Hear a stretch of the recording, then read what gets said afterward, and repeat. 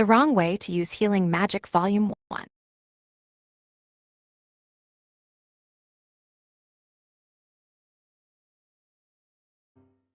The Wrong Way to Use Healing Magic Volume 1. Curecata Curecata. Image summary. The book cover for The Wrong Way to Use Healing Magic features 4 characters, including a blue bear, set against a fantastical background. Image summary. A group of 7 anime characters including Suzune, Kazuki, Yururu, Blurrin, Orga, Rose, and Yuzato are displayed as character introductions. Image summary. An armored figure stands on a battlefield littered with fallen knights, stating, "What a bore, humans are too easy to kill." Image summary. This is the table of contents for Volume 1 of The Wrong Way to Use Healing Magic, listing chapters such as Dragged into Another World, and The Beginning of Hell, and ending with a rescue team guideline to prioritize saving lives. Prologue. It was a dismal, rainy day. Raindrops pattered loudly against the ground as they descended from the sky. I stared vacantly at the crowded entrance, annoyed by the relentless sound of the rain. The downpour had suddenly started in the afternoon. I didn't have an umbrella on me, especially after forgetting to check the weather that morning, but I did keep a foldable umbrella at school in case of sudden rainy days like today. I walked over to the umbrella stand to go get it. "It's gone," I stated flatly. It was supposed to be there, but it wasn't. Somebody probably took it. My conspicuous black umbrella was there in the morning, but it had seemingly vanished. "Just my luck," I grumbled. I probably should have been angry, but I wasn't in the slightest. I simply stood there slowly looking up at the raindrops that continued to fall from the roof of the school's entryway. I don't know whether it was the dampness in the air or the feeling that night was approaching, but for some reason that rainy day made me want to re-examine my life. "School again tomorrow. Sure wish we had the day off," I mumbled under my breath. I was a regular student at school. I had my fair share of friends, decent grades, and I wasn't too bad at sports. If someone asked me to list my strengths and weaknesses, nothing would come to mind right away, and I didn't have any hobbies to speak of. My name's Ken Yuzato. Unlike my last name, Yuzato, which is admittedly pretty unusual, my existence can be summed up by my first name, Ken, the blandest name in existence. Everyone, including me, knows I'm nothing special. I'm ordinary and I'm okay with it, but I was still far from satisfied with my life. Nothing was holding me back in particular, so I doubted that anyone would understand why I was so discontented. I was unsatisfied on a more fundamental level. The problem was that I've always admired the supernatural, the faraway world of fantasy. I wanted drastic changes that would shake up my everyday life. It didn't matter how it happened. I just wanted to break away from the status quo and do something that was different from the norm, to bid farewell to the ordinary Yuzato, who could only respond with a wry smile when people said that I was unremarkable, but still, such a nice guy. Sigh. But opportunities like that don't come around every day. I couldn't escape my reality, and worlds of fiction and fantasy were far out of my reach. People don't change as easily as they do in manga or anime. They never change unless a dramatic event changes the course of their lives, and I was no different. I was doomed to take that ordinary life to my grave, whereas the perfect world in my head was anything but realistic. But no matter how much I whined about life, reality wasn't going to change. I was ordinary through and through, so I had completely given up hope. What am I thinking? I asked myself. Was I that far down the rabbit hole? How embarrassing. I leaned back against the wall of the school's entryway and sighed. Most of the students had already gone home. My breathing and the heavy rain were the only sounds I could hear. "Guess I'll stay here for a while. Don't want to get wet," I whispered. I stood alone at the school's entryway and kept watching the rain. There was no rush to go home, so I wasn't going to force myself to brave the harsh weather. "How is it still raining?" I asked, still talking to myself.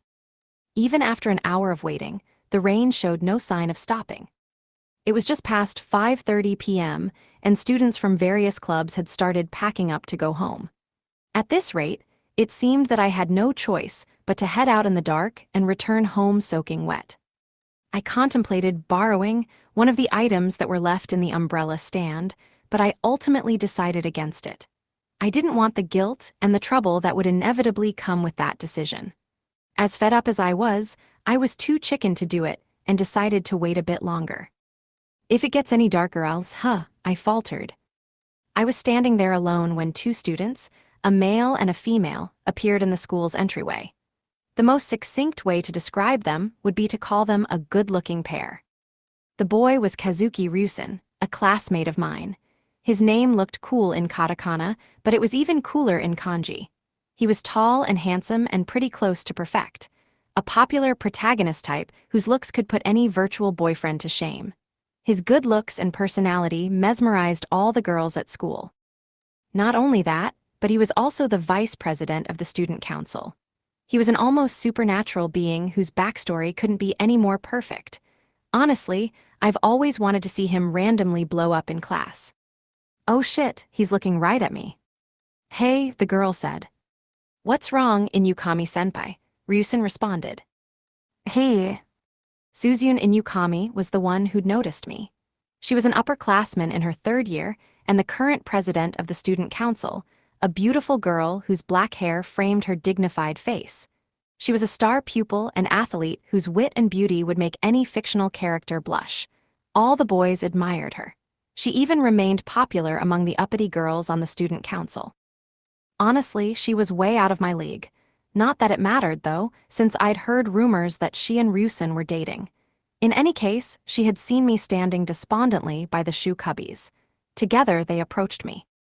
You don't have an umbrella, she asked.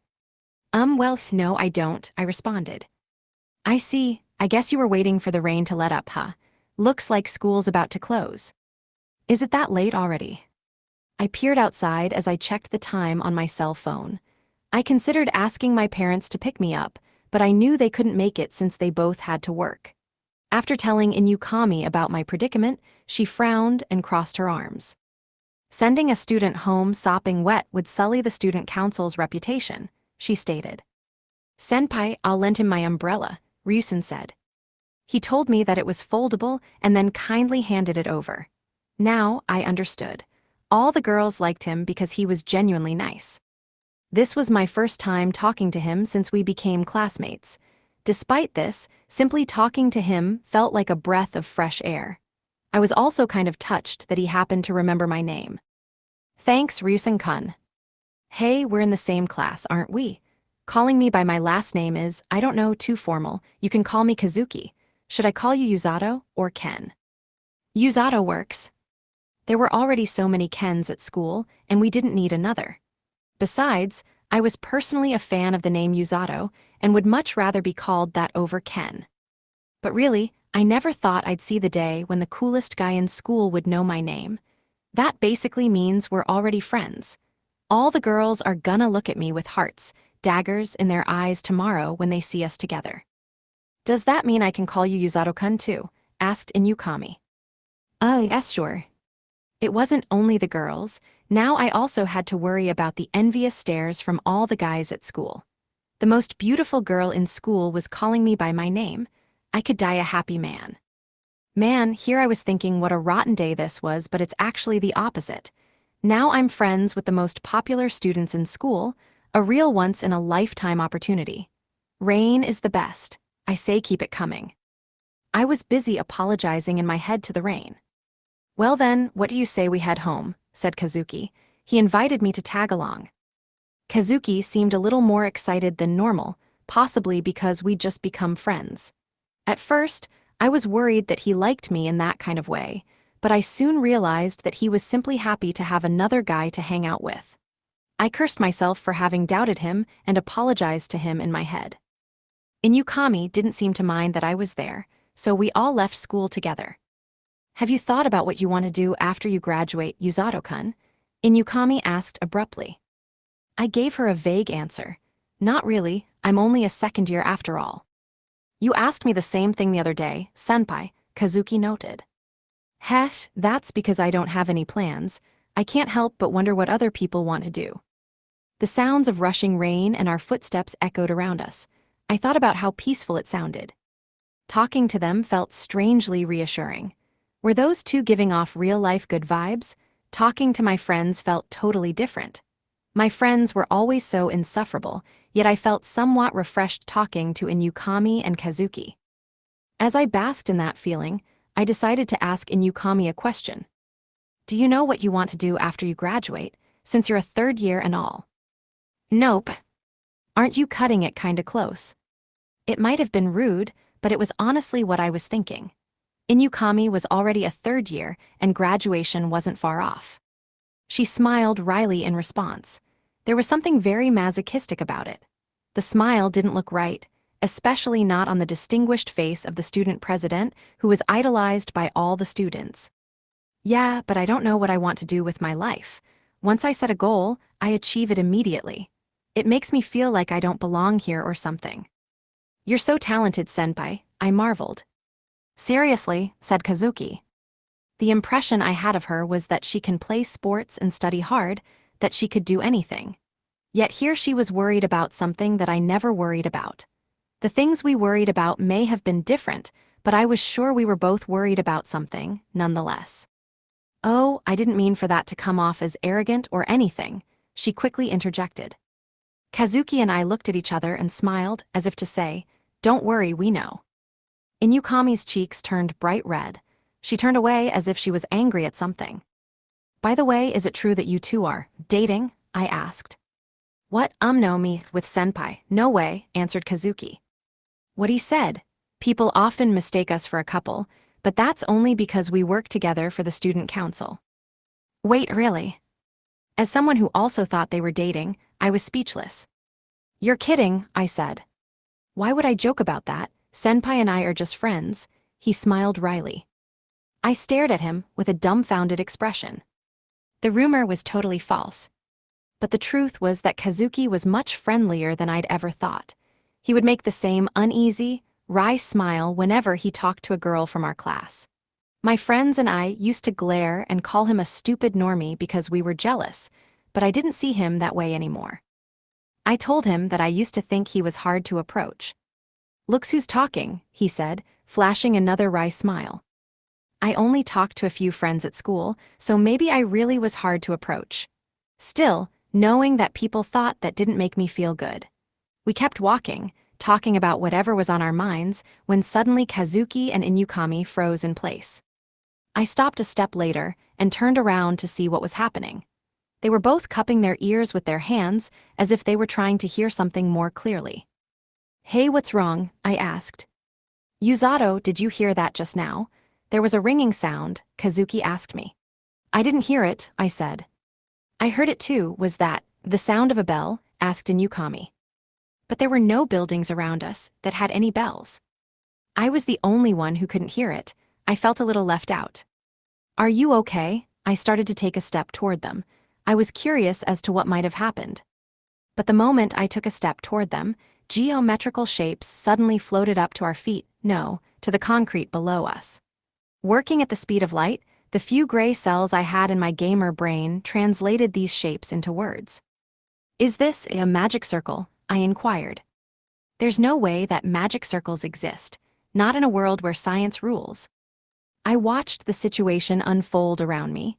I was so panicked that it actually had the opposite effect, and I began to feel calm. The light from the magic circle on the ground flickered. Leaving an ordinary world. Switching to fantasy. Walking a different path in life. Starting a heart-pounding adventure. These thoughts spun around in my head. Kazuki, what do you think of other worlds? I shouted.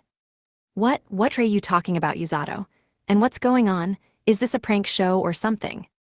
Crap, it was too early for him to understand what I'd meant. I felt optimistic, at first, but seeing Kazuki panic made me realize the gravity of the situation. Yuzato, do other worlds have magic and monsters? And heroes? Inukami shouted with a calm smile on her face. Inukami is surprisingly nerdy, like me. She must read light novels.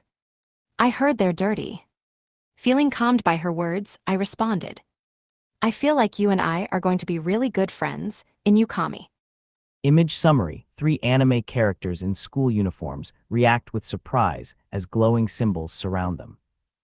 While all this was happening, the magic circle shone so bright it was blinding. I closed my eyes at the overwhelming light and started feeling nauseous and dizzy. Then I lost consciousness. Chapter 1, Dragged into Another World. Halfway conscious, I felt the cold floor beneath me. I opened my eyes. "Huh, where am I?" I whispered. I found myself in a spacious, luxurious hall. There was a bearded man sitting in a large chair in front of me, surrounded by a good number of elderly men. It was impossible to comprehend what was going on since I was still half-conscious. When I focused a little more on the bearded man, I realized that he was sitting on some sort of throne. He was clad in lavish, foreign clothes and wearing a crown. The old men behind him are dressed like royal attendants from my RPGs. As my eyes shifted from the old men to my other surroundings, a group of different men came into view.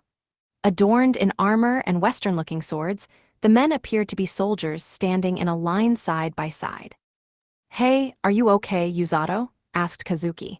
He was seated next to me and had an apprehensive look in his eyes. Thank goodness the three of us didn't get separated. If Kazuki's here, that probably means that Senpai's close by. "Kazuki, what happened?" I asked, surveying the room. I discovered that Inukami was sitting beside me and had already waken up. "Sleepy-eyed senpai is so sexy." I was merely avoiding reality by filling my head with pervy thoughts. I'm not sure. All I know is that when I woke up, I was surrounded by people who were wearing weird clothes. "Gotcha, are you okay, senpai?" "Oh, no need to worry, I am completely unharmed." The man in the crown noticed that we were awake and was staring right at us. His solemn gaze was a little intimidating. "It appears they have awoken," he said. The man looked incredibly important, so I couldn't imagine what he could have wanted from students like us. With my head still in a daze, I slowly looked around the room to get a grasp on the situation. Kazuki cautiously turned to the man in the crown. "Who the hell are all of you?" Kazuki said.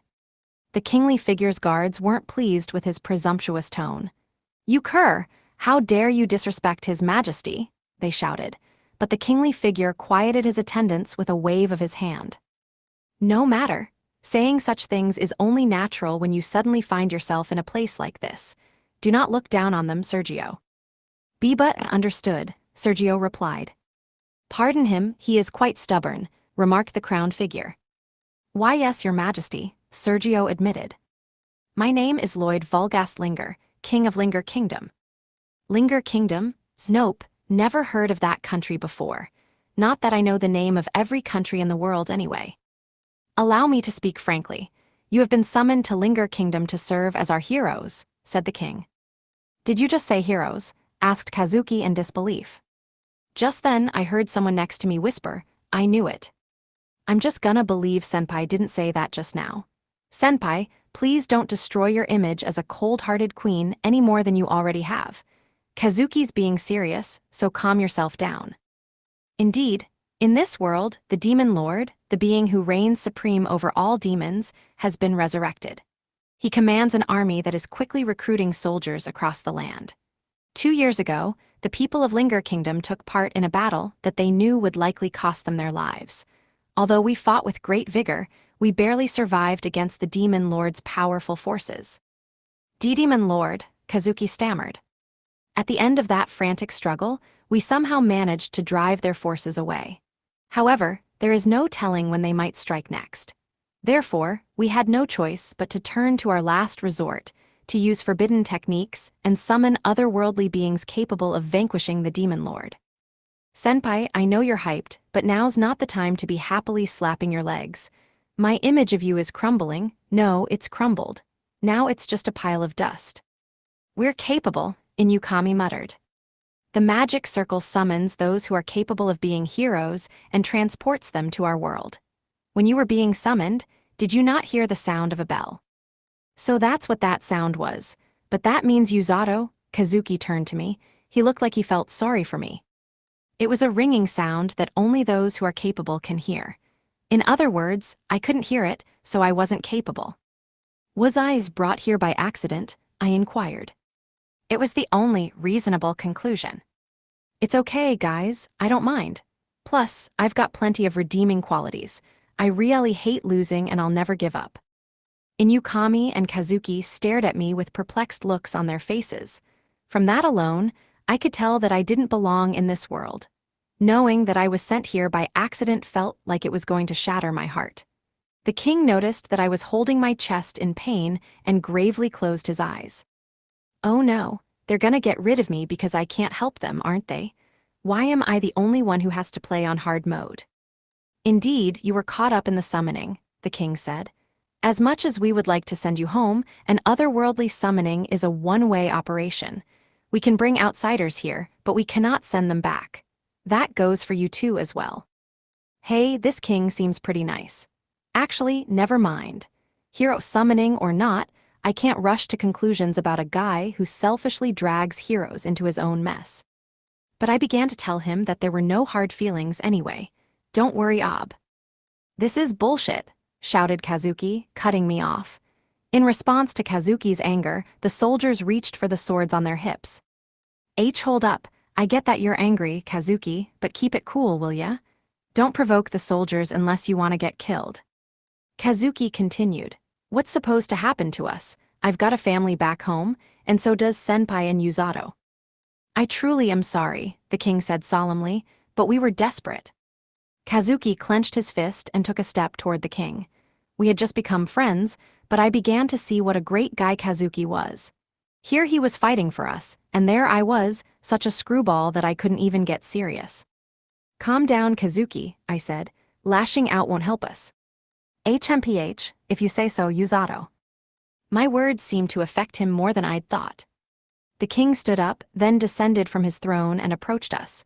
He bowed deeply, remorsefully. I understand it was selfish, but I promise you that I will find a way to send you back home. Until then, I beg you, please lend us your power. As this bizarre scene played out, Kazuki quickly calmed down. He heaved a hopeless sigh and bowed to the king. I apologize for the outburst. Please tell us everything. We'll take it from there. We are grateful for your forgiveness, said the king. Kazuki turned to me and Inukami and nodded. Giving a thumbs up, Inukami flashed a smile that was more invigorated than I'd ever seen her at school. She was definitely having the most fun out of all of us. In the end, Kazuki accepted the king's mission. Kazuki was originally going to refuse, but he reluctantly accepted when he heard of the terrible conditions that were brought on by the Demon Lord's resurrection.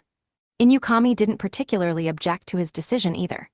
Actually, it felt like she was more than ready to go, though I had no idea why.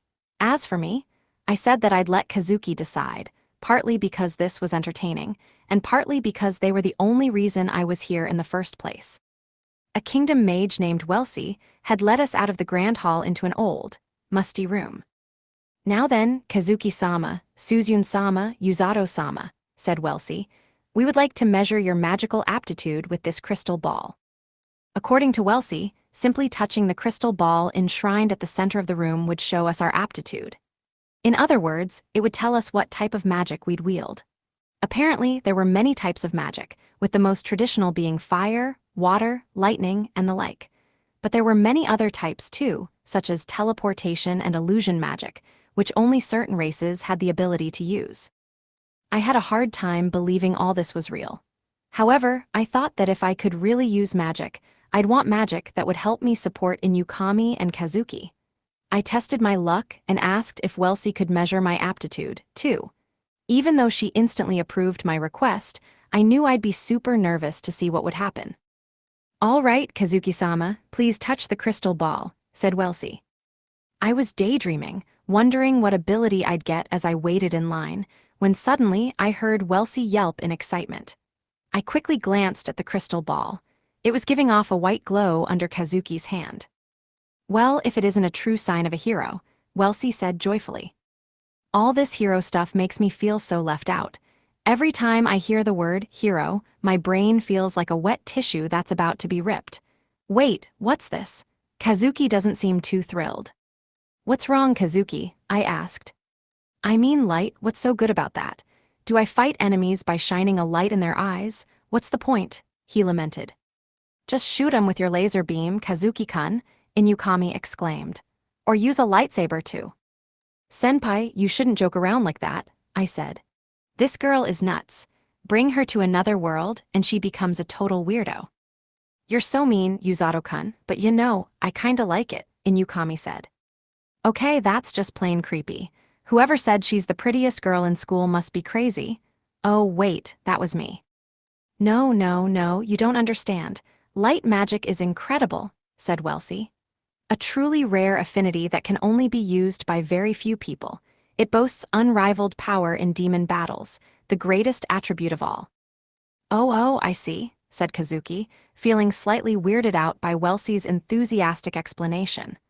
Unable to watch Kazuki any longer, Inukami butted in. Can you check what kind of magic I can use next, Welsie?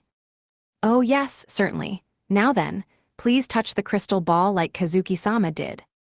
Inukami placed her hand on the crystal ball, just as Welsie had said. Suzune-sama is yellow, meaning that you have an aptitude for lightning magic. You can store just as much magic power as Kazuki-sama. Lightning has. So long as Senpai's happy, that's all that counts. But even so, lightning, what an affinity. One that every boy admires at least once in their life. Then the time came, I was up next. I felt a little excited as I drew near the crystal ball, wondering what kind of magic I could possibly use. All right, Yuzato-sama, please hold out your hand, Welsie said. Okay. I nervously placed my hand on the crystal ball and waited to see what would happen. After a few seconds, the crystal ball turned a slightly transparent shade of green. It was certainly clearer than Kazuki and Inukami's, but the color looked nothing like theirs. It was a color that was easy on the eyes. Welsie suddenly let out another yelp. Welsie, I stuttered. Why is she examining the crystal ball up close? Inukami and Kazuki were also staring at the crystal ball. What a beautiful color. It's almost like an emerald green, remarked Inukami. Yeah, mine didn't even have a color, just a flash of light and that's it, added Kazuki. Welsie had told us that the clearness represents the depth of one's magic power, and that the color represents their affinity. It's kinda clear, so I think it's pretty good, maybe. Does it mean that you control plants? Hey, wait, is something wrong, Welsie? You're white as a ghost. Must I tell them? Pardon? Why did Welsie grab my hand? I must tell them. She ran out of the room, keeping an iron grip on my hand. Why, what happened? Did I do something wrong? We ran back to the great hall where the king was seated. Welsie dragged me before him as I struggled to catch my breath. I hadn't held hands with a girl since the first grade, but this felt somewhat different. If I'm not mistaken, holding hands isn't supposed to involve running full speed out of fear. Your Majesty. What is the matter, Welsie? Have you learned their aptitudes? My word is that Yuzato, where are the others? Kazuki-sama and Suzune-sama have incredible potential. It's just that.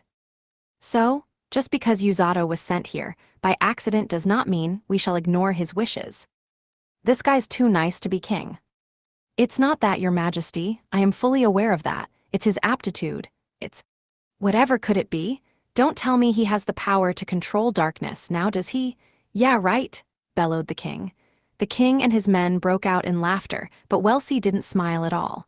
The serious look on her face made me even more nervous. The boy is a healer. What did you say? The laughter suddenly stopped. The crystal ball turned green, meaning that he is capable of using healing magic. Healing and magic, what, so I can cure people, that's it. Silence filled the room. Why is everyone so quiet? Wait, is this magic really weak? Is it so bad that it's not even funny? I have the power to treat injuries, right? Then why does it feel like we're at a funeral? The king looked at me and cleared his throat. Having an aptitude for healing magic is unheard of. The ordinary mage can administer basic first aid, but there are very few healers in this country who can heal deeper wounds, said the king with a mix of glee and bewilderment. Is that a bad thing? And no, not at all. You see, it's, WL, why don't you go to the infirmary in the castle town tomorrow? I knew this would happen, now I'm just scared. What are these people hiding from me? You really should, Sir Yuzato, the people around me chimed in to agree. Indeed. What a wonderful development. You simply must go to the infirmary, Yuzato-sama. Welsie's hand started sweating, and it was getting worse by the second. All of them sounded desperate. It was almost as if they were begging me to go. Wait, I thought you said there were other mages who could heal in the kingdom, I said. Listen, those two are fine, but that woman is no good. No good at all, the king replied.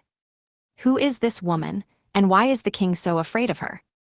Everyone was nodding profusely, which made it clear that this woman was a force to be reckoned with. The moment I opened my mouth to tell the king I would go, a panicked soldier burst through the doorway into the great hall. Your Majesty, it's Rose Sama, she's here.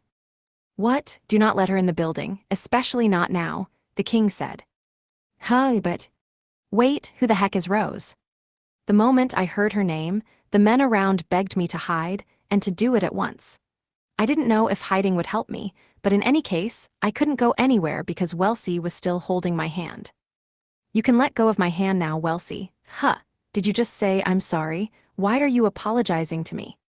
I tried tearing free from Welsie's hand as tears welled up in her eyes. Amid that struggle, the door to the great hall swung open.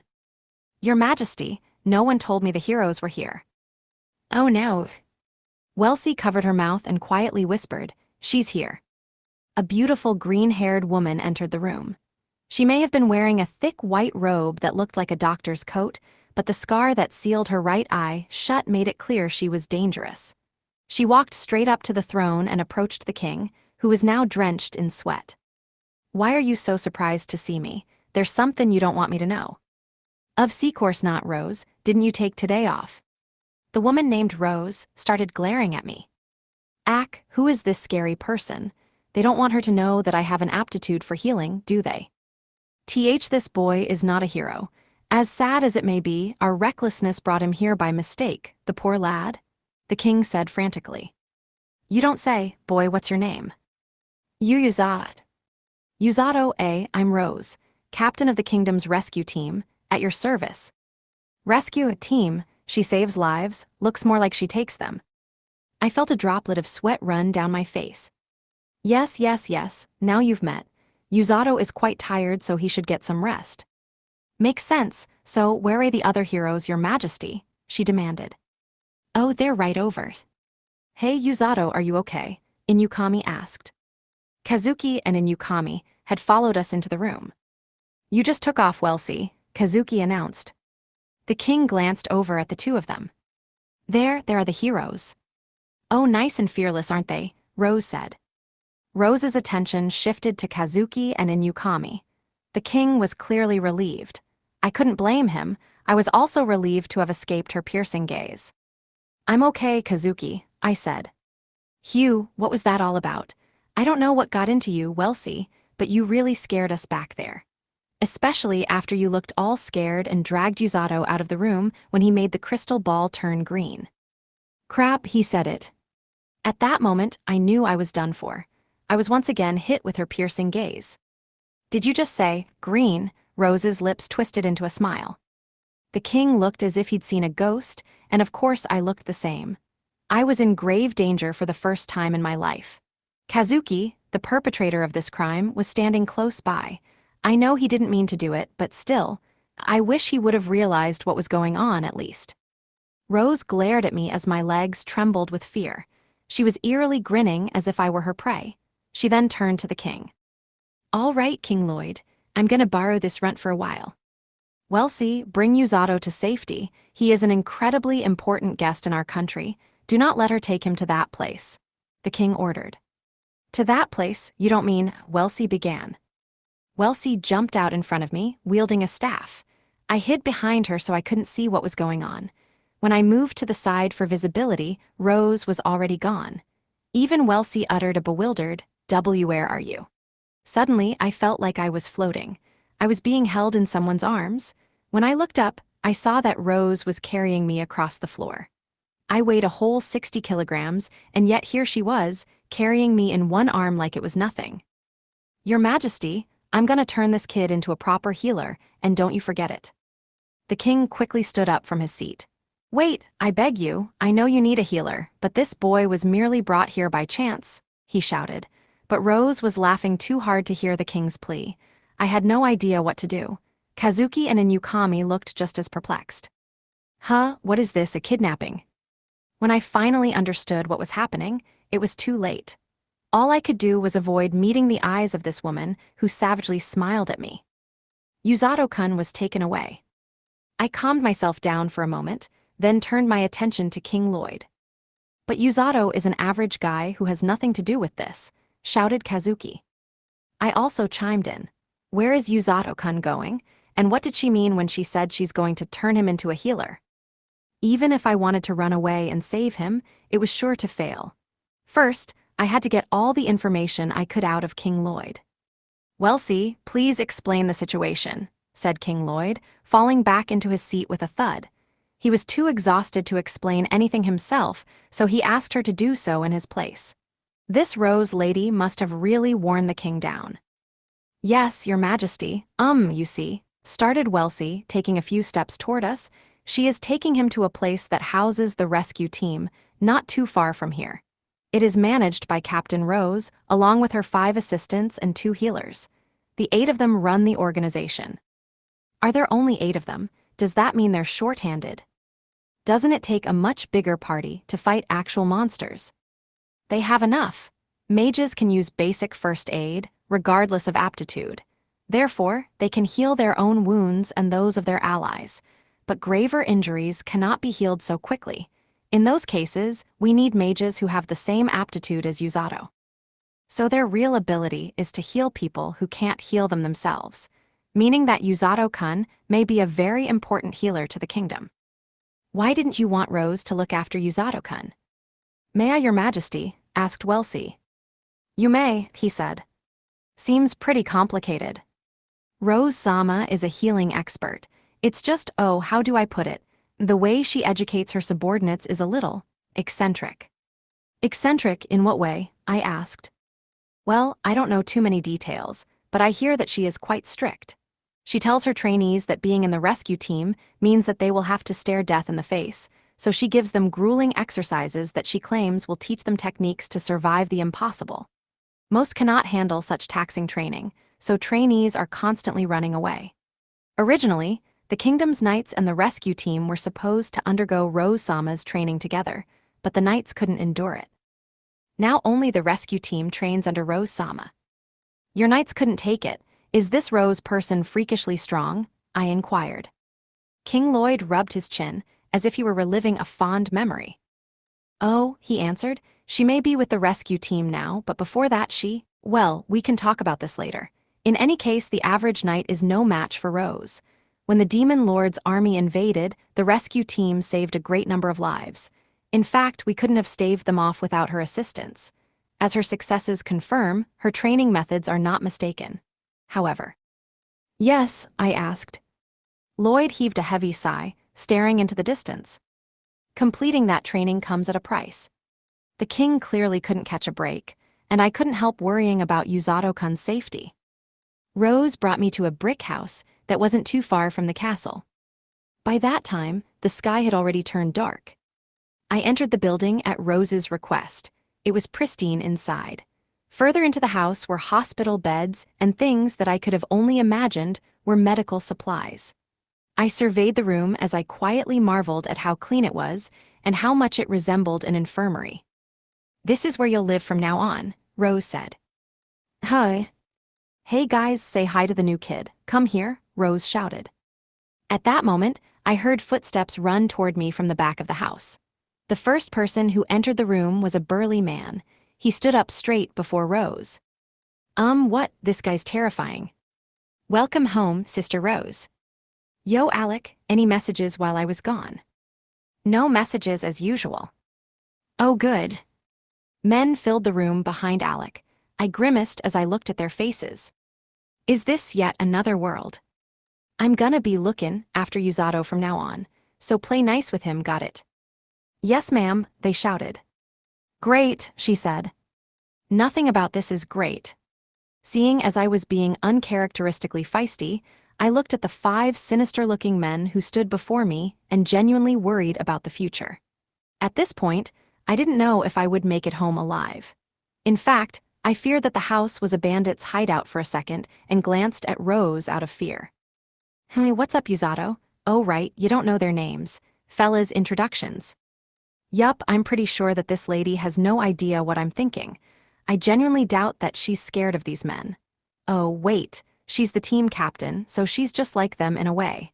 Now the scary-looking men are surrounding me. What are they doing? W8, I'll get down on all fours and apologize, just please let me live. The tallest man of the bunch stepped forward. The name's Tong, I specialize in sterilization. At your service, new kid, he said, his voice incredibly deep. He wore a twisted grin as sweat dripped down his face. Sterilization? Yeah, right, only if it's with a flamethrower, I bet. After that, the other men introduced themselves one by one. I'm Mill, at your service, new kid. I'm Alec, at your service, new kid. I'm Gamal, at your service, new kid. I'm Gord, at your service, new kid. I started crying. I am sorry. Crying isn't cool when you're a second year in high school, but in my defense, I think just about anyone would cry in a situation like this. I was surrounded by scary-looking guys who'd cut off all escape routes and were coming at me with introductions from every direction. What was I? A sacrifice? Was I a sacrifice to them? Anybody who wouldn't cry in this situation is nuts. Hey, knock it off, quit scaring the new guy, Rose shouted. Tong let out a yelp of pain and was gone. Rose had kicked him across the room. Putting a hand to her head in frustration, she yelled at the other 4 men through clenched teeth. Honestly, you scare me the most. As long as you're nice to him, I don't care. Do I make myself clear? We were only trying to welcome him, Sister Rose, said the stout man named Mill. I was downright in a state of shock. This is what they call a warm welcome. Their warped view of hospitality sent shivers down my spine, and I couldn't hide it. Rose punted Mill across the room too, then shifted her piercing gaze back to me. Oh, brother, Usato, these guys aren't healers, but they're still my subordinates. Their main duty is to secure injured soldiers on the front lines. There are 2 others who can use healing magic, but unfortunately, they're working somewhere else at the moment. That's why I'm gonna teach you healing magic myself. Huh? That's not a proper response. Why, yes, ma'am. Good, we'll start your training tomorrow. You can stay in Tong's room. It's not being used, is it, Tong? Did my freedom just fly out the window? I'm the only one in my room. Okay, good, give him the lowdown. It's late, so get your asses to bed. Yes, ma'am, they shouted. Yes, ma'am, I said. Follow me, I'll show you to your room, said Tong. So I did exactly that. The room was surprisingly normal. It was clean, organized, and relatively minimalistic. I sat down on a bed, marveling at how different it was from my room back on Earth. I was surprised, to say the least. I figured there would at least be some chains and flamethrowers lying around. Hey, new kid, Tong said suddenly. I found myself shaking because I wasn't expecting him to speak. Yes, sir, I answered, still trembling. He was incredibly tall, which made him rather intimidating. Don't call me sir, no need to be formal round me. Okay. Mustering the confidence to answer him was mentally draining. Just then, Tong threw me some plain-looking clothes. Use these clothes when you're training. You got 3 outfits right there, so switch out the pants and shirts when you can. The bathroom's just down the hallway. Any other questions and you'll have to ask sister. Thanks. I'd been wearing my stuffy school uniform this whole time, so I was happy to have some regular clothes. I changed into my new clothes and put the old ones away where Tong had told me to put them. Tong was already lying in bed, facing away from me. What the hell, he's not a brute. He's just shy, isn't he? Damn Sundir. Training kills, so you'll wanna sleep early. Especially your healing training. Tomorrow's gonna be hell. Hell. You can heal your own wounds with that magic, if you catch my drift. Oh, does that mean I'll have to keep training even if I get injured? I felt all the blood drain from my face. Because I could heal my own wounds, I doubted that Rose would let me rest. Even so, she was the head honcho. Before learning healing magic from her, I wanted to practice a little. I wasn't there on my own volition, but if she was going to teach me healing magic anyway, being her apprentice didn't sound like a bad idea. Can you teach me what healing magic is all about? This was my chance. I was in another world where I could learn a technique that would give me extraordinary power. I didn't know what the future would bring, but at the very least I wanted to enjoy the fantastical life I'd always dreamed of. Plus, if I completed this training, I could support Kazuki and Inukami. What? For Pete's sake, listen up, Tong barked. Here's the lowdown. If I'm being nice, I'd say healers are mages who are good at healing. But if I'm being blunt, I'd say they're mages who don't got no skills. No skills. Yeah, they're walking targets on the battlefield since offensive magic ain't their thing. They were treated like trash in this country until a few years ago, but even now other countries still treat them like they're useless. It made sense. I could see how healers would be targeted on the battlefield and treated like trash. Even I killed healers first in all my games. Hell, I used to think healers were small fries, until everything changed, he went on. What changed? I said too much, good night. Hey, no fair, don't leave me hanging. Shut your trap and go to sleep, dumbass, yelled Tong. He slumped back into bed. You don't have to yell at me like that, you know. Feeling shaken, I cried a little in bed as I prepared myself for my first day of training. Chapter 2, The Beginning of Hell. Rose told me to keep a diary, so I'm writing my first entry today. I can't write in their language, but that's a good thing. This means that everything I put in this journal will stay my little secret. This looks like the perfect place to log my daily gripes. Day 1. To kick off this diary, I'll write about what happened today. The hellish training Tong mentioned yesterday was surprisingly easy. First, I had to feel magic, which was pretty simple to do. It felt like something warm is welling up in my chest. Rose-san said that I'll learn how to release magic from my body next time. After I finished magic practice, it was time for me to study up on this world. I was sat at a desk and handed massive books. There was only one instruction from Rose-san: read. That was an especially ridiculous request from my teacher. When I told her there's no point in studying since I can't read their language, she just yelled at me and said that everyone brought here by the hero summoning is gifted with automatic translating magic. And as it turns out, I can read after all. Magic is truly amazing. According to my books, monsters are said to inhabit this world. It's so on brand for a Sent to Another World story that I practically squealed, but Rose-san punched me for that. It hurt like hell. Another thing I learned while I was quietly reading is that there are a great number of races in this world, even races I've seen in video games. I also found out that there are many other countries besides Linger Kingdom, but most of them are run by humans. How boring. Rose-san silently watched me as I read those massive books. It's the worst kind of peer pressure. But I mean, if this is what her training is like every day, I'm pretty sure I can do this. Though it does worry me that Tong always looks like he feels bad for me. Oh well, I'll just have to work hard again tomorrow. Day 2. Ran like hell. Day 3. Rose-san never lets me take breaks. All she does is heal me and make me run until I fall down from exhaustion. This lady is seriously insane.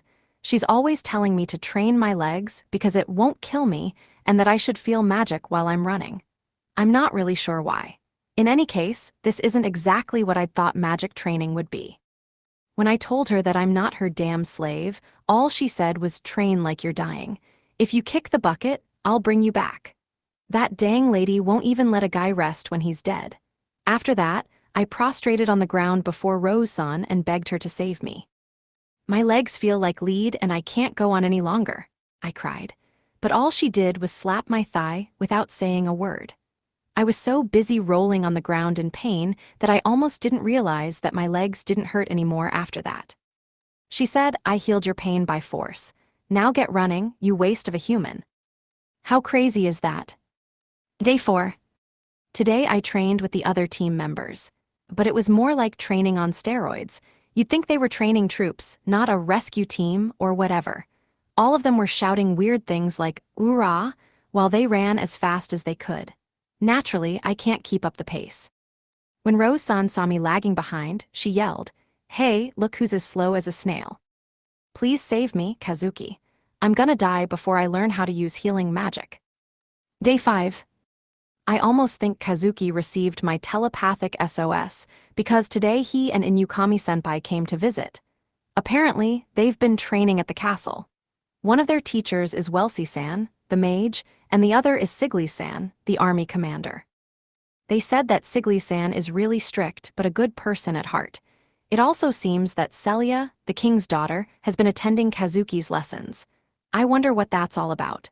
They asked me what I've been doing, and I simply told them I've been running. Kazuki didn't seem convinced, but Inukami-senpai gasped the moment she looked at my legs. "Let me touch them," she said, but she was breathing really heavily, so I just ignored her. They're both working hard. I've gotta try to keep up. Day 6. I ran again today. When I was running, I noticed that a pale green light was emanating from my hand. There was only one question on my mind. Do I really need this right now? Rose-san was being a cold-hearted, ruthless hag as usual, lol. She can't read what I'm writing, so I can talk all the smack I want. Day 7. Does that lady have ESP? Or maybe it was painted all over my face. Well, for whatever reason, Rose held me captive and made me run until I thought I was dead. It was so bad that I thought I was losing my mind. She said she was miffed and plans to make my training harder. What the hell, curse that overpowered gorilla. One day I'll get my revenge. Day 8. Me too dumb to learn anything. Day 9. I need healing. I really need healing. Day 10. I can tell that I'm growing mentally stronger.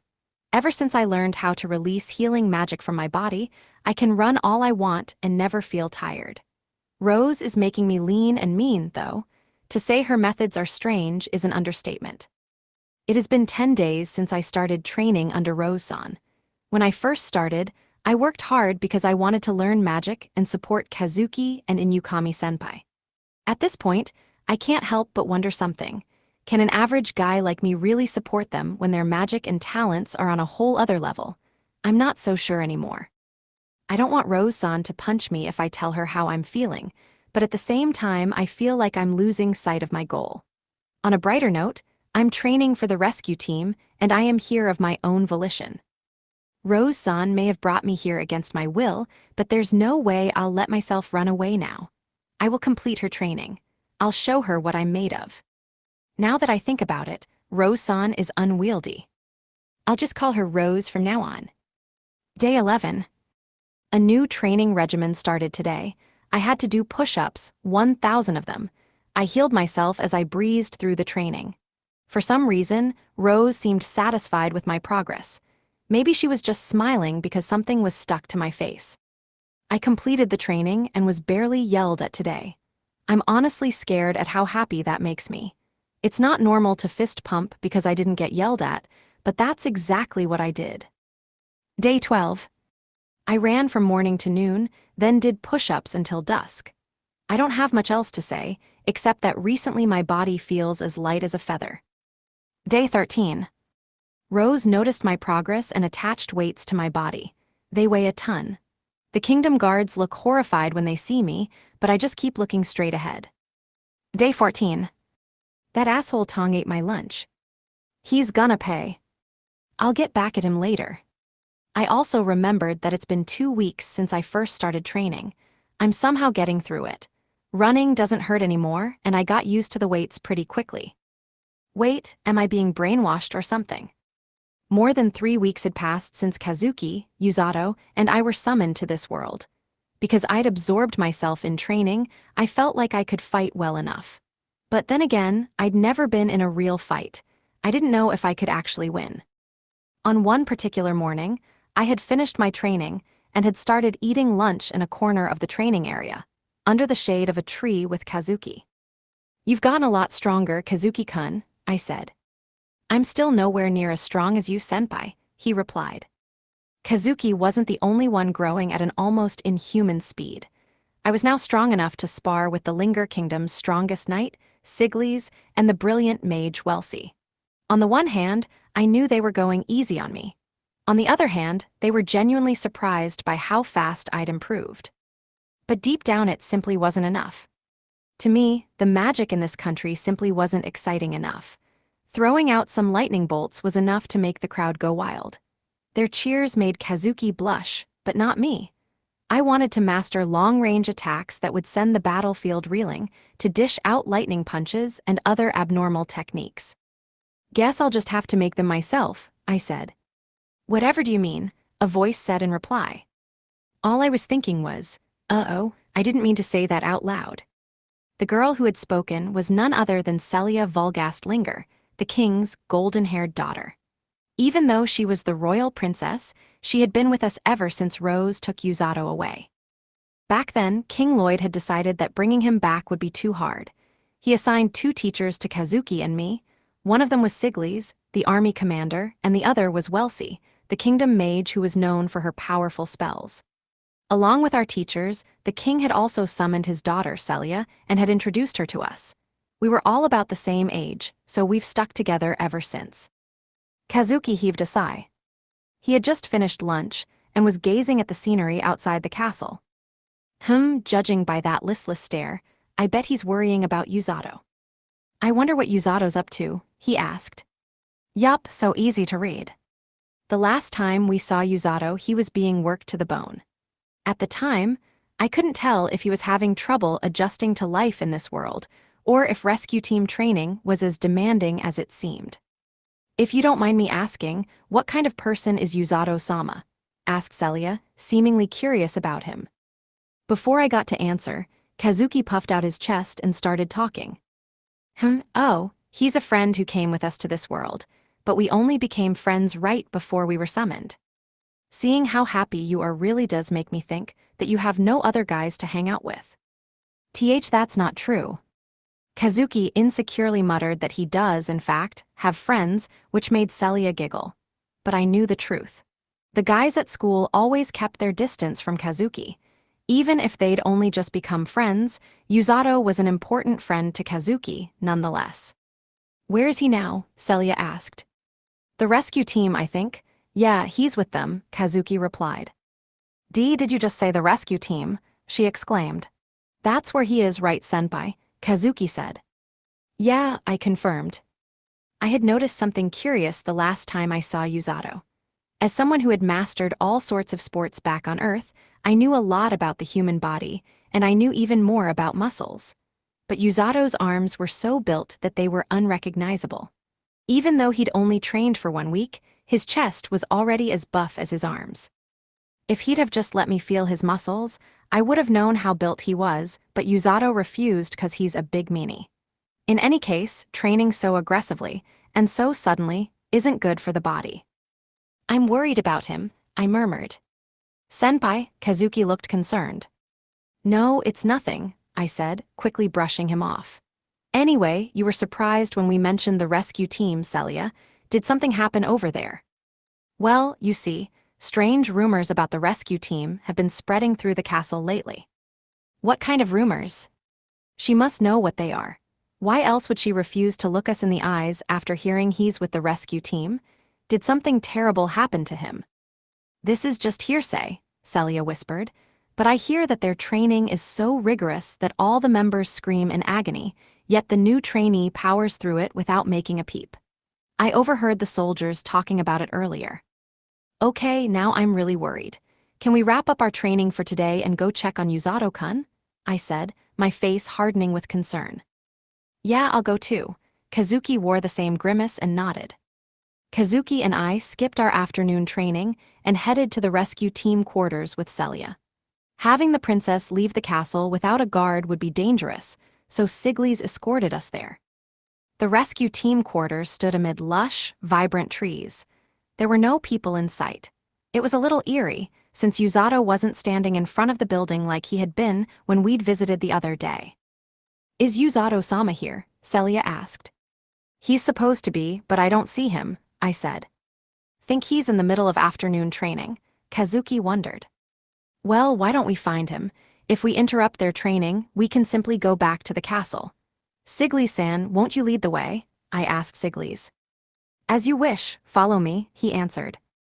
Eager to quickly check on Usato, we followed Siglis through the lush trees to the rescue team training grounds. Celia's eyes sparkled as she took in the outdoors. She was normally secluded in the castle and must have been excited by this change of scenery. Wow, this is incredible, Kazuki-sama, she exclaimed. Celia-sama, you must stay close to me at all times, Siglis reminded her. Oh, Siglis, don't be so overprotective, she quipped. She was the country's princess, after all. I could understand why he was being overprotective. Siglis continued leading the way, wearing a troubled expression. Sorry about all this, Siglis-san. No need to apologize. I have matters to discuss with Rose, so it is no trouble at all. The training grounds are up ahead. I believe that is where Yuzato-sama will be, Siglis said, pointing straight ahead. Okay, Kazuki replied. I had just been wondering how much Yuzato had improved since I last saw him when we stepped out of the woods. Siglis was pointing. I looked in that direction and saw a clearing about 30 meters wide. Yuzato was doing push-ups right in the middle of it. Kazuki and I should have shouted for joy as we stood side by side, but we didn't. We were totally silent. What is the matter? Celia asked. What in the world is going on? Huff, huff, huff, huff, huff. Yuzato was doing push-ups. With a giant boulder on his back, it looked like it was about 50 kilograms. Yuzato was literally shouldering that boulder by himself. Sitting proudly on top of it was the rescue team captain, Rose. Yo, you're slowing down, you damn slug. Gonna give up just 'cause I gave you more weight? Rose slyly remarked. Who the hell said that I'm giving up? Yuzato hissed. Save your breath, Rose said bluntly. Yuzato was too annoyed to respond. Did he just talk back to Rose? Is that really you in there, Yuzato? Is this the same boy we had fun banter with right before we were summoned? Where did that sweet Yuzato go? Image summary. A man struggles to do push-ups with a large block on his back, while a woman sits on top of it. Oh, did I just hear you say, like you're angry or something? Rose mused. You're so light I forgot you were there, Rose-san. It slipped out by accident. Aw, I'm light. What a nice thing to say. If it's that easy for you, why don't we add some more weight? Rose stepped onto the ground. Then she picked up an enormous cement block nearby and effortlessly chucked it onto Yuzato's back. The block fell on him with a thud, his arms shaking as his body sunk to the ground. Even so, he wouldn't be bested. He gnashed his teeth together and continued doing push-ups. As Rose watched him do this, she broke into a satisfied grin. You know what? You're really becoming my type of man. At this rate, I'll be able to take you there in no time. What are you doing here? Rose said, finally noticing us. Did she just say he's her type? Don't tell me she's forcing this grueling training on him to make him her ideal man. We were all at a total loss. Instead of walking into a fantastical adventure, we had walked into an intense scene about training in martial arts. Kazuki rubbed his eyes in disbelief, wondering if what he'd seen was a dream. I was also dumbfounded myself. Yuzato looked like an average high schooler, yet here he was doing push-ups. His eyes gleamed with anger. After seeing this, who wouldn't want to run in fear? As this scene unfolded before us, Army Commander Siglis angrily walked toward Rose. Hey, what's an old fart like you doing here, Siglis? Why'd you bring the heroes and the princess to my turf? Rose asked casually. What the hell do you think you're doing? Siglis fumed. Rose seemed confused. I said, what the hell do you think you're doing? Siglis shouted as he grabbed her by the collar. Breaking the spirits of promising young men? You should be ashamed. I could understand why Siglis was angry. What she was subjecting Yuzato to wasn't training. It was torture. As Siglis firmly grasped Rose's collar, she reverted to a blank expression and then grabbed him by the arm. His armor crinkled loudly and twisted in her hand, but he held her collar tight without so much as glancing at the warping armor. Get your hands off me, she said bluntly. You got a grand sense of chivalry, I get it, but don't you dare try forcing that shit on me. I do things my own way, and this here's my right-hand man. Wouldn't be the case if he couldn't clear these easy trials. Right-hand man, Siglis looked confused. That's right, this kid's a diamond in the rough. He perseveres like a champ and never calls it quits. He's got what it takes to clear my training. Already has my stamp of approval. My eyes met Rose's and I backed away without thinking. She was looking in my direction, but she wasn't really looking at me. She was focused on something else. All I knew was that her eyes were filled with contradiction. You swine, the king ordered us to re-enlist you in the army, but I simply will not tolerate this behavior, Siglis shouted. Can't open my right eye, so couldn't do it anyway. Rose pointed to her right eye, which was permanently sealed shut. Is she using the damage to her eye as an excuse to stay out of the army? From what I hear from King Lloyd and Wellesley, they wouldn't care about the injury since she has talent. Enough of this nonsense, Siglis huffed. He walked toward us, looking worried. Princess Celia, I must take my leave. Stay close to Kazuki-sama at all costs. Huh, who? The princess said in disbelief. I will return as soon as I have calmed down, Siglis said. After he uttered those parting words, Siglis disappeared into the woods. He seemed to have left to avoid fighting with Rose. Welp, there goes Siglis. Do the heroes or princess got any problems with my training? They don't care about that, Yuzato shouted. Yo, Rose, what happened just now? Did you call me your right-hand man? Oh joy, I'm so happy. Here, let me give you a right-hand knuckle sandwich to show my appreciation. Come on, what's the holdup? If you want a right-hand man, then hurry up and stick out your face. Not before I give you my own present first, but that'll have to come later. These heroes came all this way, so they must wanna talk. Take a break with them and eat lunch, Rose said, shoving her right fist in Yuzato's face. The moment she looked at us, she put down her fist. Her whole demeanor had changed. We watched her walk toward the quarters, then we approached Yuzato. He removed the weight on his back, put it on the ground, and stretched out. Are you okay? I asked. Yeah, but who's this? Yuzato said, looking at Celia. My name is Celia Vulgastlinger. Please call me Celia, Yuzato-sama. Yuzato-sama, aren't you the king's? Yes, I am his daughter. Yuzato became a bit flustered. He probably wasn't used to women adding a sama to his name, which is exactly how Kazuki had felt the first few times it had happened to him. Celia asked Yuzato to treat her like an ordinary person, and he reluctantly acquiesced. So, what's your training like, Kazuki? I can tell you've both gotten stronger, Yuzato said. No one said a word. Why so silent? He asked. I couldn't tell him that our training was nowhere near as brutal as his. It wasn't a walk in the park, but it was nothing compared to his. Our training was designed to avoid putting unnecessary strain on our bodies, a carefully weaved, efficient plan that would improve our fighting expertise. In other words, it was the total opposite of Yuzato's experience. His training was dangerous, made him do the impossible, and actively pushed him past his limits. After hearing all the rumors and seeing Yuzato's insane training regimen in person, one could safely assume that he had been training like this for the past 3 weeks. His profile didn't look all that different, but I could tell that his body had gotten incredibly strong over the past 3 weeks. Let's take a peek. I lifted up Yuzato's shirt without thinking. You don't mind, right, Yuzato-kun? What are you doing in Yukami-senpara? I rolled up the shirt he was wearing, as Celia's cheeks turned bright red. I see, he bruises his muscles through excessive training and then heals them with magic. That must be why he's so built. On top of his incredible stamina, he also wields incredible strength. It's almost like he's superhuman. I really underestimated you, Yuzato-kun. Your muscles are stellar, I exclaimed. Aren't you a little too excited, Inukami-senpai? Yuzato asked. Oh no, I'm just impressed that you've become this strong in such a short period of time. He had survived training that was grueling at best. Kazuki-sama, is Suzune-sama okay? Celia asked innocently.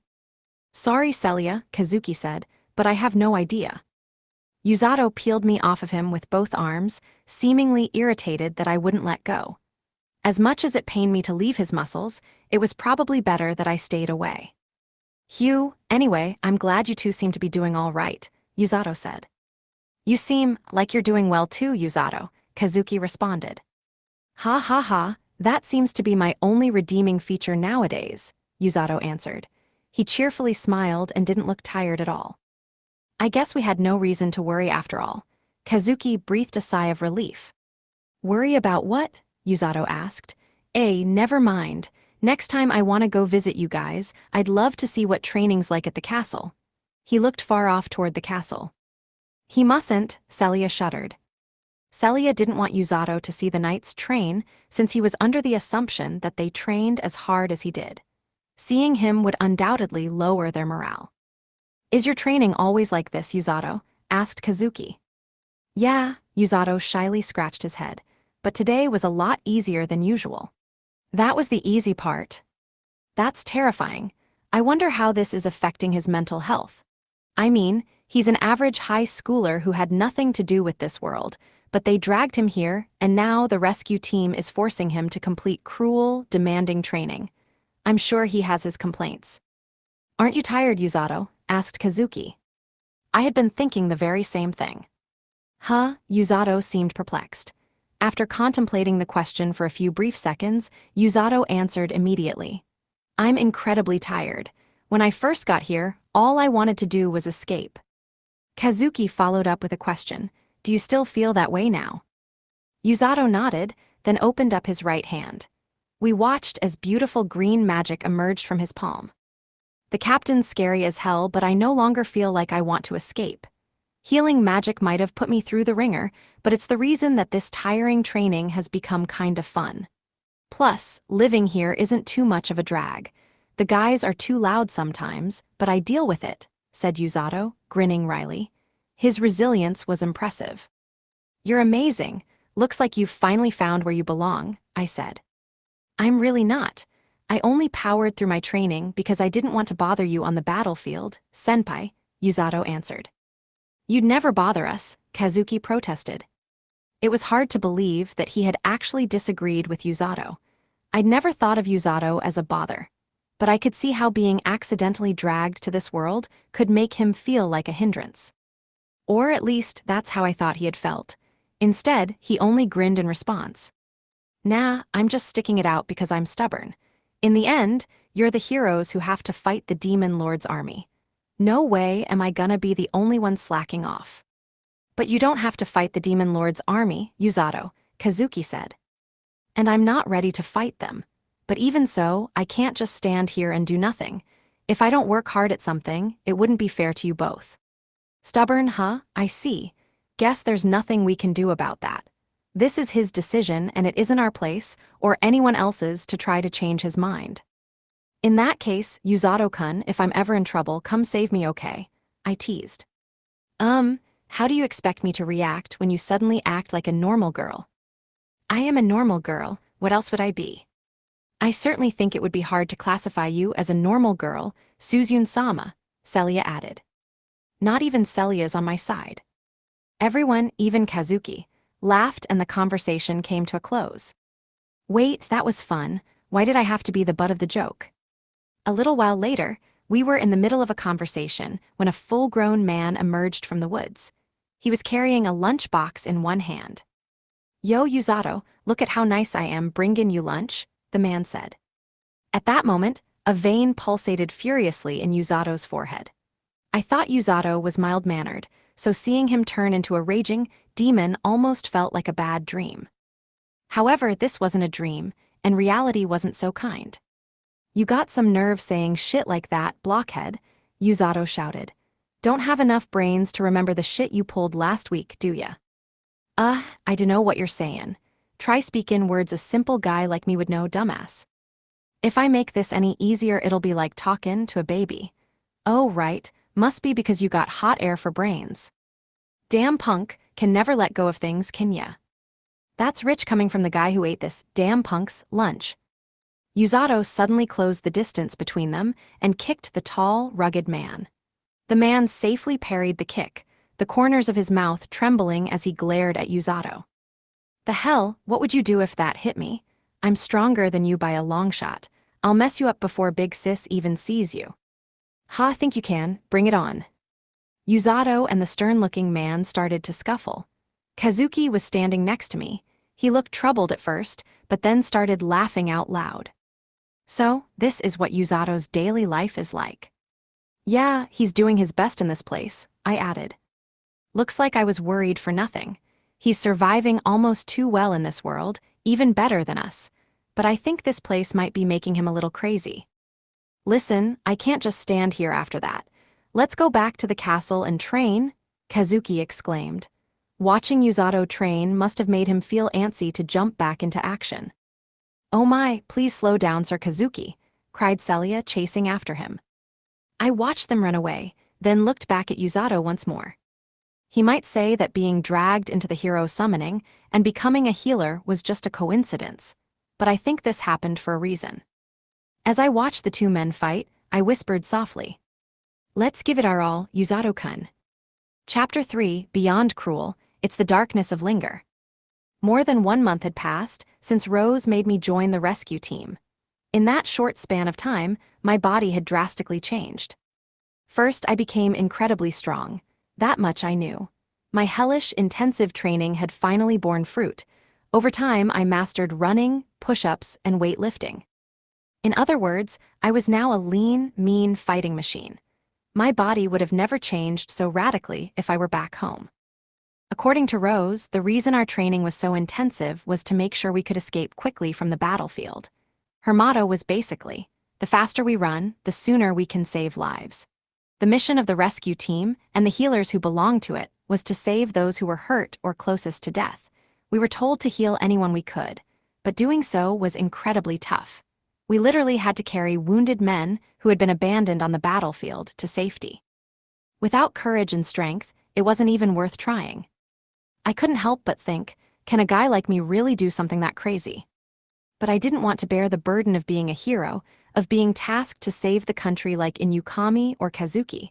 I wanted to help them, but I still didn't know how I would do it. I wasn't ready for what lay ahead. No matter how strong I became, I just couldn't imagine being thrown onto the battlefield. Every morning, I would wake up and sigh. I would always feel so insecure before training. But then I would move my body and see the training was clearly working. Even so, I still doubted that I had the mental fortitude to match the strength I had gained. Realizing how pathetic I sounded, I slapped myself in the face. Worrying won't solve anything. I just have to keep trying, I said. Today I had training, just like I did the day before. I could see that it was working and I was full of motivation. All right, I'll think about mental fortitude and all that stuff later. Nothing's gonna change if I sit here worrying after all. I got out of bed, changed my clothes, then opened the door to my room. So, what kind of training will we have today? We're going out, Rose stated. What, no training? Then give me back my motivation. The sad truth was that the only places I knew about in this new world were confined to the inside of the rescue team's training grounds, since I'd been kidnapped the day I was summoned and all. I didn't know what Rose was planning, but I followed her anyway. The other members had mandatory training, so they didn't come with us. Sucks for them, Bahahe. Carry this, Rose commanded. She handed me a backpack that was practically as tall as me. Without a word, she left and started heading to town. What's wrong, Tong? Why do you look as if you're watching a soldier march to his death? If there's nothing to worry about, then whatever. What's the holdup? Get over here, she said impatiently. Rose was waiting for me by the entrance to the castle town. I had a bad feeling about this, a really bad feeling. But resisting her would just cause trouble, so I quietly followed her lead. Still carrying the big backpack, I ran after Rose. When I finally caught up, I started walking a few paces behind her, taking in the view that had shifted from a lush, vivid forest to a bustling town. It was my first time in the castle town, and it was invigorating to say the least. The town didn't have the same devices or scientific advancements we had back on Earth. If anything, it reminded me of a quaint marketplace I once visited when I was a kid. Linger Kingdom is a flourishing center of trade. Many come here from other countries to work, Rose said. I see, I noticed something unusual. A fox-eared girl was tending a shop that sold pointy fruits, but something about the way she moved seemed suspicious. I figured that she must be a beastkin. In any case, seeing one for the very first time left me speechless.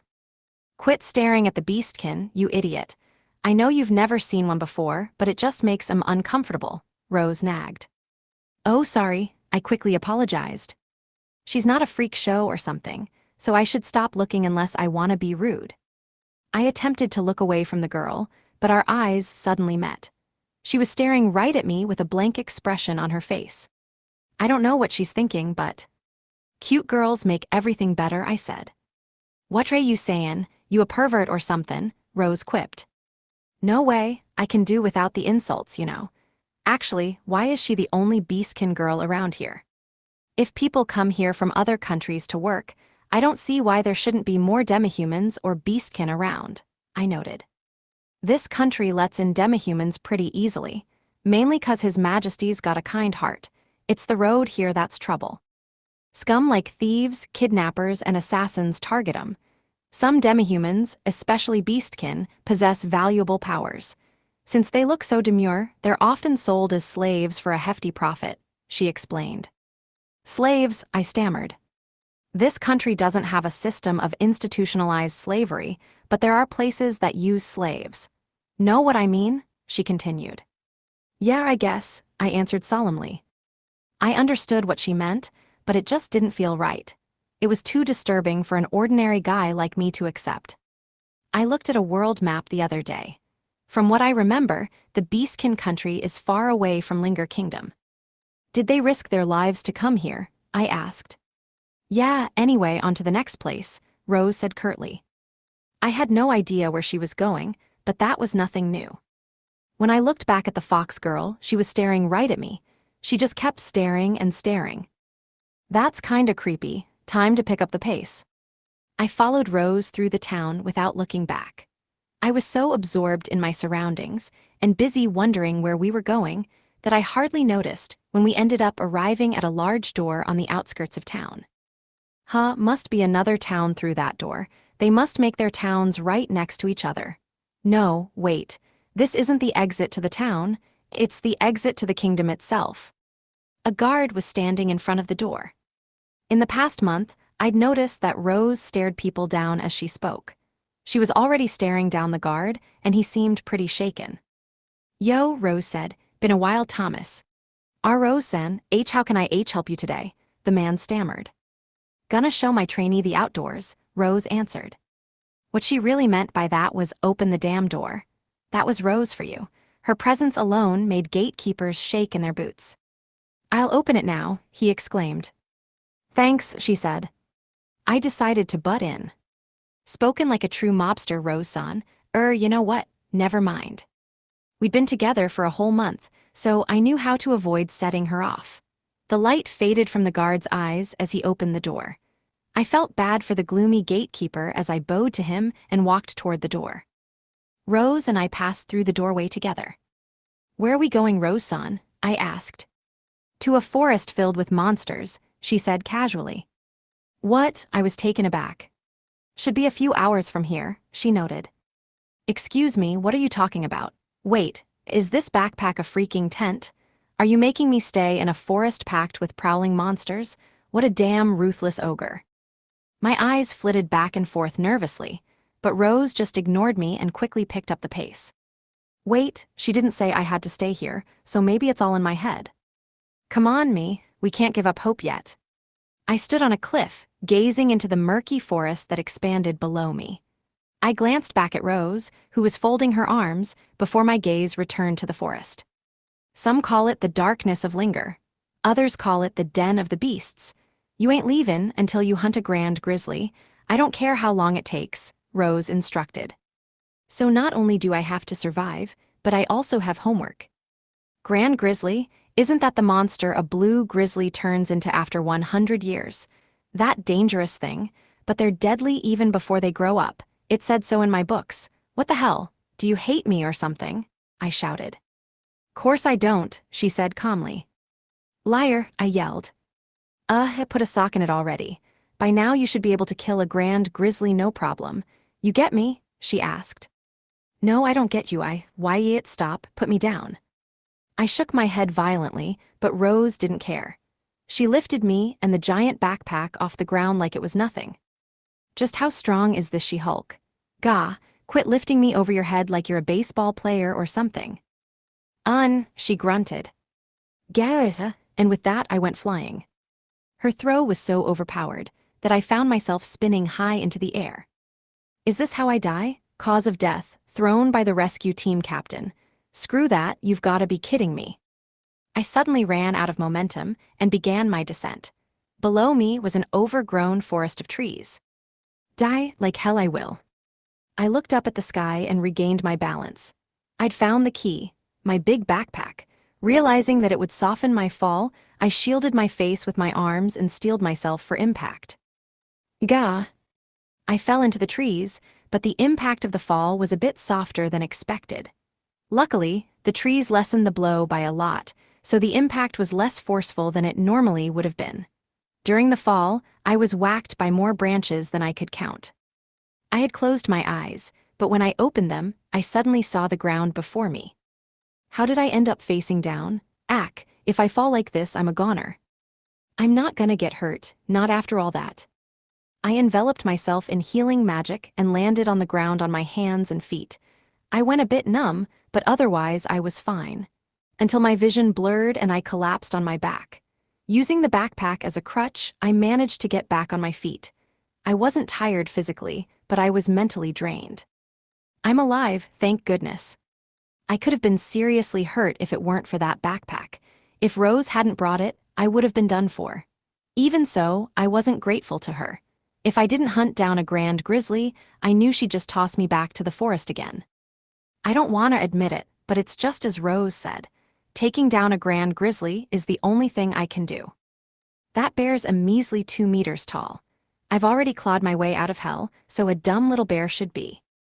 Graya something snarled. Huh, I flinched in response. A loud, ferocious roar rang out from somewhere deep in the forest. I heard footsteps approaching, so I ran out of there as fast as I could.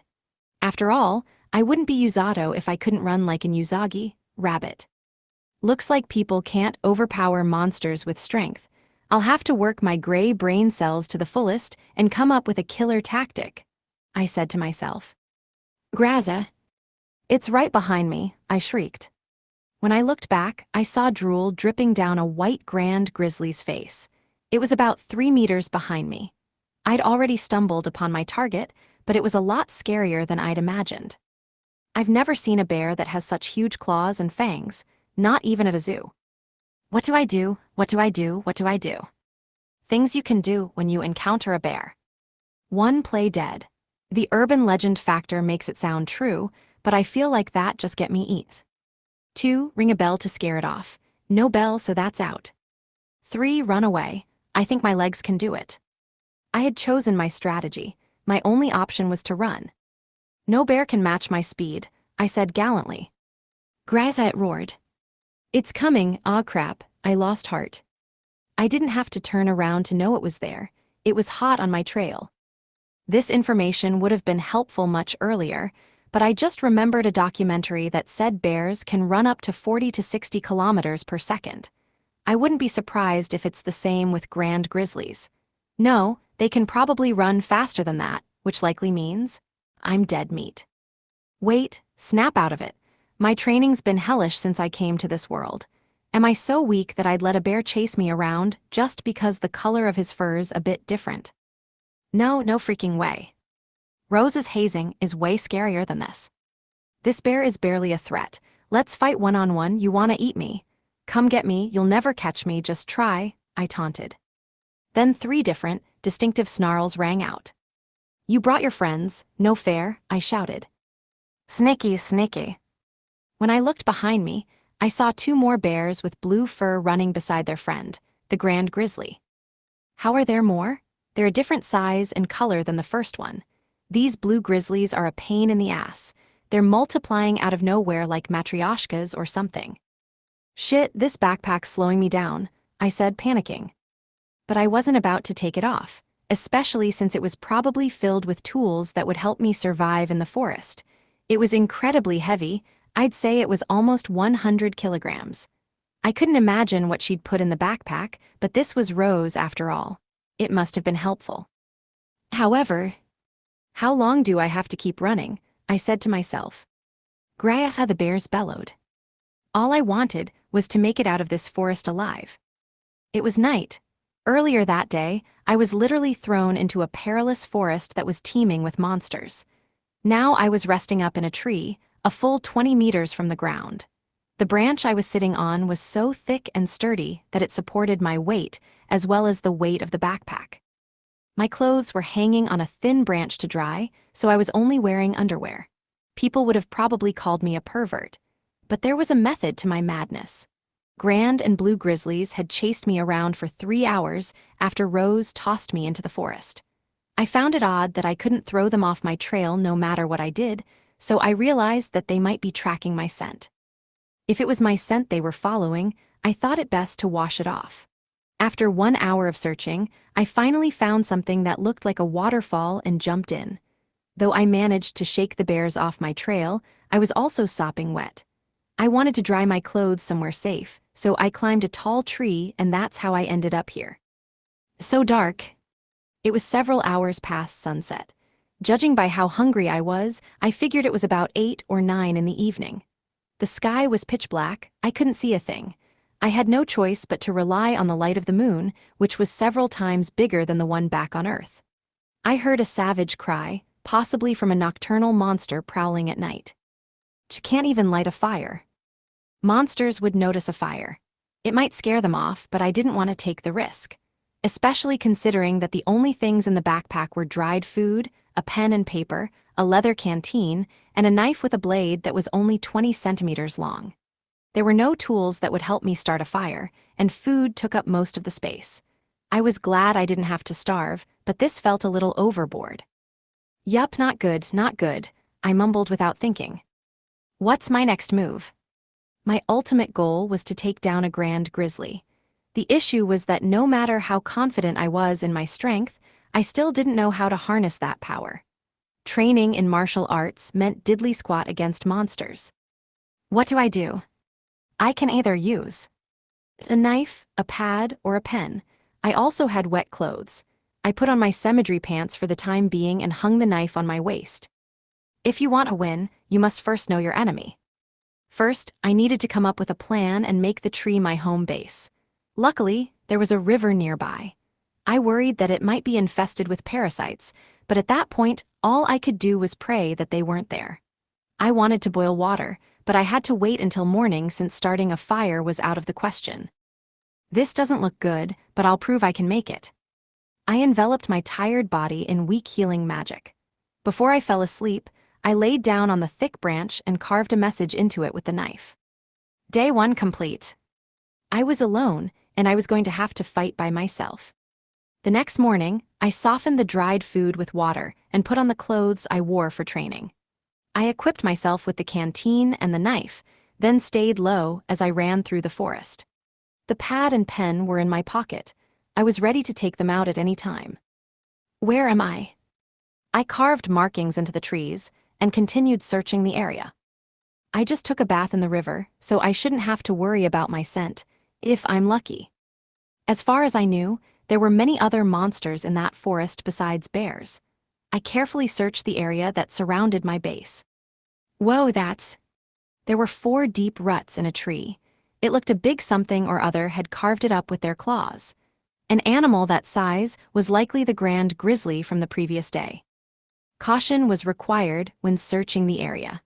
I was about to take a step forward when I heard something rustling in the tall grass in front of me. Huh? Is it a monster? I slowly brandished my knife and approached the tall grass as I frantically wiped away the sweat on my forehead. I was prepared to escape. If it was a dangerous creature, running away was the plan. With a hard gulp, I used my other hand to part the tall grass. Caillou, something squeaked. Huh? I was confused. There was a black ball of fur on the ground. Wait, it's not a ball of fur, it's a small animal. It was something I'd never seen in Rose's books. A monster who had distinctive black fur and small ears that stood up like antennae. It's a bunny rabbit. It looked like a rabbit, but its beautiful black fur and mysterious, gleaming red eyes made it look more like a very realistic stuffed animal. The black rabbit gazed at me with its round, red eyes as it lay on the ground. It looked as if it was about to whimper again. Slightly perplexed, I cut through the tall grass and approached the rabbit. When I took a closer look, I noticed that its hind leg was covered in light red blood. Are you hurt? I asked. Caillou, the rabbit nodded. Does it understand human speech? You know what? I'm not gonna go there. Anything is possible in fantasy worlds after all. I walked up to the rabbit and found its injury. There seemed to be a cut on his hind leg. It was probably attacked by another monster. Hold still. A gentle green light emitted from my hand. I applied it to the wound. After a few seconds, I removed my hand and the injury was gone without a trace. I couldn't have done that if I hadn't trained. It was basically the first time I had healed something else. All better, be careful out there. After I patted the black rabbit's head, I stood up and started walking away. It was so cute that I almost wanted to take it back to my base, but I couldn't forget the mission. I had to hunt a grand grizzly. No time to be preoccupied with adorable rabbits. I told myself that leaving would be the best for us both. However, the rabbit followed me. I silently took a step forward, and the rabbit followed suit. What's going on? Now listen up. If you stick with me, you're gonna be attacked by a grand grizzly. Do you happen to know where it is? I asked. Caillou, it responded. Motioning me to follow it with its head, the rabbit ran off. Feeling like a character from Alice in Wonderland, I chased after it just to see what would happen. Caillou. It hopped deeper into the forest without so much as making a sound. I noticed that its ears were as straight as a needle as they pointed ahead. Do its ears have radars or something? That's super adorable. After following it for 10 minutes, the rabbit suddenly stopped moving. What's wrong? Caillou, the rabbit climbed up my leg to my shoulder. Whoa, what are you doing? Its black fur ticked the nape of my neck. The rabbit itself was surprisingly light. This little guy is just too adorable. The black rabbit stood on my shoulder. Its ears bent forward as if it were pointing at something. Caillou, you want me to see what's ahead? I asked. This rabbit can really understand what I say. Oh well, it's a cutie, so I'm not gonna question it. I parted some bushes before me with a rustle to reveal a dark cave and 2 blue grizz. Lies. What the? I covered my mouse. Screaming now would alert the bears, but wow, they must live in that cave. Thanks, I really owe you one, I whispered to the rabbit on my shoulder. Looking abashed at what I said, it started grooming itself. It was insanely adorable. Now that I knew where the cave was, I took out my pad and my pen. Caillou. Want to know what this is? Taking down a bear wasn't going to be easy. If I was going to do it, I had to catch it off guard, which could only mean a journal. All right, I'll start a journal that will save my life. Day 2. The black rabbit led me to the target's den. When we got there, I spotted 2 blue grizzlies and 1 grand grizzly. One of the blue grizzlies is rather small. Judging by its mannerisms, I'd say it's a child.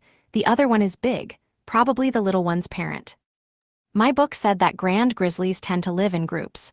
Is this a group too? I stopped observing them after 1 hour since there were no new developments. The rabbit stayed perched on my shoulder as usual. It's cute, so it can stay. Day 3. I observed the den like I did yesterday. No movement again.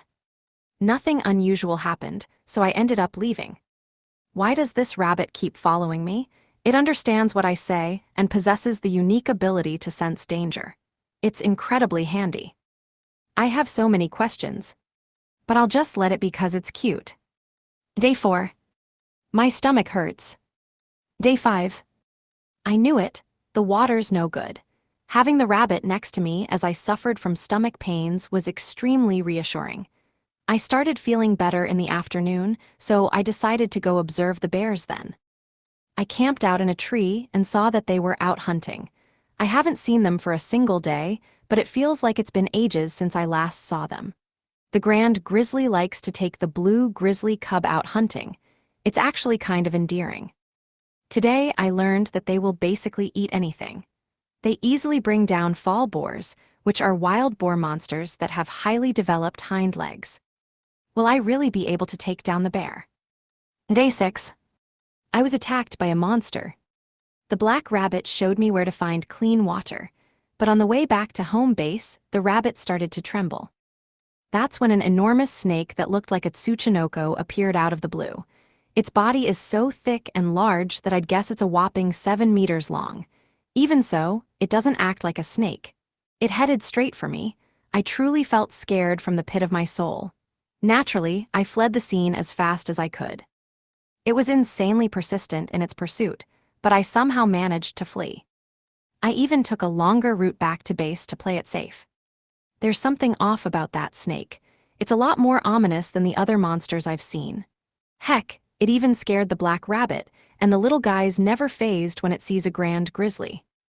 I don't know for sure, but something downright terrifying may be afoot. Day 7. Nothing unusual happened with the bears, like always. Oh snap, I've already been in the forest for a week. I feel like I'm starting to forget why I'm here. Day 8. That damn snake attacked me again. This time, we weren't far from my base. I'm pretty sure I'd originally found it deep in the forest. Did it move its den after it started chasing me? That would mean it's definitely out for blood. I don't want to be eaten. I should take down the grand grizzly soon. Something doesn't feel right. Day 9. The rabbit looked scared in the morning, so we spent the day resting up in the tree. We're on the last droplets of water we'd fetched, but more of it's not worth risking my life. Either way, this rabbit seems to like me a little too much.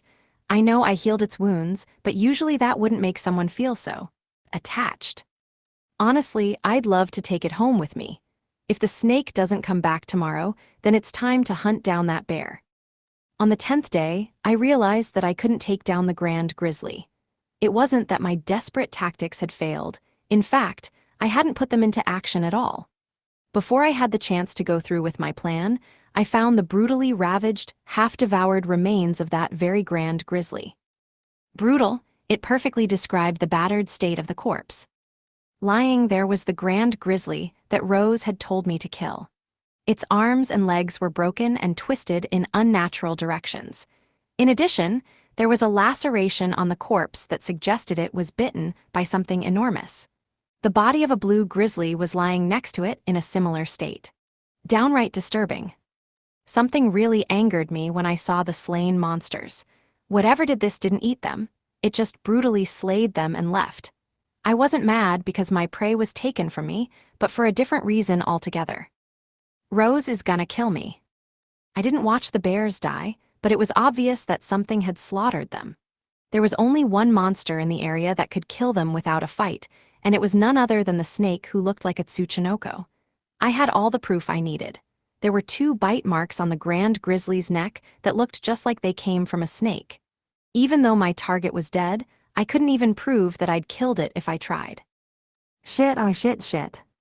If I pulled out one of the bear's fangs and brought it to Rose, I could probably trick her into believing I'd killed it. But no one could pull one over on old crazy Rose. She would probably doubt me and learn the truth. And if that happened, I'd be suffering a fate worse than death. I punched a nearby tree out of frustration. I couldn't think straight. Just then, I heard the rabbit cry out. It was sending out a warning. Ack, it's here. That damn snake is coming. I focused all my power into my legs and was ready to escape. Suddenly, a small blue shadow emerged from the brush. Grrr, it cried. I let down my guard. You're the blue grizzly cub, aren't you? He was only about 1 meter tall. Too upset to pay me any notice, the cub whimpered sadly as it approached the 2 corpses. Grrr, it whimpered. I didn't know what to say. I rarely helped people out of compassion, but I also didn't look down on people out of vitriol. Rose could put me through hell and make me decently strong, but even so, that core part of my personality would never change. No matter how hard I tried, I was still just a high schooler who hated losing. I hated losing, so I didn't like the idea of losing at the task Rose assigned me. I didn't like that my prey had been stolen from me and that my decision to employ my tactics had been for nothing. But what I hated most of all was seeing that cub sadly whimper. I knew it didn't make any sense. After all, I had set out to hunt the grand grizzly myself. Instead, it was killed by the snake, which was probably a direct result of my actions. Even so, I couldn't just ignore the sad scene that was unfolding before me. I knew there was only one way to fix this. I'm going to take down the enemy. Wait here, I said to the cub. Only one thing would satisfy me, killing that snake. No more running away. This time I was going to fight. Filled with determination, I turned away from the cub and headed into the forest. Far from Linger Kingdom was a land that was enshrouded in dark, menacing clouds, a land that was entirely unsuitable for human occupation. In a certain place within the country, a tall, eerie castle pierced the gray sky. HMPH, grumbled the lord of the castle. The lord was an attractive man. He sat in his heavily embellished throne as a tall woman kneeled before him. However, the woman didn't look like, and in fact wasn't, a typical human. She had dark brown skin and red hair that fell to her shoulders, but she also had two twisted goat horns that stuck out of her head. The man haughtily asked the red-haired woman a question. "Well, how are the plans to invade Linger Kingdom coming along?" "Everything is proceeding smoothly. Our units are swiftly preparing for battle. We should be able to start the advance in the near future." The woman sounded indifferent. "I see. I'll leave all the commanding to you. Humans these days are a force to be reckoned with. It seems that things have changed. Quite different from the days when those snobs trusted a champion to single-handedly win a war," he remarked. The Lord looked into the distance, as if remembering something long gone, then quickly glanced back at the woman who was still on her knees. "They may have won by a small margin, but they still drove us out of their land. I won't tell you to fight to the death, but I do expect you to give it your all," he urged. "I will do my utmost to meet your request," she answered. "Wise decision. If that's all, leave at once," he ordered. "Understood." The woman respectfully bowed her head and left the room. She then heaved a great sigh. It was almost as if she was releasing all the stress in her body. Meeting with the Demon Lord is as pleasant as suffocation," she griped. "Oh my, is that something the Third Army commander should say?" a voice quipped. "That you, Hyreluk?" she asked. A man with white ram horns spoke to the grumbling woman. "Who cares if I complain? The Demon Lord is forgiving. That little cheeky remark wouldn't bother him anyway. So, what's up with you, Demon Doctor?" she queried.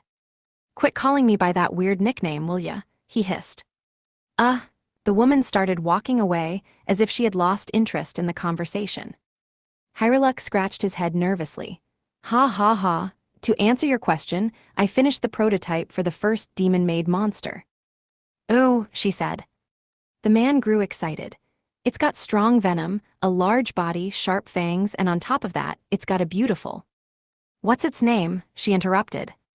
"Baljanak, demon-made monster prototype 72, my greatest creation," he exclaimed. "What, wasn't that the name of prototype 71? The woman said. The man fell to his knees and covered his eyes as if he were crying. "Oh, Baljanak was such a good child. It was driven back the last time we advanced on Linger Kingdom. After the enemy army commander repelled it, Baljanak was never active again. It was awful, as if my flesh and blood had passed away." "Army Commander Sigles, he really held his own," the woman remarked.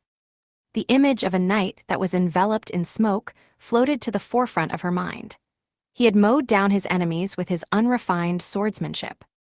"However, his troops weren't our biggest threat," she added. "Oh, I was at the rear so I wouldn't know. You aren't talking about the kidnappers, are you?" he asked. "Yeah, they're soldiers that won't fight even though they stand on the battlefield. You have no idea how much hell they gave us when we set foot on their land." The woman winced as she remembered her advance into Linger Kingdom. The invasion tactic she employed had failed, and it had deeply wounded her pride. "Well, in that case, why don't you just target them first?" he asked. "We can't, they're not your average soldiers. Not only are they tough, but they carry injured men off the field at abnormal speeds. Plus, their boss is," she said, trailing off. "Their boss," he wondered. "She's a healer," she stated. "I see, so her subordinates bring the injured somewhere safe so she can heal them," he guessed.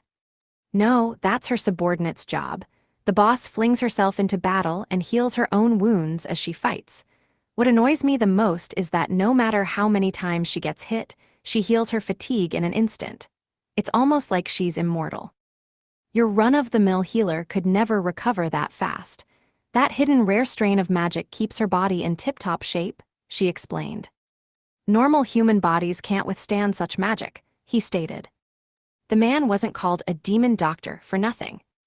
The man had his fair share of human test subjects, so he knew a great deal about their bodies and limitations. Even if one were to manifest multiple superhuman abilities, a normal human being couldn't handle the pain it would cause to their muscles, their bones, and their organs. Anyone who would push their body to such limits was nothing more than an ill-advised fool. The problem is that she gets through it due to her unyielding persistence. Before the Demon Lord was resurrected, she won a deadly duel against my master. All she lost in that fight was her right eye. She's a full-blown monstrosity," the woman muttered. A duel with the First Army commander? She must be a monster, he agreed. The woman's master was said to be as strong as the entire demon race itself. Anyone who survived that duel was no average human. And she survived, sounds rather skilled, he observed. The new troops didn't believe me when I told them, but I'm sure they'll change their minds after we advance and she tortures them. Her words dripped with hate. Oof, sounds brutal, he said weakly. This time I'll avenge my master. I'll make sure that she that rose is defeated. Hyreluk then mentioned that her master was still alive, but she ignored him as she looked toward Linger Kingdom. I, Amila will get my revenge, she exclaimed. You're a commander this time, so you're not allowed to go to the front lines, he reminded her. Oh, she remembered, that's right. I told the blue grizzly cub that I'd hunt down that devious snake, so I spent the night making a simple spear out of a nearby branch. I sharpened it with my knife as I sat up in the tree. Naturally, I had no idea whether this slapdash weapon would work. I didn't know how to set traps. On top of that, the only weapon-like items I had were my magic and the knife. But that was all the more reason to have at least one trick up my sleeve. Yep, all done. It was nothing more than a stick, but it was still sharp. After I put the spear in a safe spot nearby, I leaned back against the tree. I had already gotten used to sleeping on that hard branch every night. I wonder what Kazuki and Inukami-senpai are up to, I murmured. Caillou, the rabbit, seemed curious. You stuck by me all this time, I said. The rabbit gazed up at me as I patted its head. It was quite a strange creature, but I wouldn't have survived in the forest without it. There might be trouble tomorrow. I hope that's all right. The rabbit nodded in response. Satisfied by its answer, I slowly drifted to sleep. The next day, I used the rabbit as a radar to search for the snake. I only had my knife and my spear. I'd left everything else back in the tree. Naturally, I had also taken a bath to wash off my scent. I was all ready to go. I was ready to find the snake. But then I saw the rabbit tremble. What's wrong? It was staring straight ahead. I gripped the spear tight as my hands started to sweat. Proceeding with as much caution as possible, I silently pushed through the brush. Is that the sound of a fight? I whispered. I heard something terribly loud. It was such an ear-splitting sound that I thought the trees were being chopped down. But even so, I slowly made my way through the brush as I gazed straight ahead. I saw my target, the snake. But the blue grizzly cub was there too. It's him, I said, surprised. The cub had bruises all over his body. He was past the point of exhaustion, but still breathing. I placed the rabbit on the ground and grabbed my spear with both hands. Stay back. I knew what had to be done. I was prepared. Not prepared to die, but to punish the snake for picking on someone much weaker than him. It's go time. The snake was nowhere near as intimidating as Rose. I knew how scary that savage, cold-blooded hag could be. This was nothing in comparison. You don't scare me, I shouted, surprising the cub and the snake. For a split second, the snake didn't know who to attack. Now's my chance. I know I'm much smaller, but I should strike while it's thinking so I can get the upper hand. The thing is, there's no way my spear can pierce the giant scales that protect it. So what do? I'll strike. There's only one place to attack. Grayla, I shouted. I took one giant step toward the snake. It was far bigger up close. Its teeth were enormous. One bite would surely kill me. The path ahead is all dark. Biwa, I babbled. I took a giant step back. Its mouth had snapped closed right in front of my eyes. If I hadn't jumped back, I would have been snake food. But this was the moment I'd been waiting for. The tables had turned, and I raised my spear above my head. Eat this, you silly snake, I shouted gruffly without even thinking.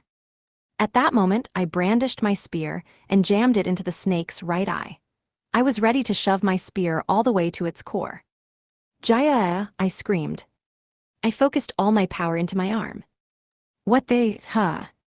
As I tightened my grip on the spear, a terrifying impact jolted my body and sent me flying back through the air. I enveloped myself in healing magic out of instinct. My back slammed hard against a tree. I stared down the snake as I staggered back to my feet. NRGH, the damn tail. I'm an idiot. Of course this strange snake's gonna fight with its tail. Even so, the snake had just lost an eye. Its attacks were nothing compared to the blow I had landed. After I healed all my wounds, I wielded the knife. Is that it? I didn't feel a thing. I aimed for the right side of its body. The snake came charging at me, so I tried running into its blind spot. I knew that if it lashed out at full power, dodging it would be easy.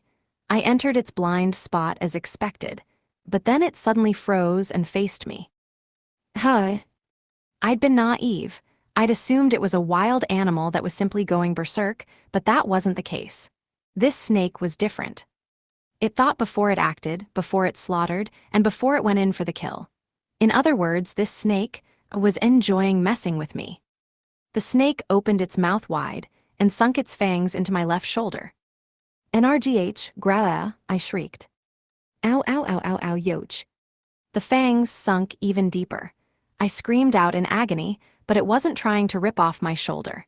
It was looking at me with the round-eyed stare that was unique to cold-blooded creatures. Heh, I had found my way out. I held the knife in my left hand and thrust it into the roof of its mouth. It was the only part of the snake that wasn't covered in scales. I stuck my right hand between my left shoulder and its bottom teeth, using as much force as I could. Graya. SSSSSSS. The snake tried to force its mouth shut. It refused to let go. But ever since I came to this world, I'd been put through hellish training. When it came to strength, let's just say I was a little bit confident. Actually, no, I can't do this. I could do it if I had both my arms, but with just one there's no way. At this rate, I'll have to say goodbye to my left arm forever. I couldn't feel my left arm anymore. I kept pouring healing magic into it, but I couldn't replace all the blood I had lost.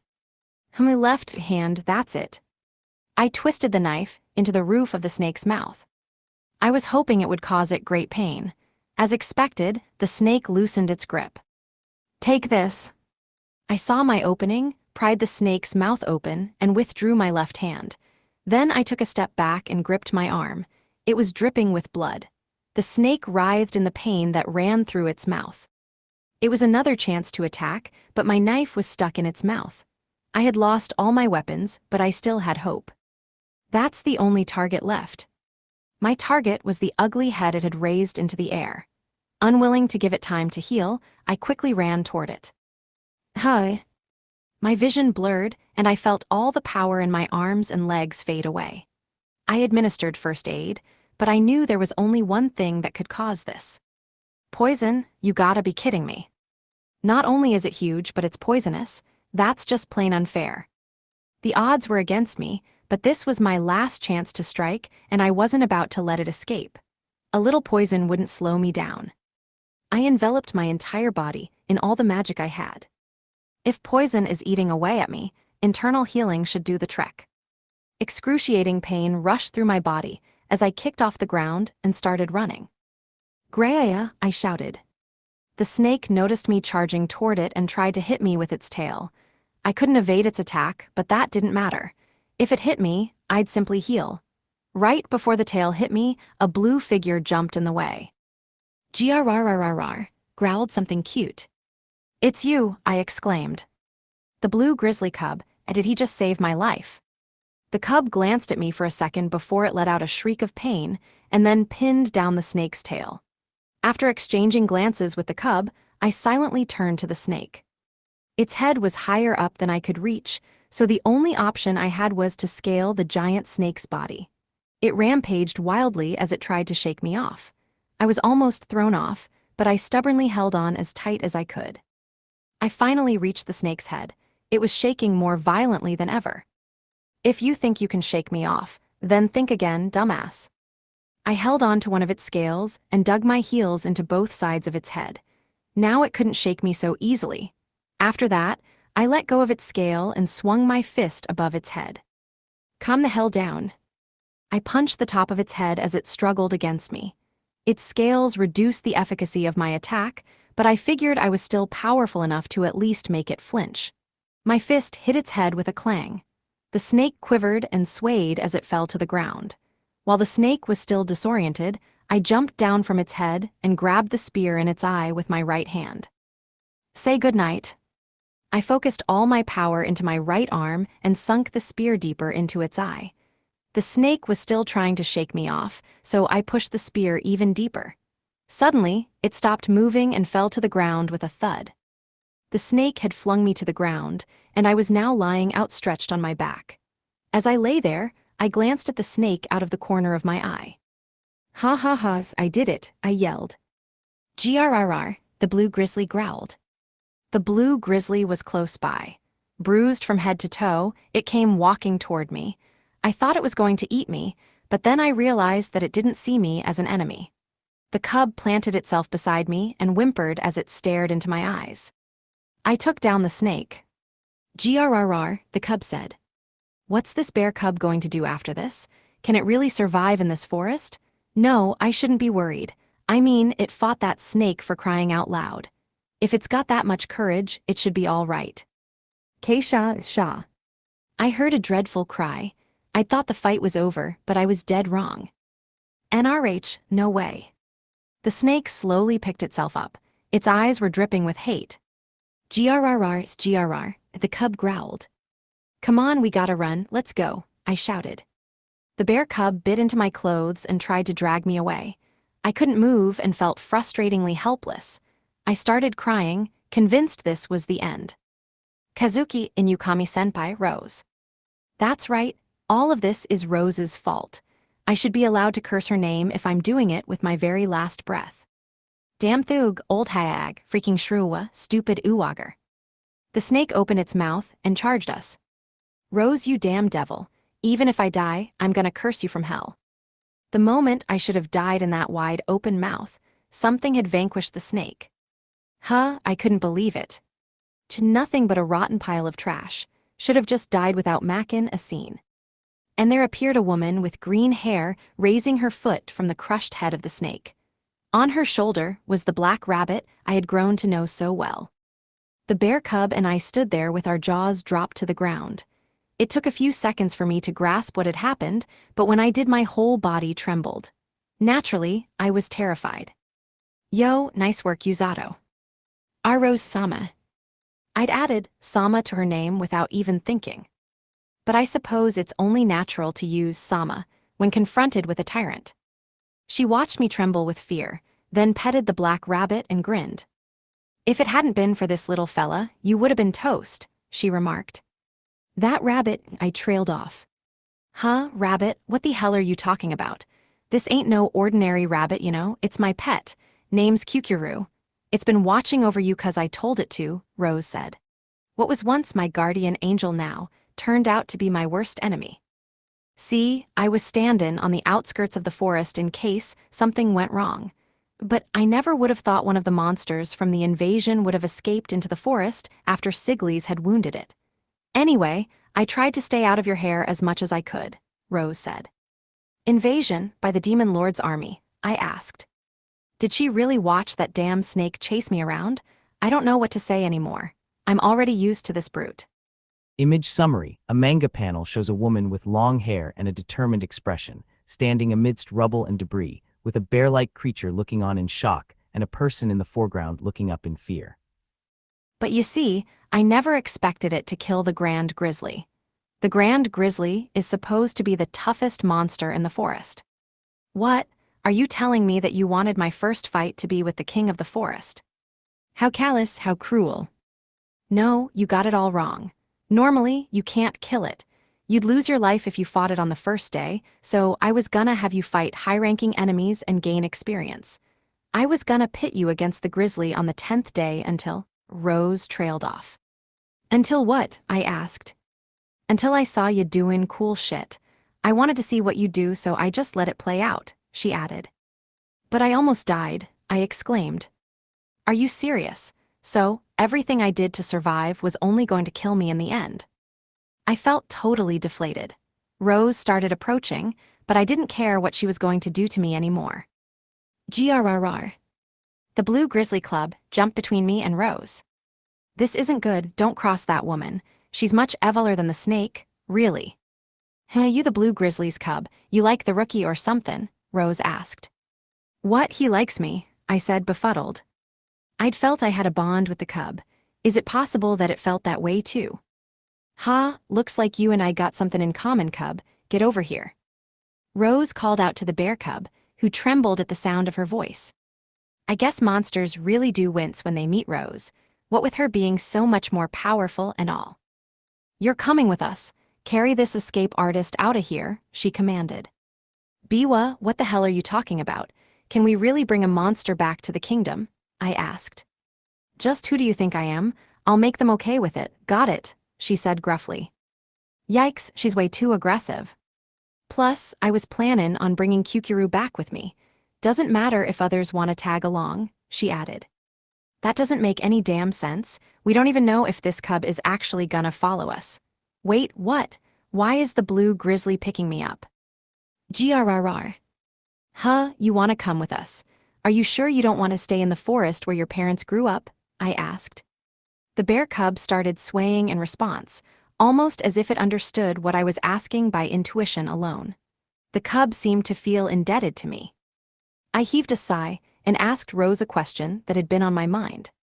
How was the rabbit injured? Huh, that was just to throw you off. It was all an act, she answered. Caillou, the rabbit said. Don't look so proud of yourself, Mr. Rabbit. Seeing you hurt like that practically tore me to pieces. Now I know why it understands what I say.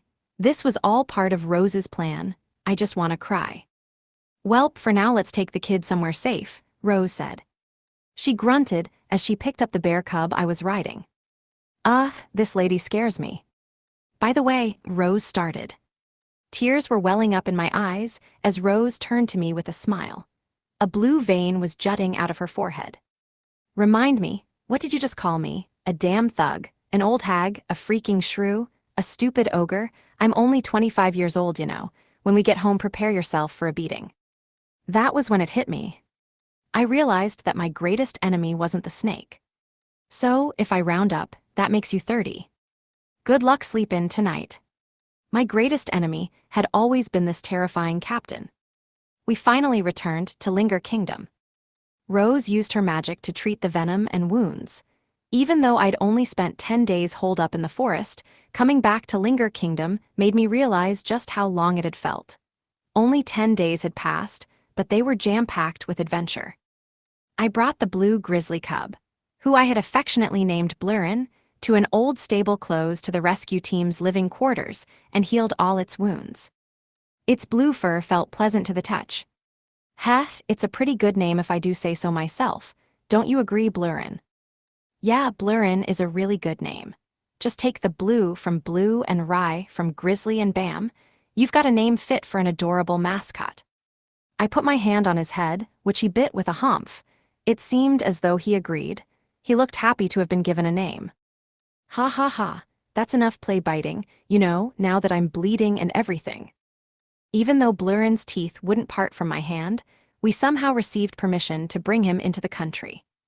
I honestly thought that they might turn him away, but Rose told me that so long as they obey humans, and so long as we can guarantee they won't cause too much trouble, monsters like Rose's rabbit Kukuru were allowed to stay in the kingdom after a few days of observation. Having monsters in the kingdom required complicated paperwork, but Rose said she would take care of that for me. Was she sweet or was she scary? I really didn't know. Now here's the deal, I started.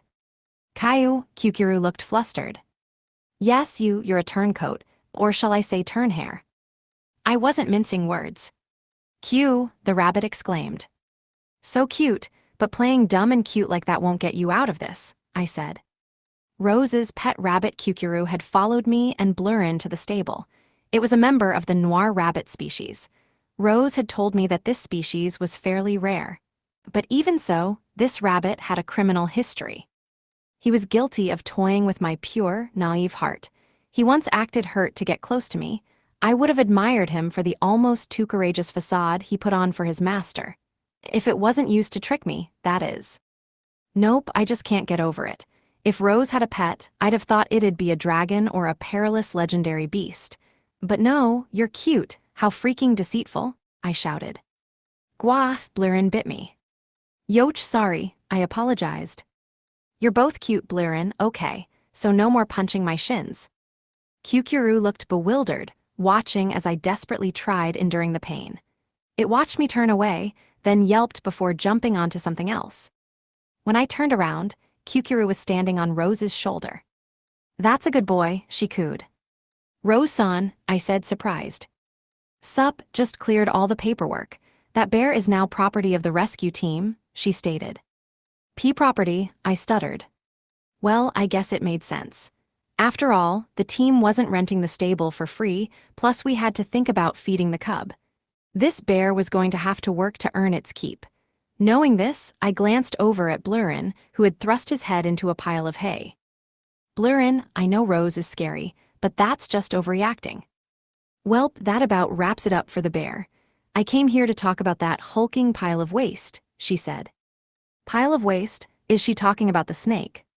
"The rab, I mean. Kyukiru brought me to clean water. That was when we ran into the snake when we were deep in the forest," I explained. "Gotcha, sounds like it healed itself and gathered power where we couldn't find it. But to think it'd kill a grand grizzly." Rose trailed off. I started. "What?" she asked. "How dangerous would you say that grand grizzly was?" I simply wanted to know how much danger she had literally thrown me into. Looking annoyed, Rose folded her arms. "Well, a squadron of our most elite troops couldn't kill it. How's that? In terms of strength, maybe slightly weaker than Commander Sigley's, dangerous enough to be at the top of the forest's food chain." "Are you insane?" I blurted out. "Pardon," Rose said menacingly. "Sorry, ma'am." I apologized immediately even though I was letting my enemy win. "Wait a sec. A squadron of our country's most elite troops couldn't kill the Grand Grizzly, and here I was holding my own against it. I don't want to toot my own horn or anything, but I did a pretty good job." I casually mentioned that I thought I did okay. Surprisingly, she didn't criticize me or put me down. "As for the trial, you pass. Actually, you aced it. You didn't kill your target, but you brought that pile of trash to its knees. You qualify," she stated. "Qualify for what?" I asked. "Qualify to fight on the same battlefield as me. You still need to master the basics, but you're different from the other healers. You got something they just don't have," she mentioned. "I'm different, how?" "You can handle excruciating pain and your physical abilities are off the charts. Not to mention," Rose said, suddenly putting her fist to my chest, "your heart is as strong as your mind. The other healers aren't like that. You should be proud." "Heh, it doesn't really feel like it, but wait, what happened to the other healers?" I asked. Since I still hadn't met them, I had forgotten that there were 2 other healers on the rescue team. "One of them is Frail. The other one's his younger sister. They run an infirmary in the castle town together," Rose explained. "I see, so that means," I trailed off. I felt incredibly jealous at that moment. Those 2 healers probably didn't have to go through all this training. They're backup in case of emergencies. Tong and the others transport the injured. You and I heal 'em on the front lines, Rose stated. "On the front lines," I repeated. "Well, yeah, since you're the same as me," Rose said. "But why?" I asked. "There's no time. The Demon Lord's army'll be here any day now. Odds are they won't repeat their previous blunders, meaning they'll take me down as soon as they can. That's where you, our secret weapon, show 'em who's boss." Was she saying that I was the trump card against the Demon Lord's army? No, that'd be giving me way too much credit. Maybe I was more like the pawn that would trick the opponent into exposing its weakness. Can I really do something so important? Will I be able to stay calm on the battlefield, in a fight of life or death? Worrying ain't gonna help, but you need to steel yourself, got it? There's gonna be heroes on the battlefield, Rose remarked. "You don't mean," I said. "Kazuki and Inukami. As heroes, it was only natural that they would fight the Demon Lord's army. What do I do? To be honest, I don't want to fight a war. But the bigger issue is that I want to save my friends."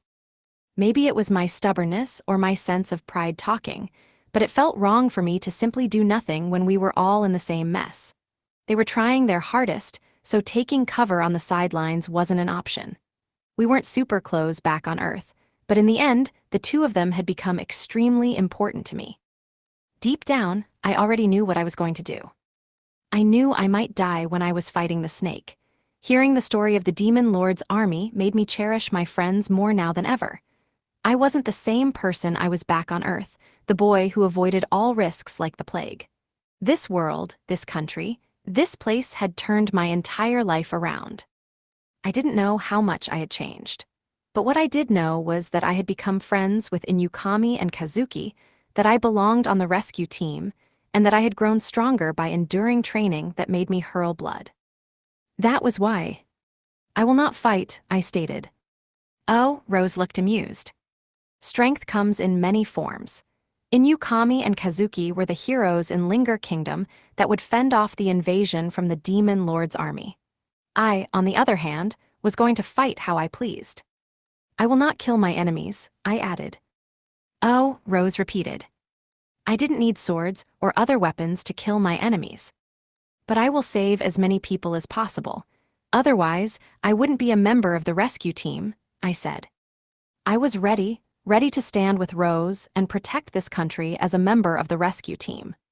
I would use healing magic to save the country that had taken me in when I was merely sent here by accident, and to save the two friends I held dear.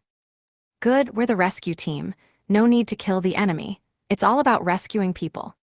For those who want to be martyrs, just knock 'em out and drag 'em off the battlefield. Whisk away soldiers from the clutches of death. If someone dies, revive 'em. That is our role on the battlefield.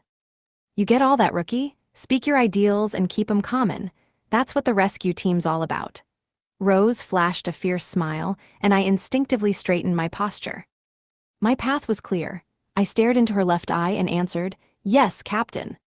That was the first time I truly felt like a member of the rescue team. Chapter 4, Yuzato makes the most of his life. Even after I told Rose that I'd dedicate myself to the rescue team, I still ended up getting in trouble. She was apparently still angry that I'd called her all those bad names, which was why she locked me in a room and put me through weight training hell. My memories of last night weren't exactly all intact. I could only assume that I was worked to the bone. The next thing I knew, I woke up in my bed. Doubly what did she do to me? I muttered to myself. I heard a voice. "Mornin' Yuzato," it said. "Is that you, Tong?" I replied to my roommate as I climbed out of bed. "Haven't seen you in a while." Seeing his ugly mug would make any grown man run for his life. This was pretty much the epitome of waking up on the wrong side of the bed. I got dressed while I made small talk with Tong, washed down breakfast, a piece of rock-hard bread, with some milk, then I stepped outside the quarters. I borrowed a bucket from the dining hall and filled it with fruit on the way to the small stable. "You awake, Blurrin?" I asked. The bear replied with a grrr. He had just woken up. I patted the sleepy cub and took out a piece of fruit from the bucket. His nose inched toward the fruit, sniffing around for its scent. Then, he opened his mouth wide and filled his cheeks. "Good boy," I said. He munched away. After slowly chewing and swallowing his food, I gave him one more piece of fruit and continued petting him with my other hand. Hee, look at him being all quiet. His fur feels so nice. If anyone had seen me grinning like that, they probably would have thought that I was a creep. To be frank, I just didn't care. People could say what they want. This was my first time having a pet, and I loved it. There you are," said a gruff voice. "I wasted my damn time looking for you." Rose slunk into the entrance with an irritated look on her face. She was always irritated, so I didn't think anything of it. "Rose, Captain, is everything okay?" I asked. "Training's not until later." "Today's training involves him," she grunted. "What's his name?" "You mean Blurrin?" I asked. She looked surprised. "Blue-Rin, is that really his name?" Rose's eyes widened. They were as wide and round as glass plates. She almost never made this face, so I found it somewhat refreshing. "You don't mind that weird-ass name?" she asked the bear. "Huh, it's a plenty good name, right, Blurrin?" I protested. "Why would she say that? His name is amazing. She's just being rude. You think so too, don't ya, Blurrin?" I went to pet Blurrin's head when it nipped my hand with a humph. Heh, he must be feeling bashful. These are just love bites, so I don't mind them at all. "See, Blurrin likes it just fine," I stated. "Well, whatever," Rose said. "Anyway, Blurrin's gonna train with you starting today." "Me and Blurrin?" He stopped gnawing on my hand and tilted his head as he looked up at Rose. This cub's a member of the rescue team now. He's gonna be your training partner, she noted. Who wanna train Blurrin? I asked the cub. Blurrin cried out as if he were cheering himself on. Looks like he's ready, I said. We've wasted enough time. Let's move, Rose instructed. Blurrin and I walked out of the stable with Rose. For some reason, my heart leaped when I thought about resuming my intensive training. Wait, has she got me trained like some animal? Now, put Blurrin on your back and start runnin', she commanded. Come again, I asked, dazed. I had no idea what she meant. Why do I have to put him on my back? I thought me and the cub were supposed to run together. Watch your mouth, she threatened. You're gonna carry Waits and the bear when you run. Waits too, I exclaimed. No shit, that bear's heavier than an average person, so it works. This training'll simulate an actual battle. Pretend he's a wounded soldier and run for your life. No cut-in corners either. I want you to act like you're on the battlefield, Rose instructed. Okay, I answered. I didn't have much of a choice. I put on something that looked like a weighted vest and loaded Blurrin onto my back. The heavy weight of the vest felt kind of nostalgic. It was almost as if I was reuniting with an old friend. This'll be easy, I got this. You okay, Blurrin? I asked. Gwa, he replied, lightly smacking the back of my head. The touch of Blurrin's little paws filled me with motivation. Rose took a seat in the shade of a nearby tree and started reading a slightly dense-looking book. I started laughing under my breath. I'll show you what a killer combo Blurrin and I make, Captain, I called out. Shut up already and go, she said, clearly irritated.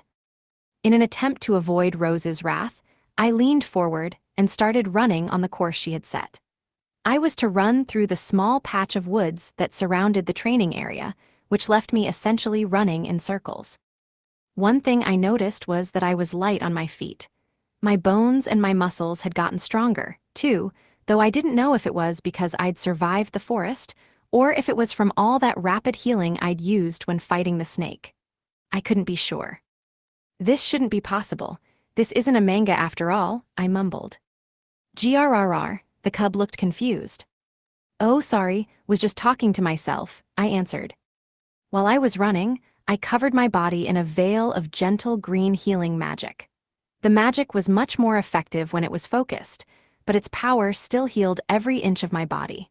Without this magic, keeping up with Rose's training wouldn't be possible. 2 hours had passed since I'd started my training. I was running at a fixed pace but still wasn't tired, and I had managed to use less magic than needed. I realized that if I quit over an easy exercise like this, I simply didn't have a future on the rescue team. I can keep going, I said to myself. But right after I hit the 4-hour mark, I started feeling strange. My legs felt as heavy as lead, and I found it nearly impossible to breathe. I had more than enough energy to keep going, but something unknown was slowing me down. Blurrin swayed nervously on my back, but my body refused to respond. I grew heavier still, and my speed slowed down significantly. Just as the sun was crossing its highest point in the sky, I stumbled. I helped Blurrin to the ground, then I lay flat on my back with my arms and legs spread out in exhaustion. I tried catching my breath. What is this feeling? I asked myself. Yo, kid, what's the holdup? You can't rescue people if you're taking it easy, Rose called out. I was too tired to say anything back. Apparently, my magic had completely ran out. I usually didn't run out of magic for half a day at least, but today was an exception. While I lay there on the ground, Rose stopped reading her book in the shade to come scold me. Get it now? That's how long your body will last if we assume you've got a guy on your back, she said, still glaring at me. Why assume that? I inquired. Well, the body's a funny thing. Stress changes just how tired you get. Even feelings like anxiety, fear, and irritation can wear you down. If we assume that a soldier's gonna take Blurrin's place, you won't have as much energy on the battlefield as you do now. So what should I do? I asked. Get used to this training. You've got to learn how to make good decisions. Keep your head above water and stare fear in the face. You'll be training like this from now on. Capiche? She said, putting the green light that shone from her palm to my head. The moment that warm light surrounded me, I felt my fatigue escape from my body. This didn't restore my magic power, of course, but I was at least healed to the point where I could get back on my feet. Thank you very much, I said. Focus on restoring your magic. You're gonna do the same training tonight, she stated. No matter how rough she was, she really looked out for her team. I knew this because she didn't go back to town, she stayed here with me in the forest. She was also fond of animals, which definitely caught me off guard. Captain, you're such a, I started. Huh, she asked. Tsundir, I said. The hell does that even mean? She hissed. She would have killed me if she knew what it meant, so I decided to lock the word away in my chest. Never mind, it's nothing, I said. Good, tonight you're runnin' in town and outside the castle, she ordered. Wha? I was dumbfounded. She was truly one of a kind. As part of my training, I visited the castle town for the second time. According to Rose, my mission was to run at a slower speed to avoid bumping into civilians. In other words, I had to get used to running through crowds. However, that was made slightly more difficult because I stood out like a sore thumb, especially since I had a huge blue bear on my back. I thought Blurrin would scare the townspeople, what with him being a monster and all, but instead they glanced at me with tired eyes that looked like they were saying, "This again." Why aren't people making a scene, Blurrin? I asked semi-rhetorically. I was a boy who was wearing a strange vest over my training uniform while carrying a giant bear on my back. If I were them, I would have definitely called the police. Maybe it's good they're not panicking. Makes it easier to focus, I noted. The castle town was fairly large. I had only been there once before and didn't know it too well, yet here I was, not running in a back alley, but on a main road that was teeming with people. The good thing was that if I were to get lost, I knew I could use the big castle as my compass. To my surprise, there were many stalls on the street. In fact, I even saw a stall that sold the same fruit I had given to Blurrin that morning. Must be a specialty in this country. I'll ask Tong about it later. Hey, someone said, but I figured they weren't talking to me. Delicious scents wafted through the air, which was something I hadn't noticed on my last visit.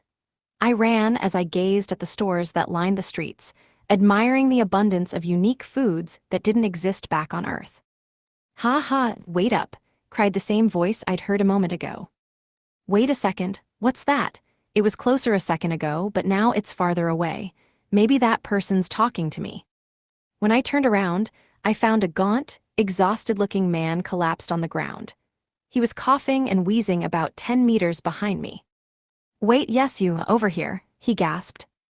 I was so confused that I blanked out for a second, but then I immediately snapped back to reality and approached the man who was lying face down in front of me. I put down Blurrin for a moment, touched the man's back, and poured healing magic into his body. Are you all right? I asked. The man coughed once more. You finally noticed me. It was clear that he wanted to talk to me for some reason. I enveloped him in healing magic as I helped him to his feet. When he stood up, his face was as white as a ghost, looking incredibly sorry for the trouble he'd caused. The man had striking blonde hair and was remarkably handsome. However, I couldn't help but pity him when I noticed the dark bags that hung under his eyes and the dirt that was stuck to his face. The man still looked unwell, so I escorted him to the side of the road and had him sit on a wooden crate that was left unattended. How are you feeling? I asked. Sorry about that, and thanks, he said, bashfully scratching his head. His face was a lot brighter now that he had calmed down. No need to thank me. Do you have business with me, sir? I inquired. Nah, I just wanted to introduce myself since you're my junior and all. I started chasing after you before I even knew what I was doing, he explained. I was confused. You're a junior? I asked. Wait, the captain didn't tell you, he asked in return. His junior? The only guys in this world who'd have seniority over me would be Tong and the guys, but they're not healers like me, so that doesn't count. Oh, wait. You must be one of the healers, I said, glad to have figured it out. Looks like the captain didn't really tell you who we are. Well, in that case, let's start over. Hi, I'm Orga Fleur and I'm 23 years old. You can call me Orga, he said. My name is Yuzato and I recently joined the rescue team. It's nice to meet you, Orga-san, I responded. The man was a healer like me. Rose had told me about him, that he provided support from the rear, not on the front lines like us. Sorry for interrupting your training. I was on my way to pick up some medicine when I saw you carrying a blue grizzly. I figured you were a new member, so I thought I'd say hi, he said. Really? How did you know I was on the rescue team? I asked. Orga chuckled. Your clothes gave you away. That's a special uniform exclusive to rescue team members. Oh wow, I had no idea. I just assumed it was regular sportswear or something, I remarked. Well, it's also because Tong and the guys usually run around here.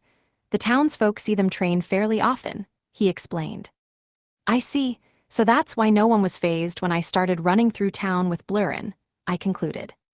I can't speak for the others, but seeing that cub sure surprised me, he laughed. The townspeople were so used to seeing the team's rowdy members running through town that carrying a bear on my back didn't intimidate them. After hearing Orga's explanation, everything started making sense. Blurrin looked up at me curiously as I patted him on the head. He then fixed his gaze upon Orga. But still, I can't believe there's someone who can finally handle the captain's intense training. We couldn't keep up by a long shot, Orga said with a friendly smile. Honestly, I almost didn't make it either. By the way, when you say we, does that include the other healer? I asked. Yeah, the other healer's my sister. She's 5 years younger than me. We run an infirmary in town together to improve our magic instead of training for physical strength, he explained. I wondered if family members had similar magic aptitudes, but there was no way I could know. In any case, the rescue team seemed to split into two factions. Tong and the guys were focused on strength, while Orga and his sister were focused on magic. On the other hand, Rose and I were the only ones who were focused on both. But we're still members of the rescue team. In emergencies, my sister and I heal the wounded at the captain's behest, he explained. The rescue team really was prepared for the worst. Even so, something struck me as odd. If Orga was a healer like me, why didn't he heal himself when he chased me? Couldn't all healers cure fatigue? Are you unable to heal yourself, Orga? I asked, genuinely curious. Oh, that. As much as I'd hate to admit it, I'm not very good at healing myself. I'm much better at healing other people. Plus, I couldn't keep up with the captain's training because my body is weaker than my peers. That caused a lot of trouble for my sister. I feel pretty bad about it, he admitted. Sorry to hear that, I said. It sounded like the ability to heal varied from person to person. I think I'll visit their infirmary when I have some free time. I'd love to see what it's like. Well, I really should get back to training. You should rest a little more, Orga-san, I said as I stood and put Blurrin on my back. Sorry to bother you, Yuzato-kun, he said sullenly. Not at all, I'm glad we got to talk, I replied. I didn't want to rest too much after that, and it wasn't because Rose would be mad at me, but because I wanted to take my training seriously. Oh, one more thing, Orga said. I turned back to look at him. Yeah. Where his once friendly smile had been was now a solemn frown. The captain is, no, I just don't want you to hate Rose-san too much. I know she's unhinged, but she's much more than that. I wouldn't say she's warm and cuddly, but she's really just awkward, so please. He was calling her Rose-san instead of captain, which most likely meant that he was talking about her as a person, not his superior. Don't worry, I never hated her in the first place, I said. The captain was strict, gruff, and even cruel, but for some reason I couldn't bring myself to hate her. It really bothered me when she threw me into the forest, but if it hadn't been for her, I would have never met Blurrin. Everything had turned out all right, so I wasn't going to hold it against her. More importantly, she was the one who showed me which path I should take in this world. As much as I liked to complain, life with the rescue team wasn't so bad. Next, I'll run a lap around the castle. Kazuki and Senpai should be there at this hour. It's been a while since I've seen them. It'd be nice to catch up, but I don't think I should bring Blurrin into the castle. That sounds like nothing but trouble. I let my mind wander as I watched the boy with a blue grizzly cub run to the castle. He's the same type of healer as the captain, but I didn't think he'd be so young, I said to myself. He was quite the balanced healer, whereas my talents were lopsided. In fact, his magic healed me so well that I would say it was perfect, but to think he was still in his 20s, I couldn't help but be a little impressed. I looked up at the sky as I sat on the wooden crate he'd brought me to earlier. "You've finally found one, Rose-san. This time you won't have to brave the battle alone," I murmured. "Big brother, how dare you?" a voice exclaimed. Now that my sister had found me, she started nagging me about how worried she'd been. She looked absolutely distraught, even though there was no need to be. When it came to her big brother, she just couldn't help it. "Big brother, you went outside alone. Are you trying to die?" she yelled. "I'm not that weak, okay?" I said, defending myself. "What? Yes you are, I'm your sister, I'd know," she stated. "How mean? Well, whatever. I'll let it slide for now. First, I should tell my adorable little sister about the boy I met earlier. Anyway, I've got news. Today I met someone very interesting," I mentioned. "Yeah," she said, intrigued. "You should meet him," I said. "He's an interesting fellow. You two will get along well." After I parted from Orga, I headed straight to the castle. I had planned to do laps like Rose had instructed, but I honestly didn't know where she'd wanted me to start. I ran along the castle wall, trying to figure out where to go, when I finally arrived at the entrance. The castle was larger than I had remembered. I wasn't able to get a good look at it when Rose kidnapped me, but now that I was really seeing it, I knew it was massive. As I admired the impressive door to the castle, I approached a guard who was standing nearby. The guard peered at me suspiciously until he saw my clothes, which somehow caused him to relax. "Good day, Sir Yuzato, great member of the rescue team," he said. Hi," I said. The man seemed very enthusiastic. "What brings you to the castle today, good sir?" he exclaimed. "I'd like to go inside. Can I bring him with me?" I asked in the hopes he'd say yes. "Is that a blue grizzly cub? Rose-sama has already received permission to bring him in, so it should not be a problem," he exclaimed. "What? I can really bring a monster into the castle?" I said in disbelief. "Rose-sama has guaranteed our safety, so you can bring him on in," he shouted. Apparently, Rose had filled out paperwork that would allow Blurrin to enter the castle. She probably thought I'd try to bring him, so she must have gotten it out of the way in advance. In any case, she was trusting me a whole lot. What kind of person was Rose exactly? I just didn't know anymore. I didn't know anything about her except that she was my captain. "Okay, so I can bring him in?" I asked again. "No problem at all, sir," shouted the guard. I carried Blurrin on my back as I entered the door to the grounds that surrounded the castle. If Blurrin attacked someone here, I would be the one to stop him. "No misbehaving, okay?" I said. "GRRR," he responded. Relaxed as usual, I see. Blurrin was lying calmly on my back. If he stayed like this, I had nothing to worry about. I didn't go inside the castle, but instead started jogging on the grounds in the hopes that I'd find the training area. Kazuki and Inukami had told me about it, so even though I'd never been there, I knew what it would look like. They said it's a big open area, so I mumbled. Even though I was the one searching, a part of me wanted to say, "What compass are you using to get there, dumbass?" Kazuki's descriptions were the only clues I had, so there wasn't much else I could do. Even so, I was sure that if I circled the castle, I would find it. I continued doing laps around the castle until I found a big open space. "Whoa," I exclaimed. Dozens of knights were using wooden swords to train in the area. The invasion of the Demon Lord armies was imminent, so they were likely feeling quite shaken. While I was scanning the area, I saw a black-haired girl in the corner of the room. I was pretty sure I knew who it was. After I made sure it was her, I took a deep breath and called her name. "Inukami-senpai."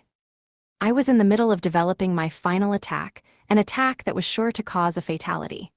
Magic training had already ended, so I decided to focus on honing my techniques. It was a final attack, so shooting lightning bolts just wouldn't do. It had to be different from my normal attacks. They say that men know more about these things than women, but Kazuki was clueless. Or maybe he was simply indifferent. "Inukami-senpai," said a familiar voice. I let out an audible hut. When I turned around, I saw Yuzato running toward me. However, I was totally frozen in place. How could I not be? There was an actual blue bear having a good old time on his back. "Yuzato-kun, what's with that bear on your back?" I asked. "Oh, he's a monster called a blue grizzly, but he's still just a cub. He's pretty calm, so don't worry. He'd never attack," Yuzato said, placing the bear on the floor. He squatted down near the bear and started petting his head. That's a monster. Why does Yuzato have a monster with him? Actually, I just came back from living in a forest for 10 days. It was swarming with monsters. A lot of stuff happened, and before I knew it, this little guy had decided to tag along, he explained. Oh, so that's why you haven't been at the rescue team quarters lately, I said, but I was more curious as to why he was on castle grounds. Did you come here to see me? You and Kazuki visited me the other day, so I thought I'd swing by while I was training. Oh, wait, is Kazuki not here today? Yuzato asked, totally ignoring the fact that I was trying to tease him. He left the kingdom early this morning to gain experience fighting monsters. You just missed him, I answered. Aw, that's too bad. Why didn't you go with him, senpai? Yuzato inquired. They can't have both heroes leave the kingdom, so I stayed behind. But don't worry about Kazuki-kun, Sigley's is with him. Though Celia did seem a little down this morning when she'd heard that her hero was gone, I said. Yuzato laughed. Sorry to hear that, but I'm glad Sigley's is there. Sounds like there's no need to worry, he said, breathing a sigh of relief. He was looking out for his friend, and that was great. More importantly, I couldn't stop thinking about the blue fluff in front of me. Grrr, the cub said. Sleepy already, Blurrin. You haven't moved an inch, so I don't see how you could be tired, Yuzato said. It was my first time seeing a wild bear, but it was a lot cuter than I'd expected. It reminded me of a panda I'd once seen as a kid. Whenever I thought of bears, I'd imagine ferocious beasts. But this bear was nothing like that. Instead, it was lying down and sleepily rubbing his eyes. It wasn't ferocious, it was downright adorable. In other words, there was only one question on my mind. Can I touch him, Yuzato-kun? I squealed. Hey, don't say that so loudly. You scared me, he said. Oh, well, I'm sorry, I stammered. I didn't realize how worked up I'd been. I guess I'd made a bit of a scene. This isn't good, I gotta cool down. You can touch him, Yuzato said. If he bites, I'll just heal you. Looks like I'm not the only one who says scary things, I quipped. I tried to touch the bear's head, but he immediately slapped my hand down. Oh, I said. I felt so empty. I'd waited so long for this moment, only to be completely shut down. I stared blankly at the hand that the bear slapped. Yuzato spoke in an attempt to break the awkward silence. Don't look so sad, senpai. He's just shy is all. I'm not sad, I shouted. The touch of that little paw just got me excited. You sound pretty confident, but I don't know. Why don't you try calling his name? He might let you pet him, Yuzato suggested. Okay, what's his name? I asked. Blurrin, he stated.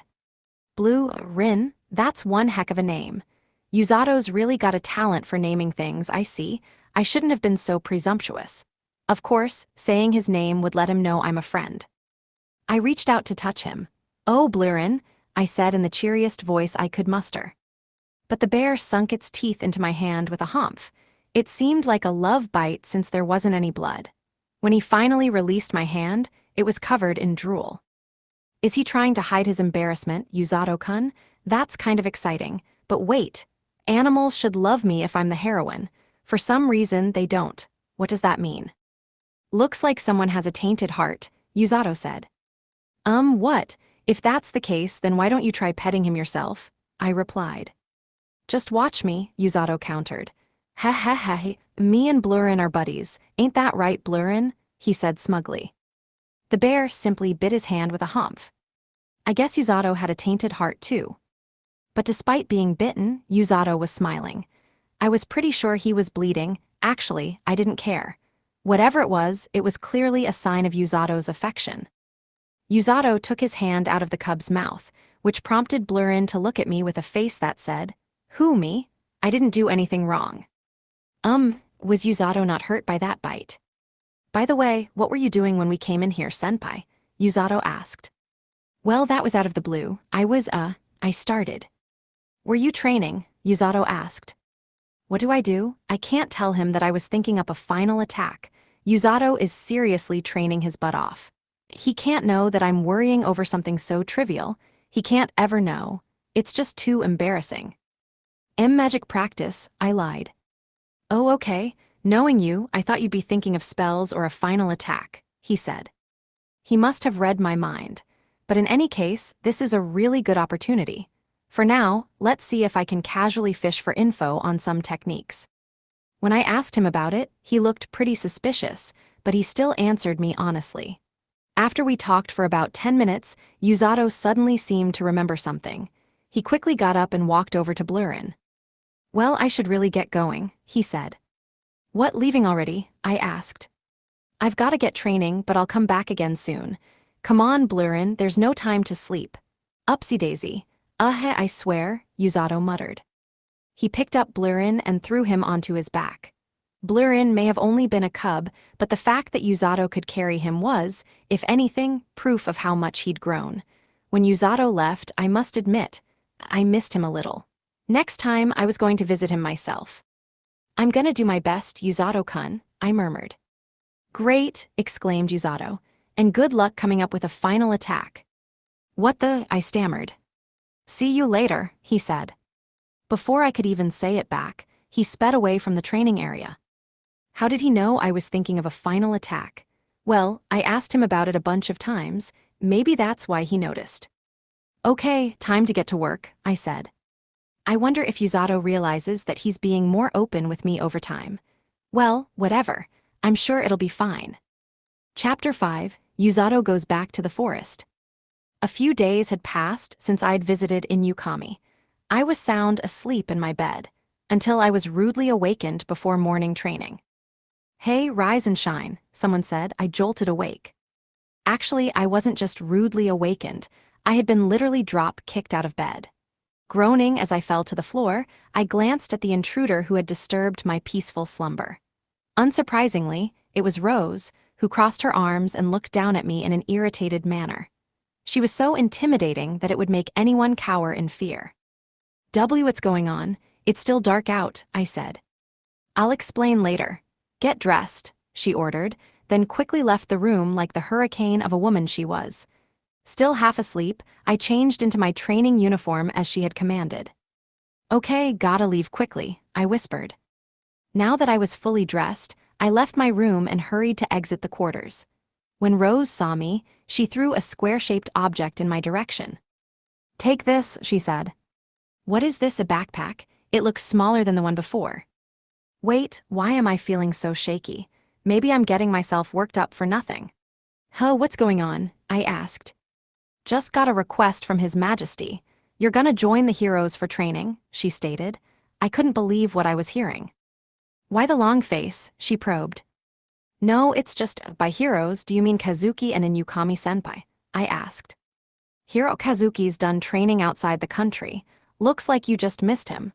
You gotta accompany Hiro Suzyun instead," she stated. "I'm gonna train with senpai outside the country. But why me? Sigley's men were there for Kazuki's training, weren't they? Why can't they handle this too?" As if she knew what I'd been thinking, Rose heaved a sigh and put her hand to her head. "When you returned from the forest, His Majesty asked that you join Hiro Kazuki in his training, but I told him you couldn't. You had just fought that heaping pile of junk, so I figured you were too mentally drained to go back so soon. Now that Hiro Kazuki has returned, His Majesty wants you to join Hiro Suzyun." Naturally, I rejected this request too, but he keeps pushing and I can't keep turning him down. She knew that I was exhausted after I came back from the forest. That was nice of her to notice. I'll give her that. "But why me?" I wondered. "You can heal her if she needs it, but usually it ain't necessary," she said. It almost sounded like she okayed the request because she knew I was far away from my friends. In other words, she entrusted me with my very first mission. Plus, my mission was to accompany Inukami, which was all the more reason to shoot my best shot. "Right, let's head to the gate," she said. "Understood. Oh, what about Blurrin?" I asked. "He can tag along," she stated. "Okay," I said excitedly. "I'll go wake him up." I quickly went to the stable to find Blurrin. It was the perfect opportunity to bring him to the outdoors. The open space that surrounded the training grounds was a decent size, but it wasn't the same spacious forest that Blurrin used to call home. When I arrived at the stable, I found Blurrin curled up in a ball. He was sleeping on a pile of hay. "Wake up, Blurrin," I said, shaking him gently. Blurrin responded by groaning in his sleep. "You're out like a light. The captain's gonna kill me if we're late. Come on, get up and start walking, I urged. I spun the backpack to the front side of my body, then hauled Blurrin onto my back. He was sleeping like a baby on the guy who was literally just kicked awake.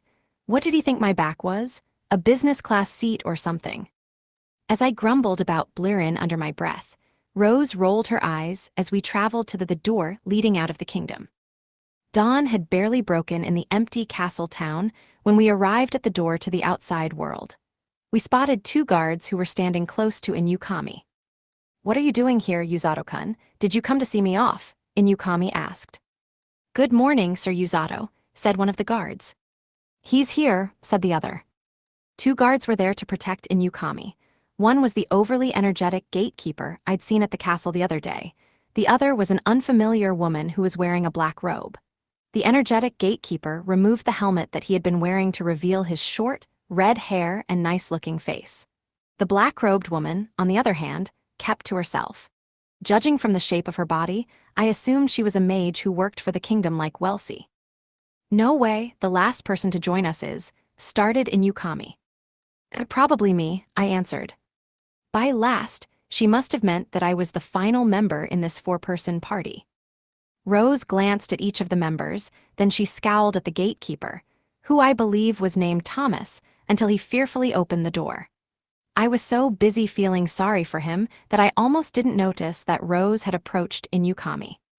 "Hero Suzyun, Yuzato's healing magic should help you push past your limits. He's ready for battle, but just to be safe, don't assume he'll be able to pick up the slack," she said. "N noted, this is my training after all, so I will avoid relying on him as much as I can," Inukami answered. She seemed a bit overwhelmed. "It's too early to know that for sure. Healing magic's useful, but it ain't perfect. We can heal poison and wounds, but if you die, you're done for." "I'll say that again, don't rely too much on healing magic. Got it?" Rose warned. "Why yes, understood," Inukami answered, her voice slightly wavering. She stood frozen in place. It sounded like Rose was telling her not to go overboard. From my perspective, Inukami wasn't prepared for the danger that lay ahead. This was probably because she was really enjoying this world and hadn't experienced actual danger. "Well, you've been training under Siglis," Rose said, "so you should be okay for the most part." After that, Rose walked up to me. She looked at me for a few seconds without saying a word. Despite shifting nervously, she patted me on the back, which signaled that she wanted me to walk to the door. "You know what you have to do, now get going," she said. "That's it?" I inquired. "What, you want me to talk?" she asked. Actually, no, I didn't.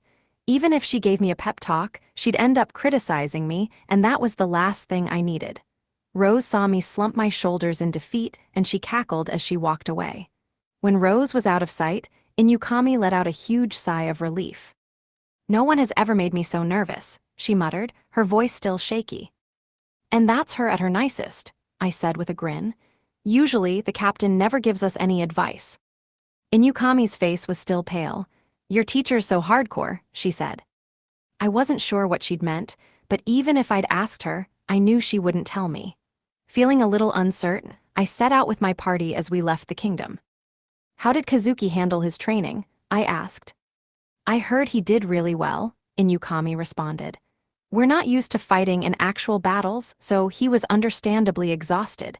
He's been sleeping since yesterday." "I hope he's all right," I said. We made casual conversation as our party walked on a dirt path outside of the kingdom. It was the same path I had taken when I came here with Rose. There were apparently few monsters around, so enemy encounters weren't likely unless there was an emergency. In fact, I wasn't attacked the last time I'd walked this path either. The 2 guards were a few paces ahead of us. They remained incredibly focused as they watched out for potential attacks, proving that they could be trusted to guard Inukami. My only talent was using unskilled physical attacks, so I was sure they could easily beat me in battle. "Is Blurrin going to sleep the whole time?" Inukami asked. I wasn't sure what she was getting at. "Pardon." "Oh, I was just wondering when you think he'll wake up. If he's sleeping, maybe he won't mind if I pet him," she said. "Is that all you ever think about, senpai?" On top of that, She was basically hyperventilating as her fingers wriggled in the air above his head. I stared at her coldly as she approached him. She wanted to touch him a little too much. I was hoping she'd be as calm as when we'd left the kingdom, but that didn't seem like it was going to happen. "He's sleeping, but," I started. But the moment I opened my mouth, Inukami's arms moved so quickly that I'd thought we were being attacked. I ended up slapping her hand with my right hand out of reflex. Inukami brought her hand to her chest and looked at me in disbelief. A few seconds later, she suddenly yelled, "Why?" "I should be asking you the same thing. That was too sudden. Otherwise, I wouldn't have accidentally slapped you," I responded. "That's how you act when you slap a maiden's hand? Well, just look who's awake," she growled, angrily staring at me. I didn't know what she was talking about, so I ignored her death stare. Seconds later, I realized that Blurrin had finally woken up and was opening his mouth wide to yawn. I asked the two guards to stop walking for a moment while I placed Blurrin on the ground. "Go on, you can walk," I said. "Grrr," he replied. Blurrin slowly stood up on his four legs, waddling side to side as he walked. Watching him, I sighed without thinking. I was hoping that he'd start walking normally if I just left him to it. I told the guards that they had nothing to fear, so the two of them kept walking. However, "Hey Blurrin, let me give you a piggyback ride. Let's go," exclaimed Inukami. Wait, this is gonna be a disaster. He's still half asleep, so he might mistake you for a O." The next thing I knew, Blurrin was basically sitting on top of Inukami. To say she was having trouble holding him up would have been an understatement. "Senpai," I exclaimed. Did the prettiest girl in school just grunt like a man? I'll pretend I didn't hear that. Anyway, I've gotta do something before Blurrin kills her. I removed Blurrin and rescued Inukami as fast as I could. "I'm sorry, Yuzato-kun. I saw an opportunity and I went for it," she explained. "I don't know what opportunity you're talking about, but please try not to get hurt. We're supposed to get injured during battle, not before it," I scolded. She was tougher than I'd expected, but there was still a chance that her bones or internal organs were hurt. I enveloped her body in first aid magic as I continued walking the path. "Are you all right, Madame Suzyun?" one guard asked. "I've got Yuzato, so I'm feeling just fine," she remarked. "Wow, you're amazing. My body feels so much lighter," she exclaimed. "Right," I said, thinking about how her statement sounded kind of dirty. I had placed my hand on Inukami's shoulder, but it was only because I was healing her. I wouldn't even dream of having ulterior motives. If anything, I was taken aback by her words. Maybe fantasy worlds really did change people after all. Now that Inukami was healed, I took my hand off her shoulder. Speaking of which, I never asked where we're going. "Excuse me," I said. "Yes, what is it?" replied the red-haired gatekeeper in front of me. "Can you tell me where we're going?" I asked. "We will be staying in the grasslands, which is home to various monsters. It is quite close to a forest that is called the Den of the Beasts, so there should be many fiends prowling about," he exclaimed. In other words, we were going to see monsters that lived in the same forest Rose had thrown me into the other day. Last time, I didn't see too many monsters, but that was because I always ran away or avoided them. "How long will it take to get there?" I inquired. "I would say, we should be there by noon," answered the red-haired man. We were going a lot slower than I had with Rose. The four of us were moving together as a unit, so it was only natural that it would take us more time. It had only been a few days since I had left the forest, but seeing it again made me feel a little nostalgic. Blurrin must have felt the same way. Grrr. Or maybe he didn't. After all, he left the forest so that we could travel together. My eyes were fixed on Blurrin when Inukami suddenly tapped me on the shoulder. "Actually, I was hoping you'd let me touch Blurrin," she said. "Haven't you already learned your lesson?" I asked. "She's a persistent one, I'll give her that, but if he crushes her again, I ain't helping." A few hours had passed since we left the kingdom. Upon approaching the outskirts of the forest, the two guards halted in place. "I'm sensing much movement ahead," said the mage. "Is it monsters?" Inukami exclaimed. As the gatekeeper reached for his sword, we were ambushed by something that hid in a cloud of dust. When I saw its true form, I was at a total loss for words. "Bandits, you two stay back," the mage ordered. Yuzato-kun, murmured Inukami. I could only say, what the hell's going on? I never would have guessed that Inukami's first real fight was going to be not with monsters, but with people. There were 15 bandits who wielded Western-style knives and swords that were chipped. They were blocking our path about 10 meters ahead. The gatekeeper wielded his sword as the mage held out her hands. As nervous as she was, Inukami also reached for the sword. For some reason, seeing the flippant grins on the bandits' faces made me feel calm. A stout, bald man started laughing. He seemed to be their leader. Who'd have thought we'd find treasure all the way here? It's our lucky day. Ain't that right, boys? He called out. Yeah, boss, his underlings answered in unison. This isn't scary at all. They lack a certain something, but I'm not sure what it is. BWA ha ha ha ha, if you don't want to get hurt, hand over the goods, the leader said. Never, said the gatekeeper. The bandits cackled crudely in response. Oh, you really think you can win against all of us? Don't make me laugh, the leader sneered. Inukami stood beside me and slowly tugged on my shirt.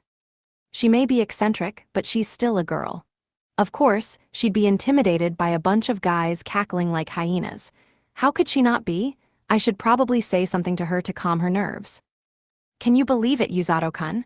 Look, real live bandits, she exclaimed. You're really something else, senpai, I said. I had forgotten that she was no average girl. I was the stupid one for forgetting that everything about this world was exciting for her. After exchanging a few unkind words with the armed gatekeeper, the bald leader glanced over at me and Inukami.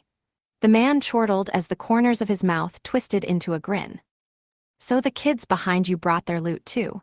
Ain't no way you won't be handing it over.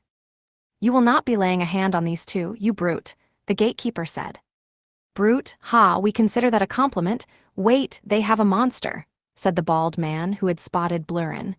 A few seconds later, the color drained from his face. He started to panic. That's a blue grizzly. What the hell are you doing bringing that thing in here? He shouted. You're just a cub, but you're really strong. Aren't you, Blurrin? I said. Blurrin snorted proudly as if to say, of course. It would have been more convincing if he actually trained for once, but I digress. My eyes shifted from Blurrin to the bald leader, who was being consoled by his henchmen. Hey boss, that thing's just a kid, we can take him, one said. Yeah, shouted another. Boys, you're right, we clawed our way through them grasslands and ain't nothing can scare us. Come on, boys, let's get him, shouted their leader. He needed to be comforted by his henchmen. This guy had no dignity. And from what they'd just said, I'd wager that their clothes and equipment were worn out because they had just crossed the grasslands. I didn't know how strong they were, but if they could make it through such a dangerous place, we couldn't let down our guard. The bandits charged at us with their weapons as our guards got into fighting position. The truth was that I couldn't fight.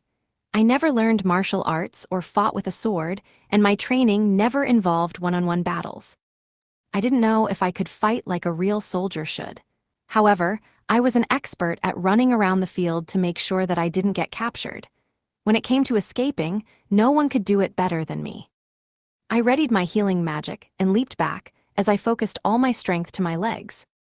But at that moment, take this. A flash of lightning flew past our two guards and directly hit one of the bandits. The injured man shrieked as he convulsed on the ground.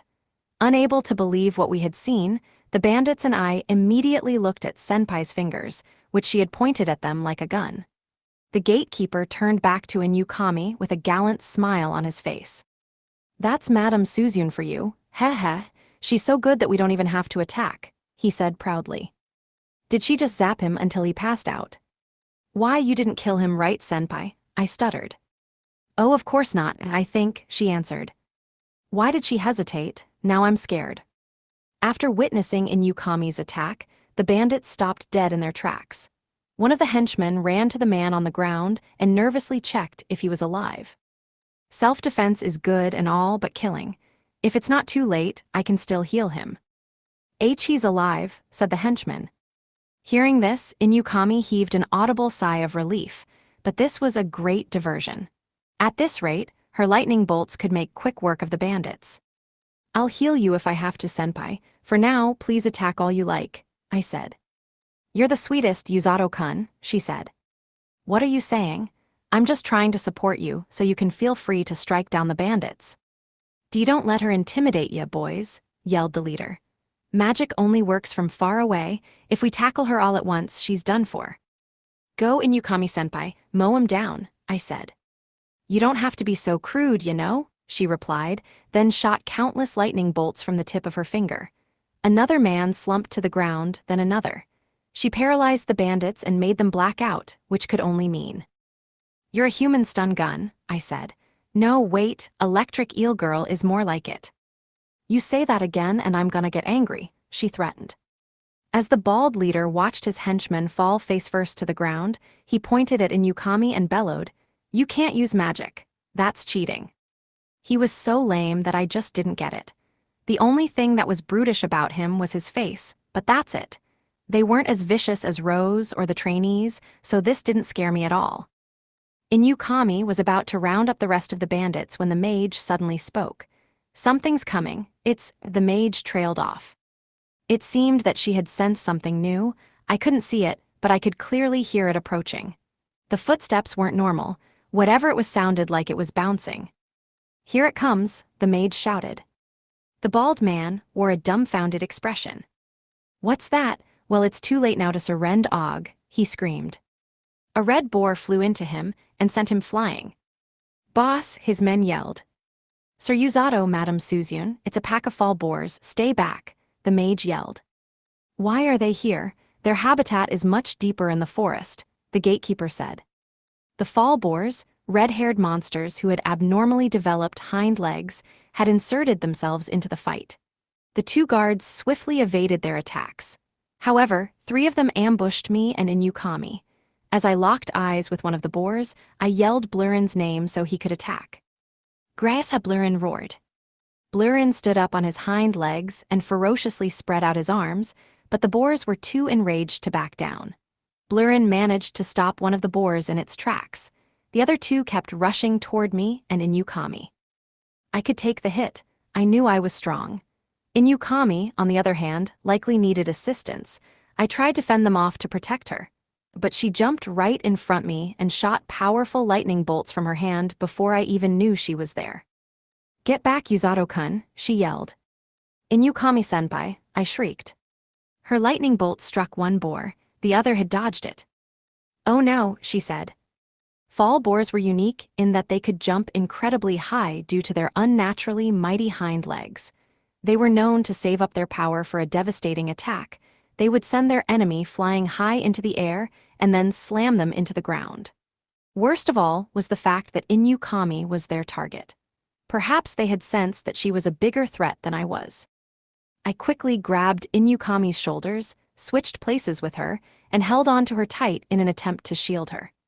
A few moments later, I had the wind knocked out of me from behind and was sent flying into the air with Inukami.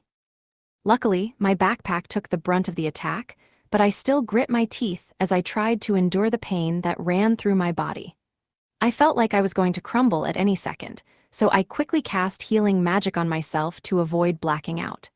It was only then that I realized that Inukami had fainted in my arms. Senpai, I screamed. I held her head tight as we fell to the ground, and while the leaves beneath us had softened our fall, we fell onto an unfortunately steep slope. We rolled all the way down the hill, going so fast that we were unable to stop.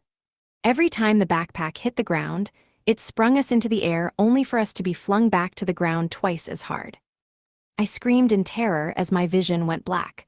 My entire body took a thrashing as we rolled down the hill and eventually were flung into a river. I tried swimming Inukami to shore, but the current was so strong that I couldn't fight it. I had no choice but to float down the river, but that was when I suddenly recognized the scenery around us. When Rose had thrown me into this forest, I had jumped into this river to escape the Grand Grizzly.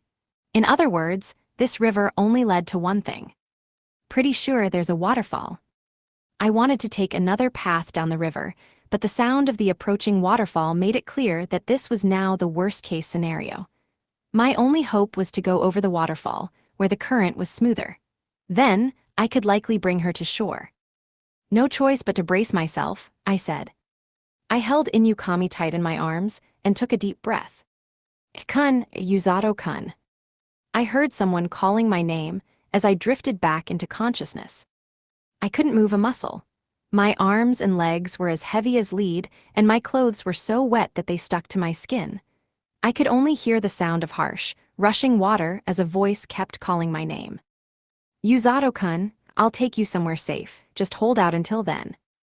That was when I regained consciousness. After we fell into the river, I used my last ounce of strength to carry Inukami to a nearby shore and passed out shortly after. Now that I was awake, the first thing I wanted to do was use healing magic to relieve my fatigue. I also wanted to escape Inukami's arm, which was wrapped around my shoulder. I will protect you. I, Suzune Inukami, vow to return this debt if it's the last thing I do, she shouted. That won't be necessary, senpai. Actually, can you stop? This is kind of embarrassing, I said. Awake so soon, Inukami blurted out. Now that my vision was no longer blurry, I saw Inukami clearly standing before me. She quickly stepped away from me, and her face was bright red. She must have been embarrassed because I'd heard her impassioned declaration. If she wasn't embarrassed, then I didn't know why she was averting her gaze. Are you okay, senpai? I asked. I should be asking you the same thing, she answered. I'm okay, this stuff doesn't faze me, I said. As I surveyed my surroundings, I enveloped her in healing magic just in case she was hurt. I saw a familiar set of spooky trees and a waterfall, along with the sound of beastly cries in the distance. There was no doubt in my mind, this was the same forest that Rose had thrown me into. After making this grave discovery, I quickly told Inukami where we were. She understood what I'd said just as fast and then sadly hung her head. I'm sorry, Yuzato-kun, she lamented. No need to apologize. We're in this together, I said. Yes, she replied half-heartedly. As much as I wanted to cheer her up, I was doing all I could to figure out how to get out of here. I had to do this, since I knew the terror of this place better than anyone else. Dangerous monsters lurk in this forest, ones that can even make quick work of the fall boars, I explained. We've got to get out of here quickly, she said. It's dangerous. Later in the day, there's only darkness. You can't see anything. No matter how strong you are, senpai, there's no way we can fight monsters that can ambush us at any second, I stated. True, she admitted. The nights in the forest were always pitch black. Traveling at night wasn't advisable, as the only thing that could guide us was the light of the moon. That's why we've got to wait until daybreak to move, I said. But aren't we susceptible to attacks at night? She inquired. I climbed a tree so monsters wouldn't notice me. Can you do that, senpai? I asked. I've never climbed a tree before. My parents never allowed it. She trailed off. If she wasn't allowed to climb trees like the other kids, she must have been the daughter of a high-class family. I can totally see that being the case. Anyway, it sounds like tree climbing is out of the question. In that case, why don't we stay here? I suggested. I pointed at the shoreline near the waterfall directly below me. Are you sure? She gasped. That way we'll always be close to water, at least. We can search for a better location, of course, but if we do that we'll probably just get attacked again. Why, you have a point, she stuttered. Then it's settled. Inukami and I started gathering all the leaves and branches that had fallen to the ground. We managed to make a decent pile in a matter of minutes. Use your magic to set it ablaze, senpai. A fire might attract monsters, but at least it's better than being blinded at night, I suggested. I see, understood. She then zapped the branches and trees and set it ablaze. The fire burned brightly, expanding as it released smoke into the sky. I put my hand near the fire as it warmed up my body. Since I was in frigid wet clothes, I was thankful for the warmth. Do you have any supplies? I asked.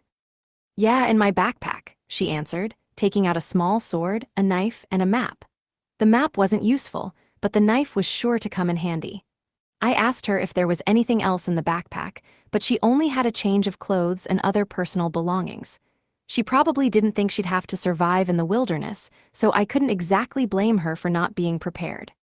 I'm so glad my change of clothes didn't get wet, she said. Why don't you go ahead and change, senpai? I'll wait here. My clothes should dry up pretty quickly if I stay by the fire, I said. Yeah, but before I do that, take this just in case, she said. She handed me the knife and the sword that was light enough to wield with one hand. Then, she took her clothes out of the backpack and carried them to a nearby bush. For some reason, she stopped in place and faced me. There was a devious smile on her face. "No peeking, okay?" she said playfully. The only word I managed to utter was, "What?" "You don't have to shoot me down so hard, you know," she replied. No matter where we went, I would never disrespect my senpai. After she changed, she acted like her normal, happy self. That made me relieved, but that's my little secret. A few minutes later, Inukami changed into a simple outfit, a long-sleeved shirt and pants, and we started setting up camp. Honestly, it was a pretty simple setup. We kept the fire going and found somewhere to sleep. In any case, the fire really was a game changer. It didn't exactly light up the forest, but we could at least see what we were doing at night. More importantly, having Inukami's magic meant that we didn't have to worry about food. At that time, we were doing an experiment. Inukami's hand was in the water by the shore, next to a spot that was illuminated by the fire. "Does this work?" she asked. "I'm ready to flee anytime, senpai," I called out. "Zap it up when you're ready." "Zap it up, I wished you'd call it something else," she said. "But anyway, here I go." She zapped the water, which brought a few fish belly up to the surface. Inukami wasn't happy that we were using her magic to catch fish, but I couldn't be happier with the results of our experiment. We had a new way to catch food, and I was ecstatic. It was way better than the hard, stale rations I had to eat the last time I came to the forest. The only thing good about it was that it didn't expire, but now we had fish. "I'm so glad you're here with me, senpai," I exclaimed. "Crying and praise? That's going a bit too far, don't you think?" she said, glaring at me as I thankfully bit into the fish. It probably seemed like I was over-exaggerating, but I didn't have to worry about fire or food, and we could even boil water to boot. With her by my side, this game of survival was simply too easy. When we finished dinner, the sky was pitch black. "It's pretty dark, so you should probably get to sleep. I'll watch the fire," I suggested. Inukami was sitting in front of me. "No, I can't just leave all the surviving up to you. I'll watch the fire," she proposed. "Let's take turns. I'll wake you up when I'm done, so you can sleep until then," I said. I was too tired to watch the fire all night. We still had to survive, and the last thing we should do was push ourselves too hard in the forest. I could have used healing magic to reduce our fatigue, but magic power wasn't limitless, and the day's events had really taken a toll on me. If we wanted to do well tomorrow, we both needed a good night's sleep. "All right, I think I'll take a nap then. No funny business," she said. "I'd never," I replied. She seemed pretty shocked. She sure picked a weird time to make jokes. After Inukami had gotten some sleep, I managed to wake her up for her turn. 10 minutes later, she suddenly asked me a question. "Are you awake, Yuzato-kun?" "What's up?" I asked. I turned to Inukami to find her sitting on the ground with her arms around her knees. She was illuminated by the light of the fire. "How did you feel when you were summoned to this world?" she inquired. I didn't know what she was getting at.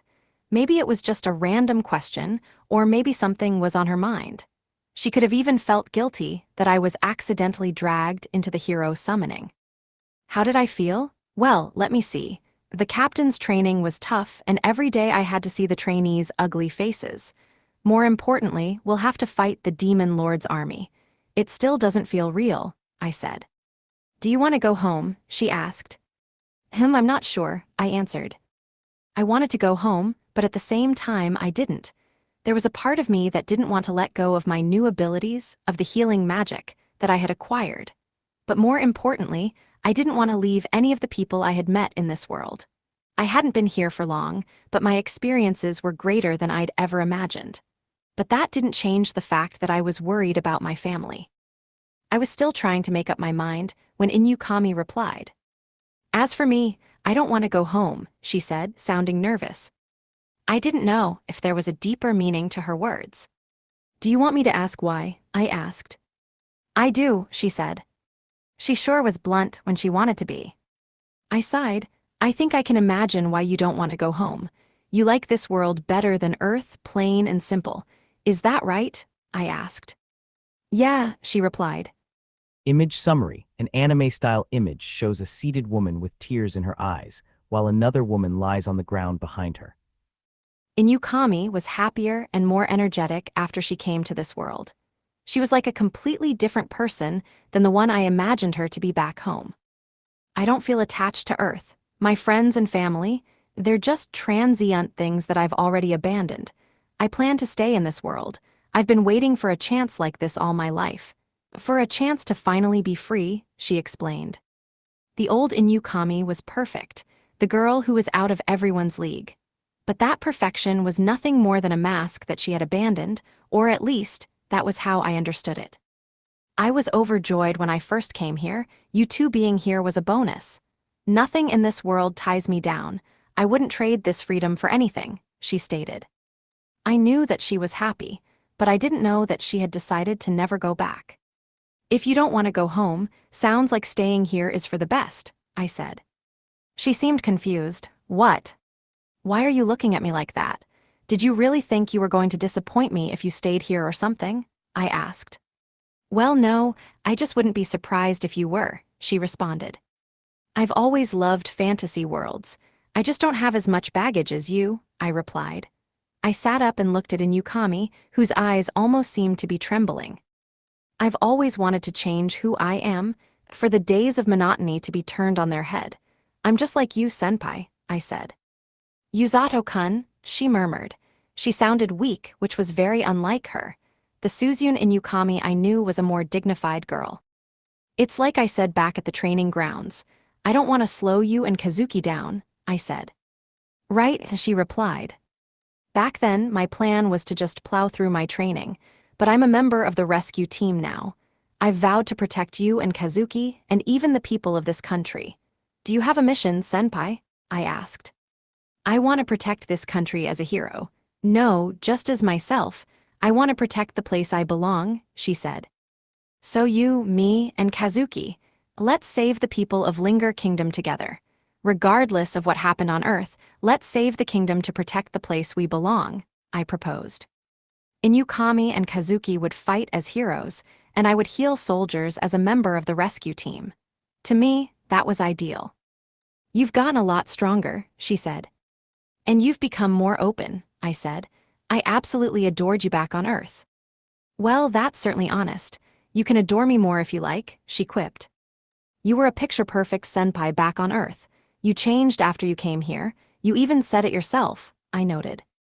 She laughed. I can't deny that, but you know I'd rather be close to you than be adored from afar, she murmured. There seemed to be a lot of depth to her words. She smiled calmly at me, but it made me feel a bit bashful. I quickly lay down to escape from her gaze. It's bedtime, good night, I said. Did I make you feel shy? She asked. I just as quickly turned my back to the fire. If I spoke anymore, I'd be too embarrassed to sleep. As I began to doze off, I heard Inukami giggle as she murmured one last thing. I'm really glad we got to talk. Good night, Yuzato-kun. The next morning, Inukami and I started walking to try and escape the forest. I vaguely recalled which direction rose, and I took the last time I was here, so I was pretty confident that we were headed the right way. By the way, can Blurrin track us by our scents? Inukami asked.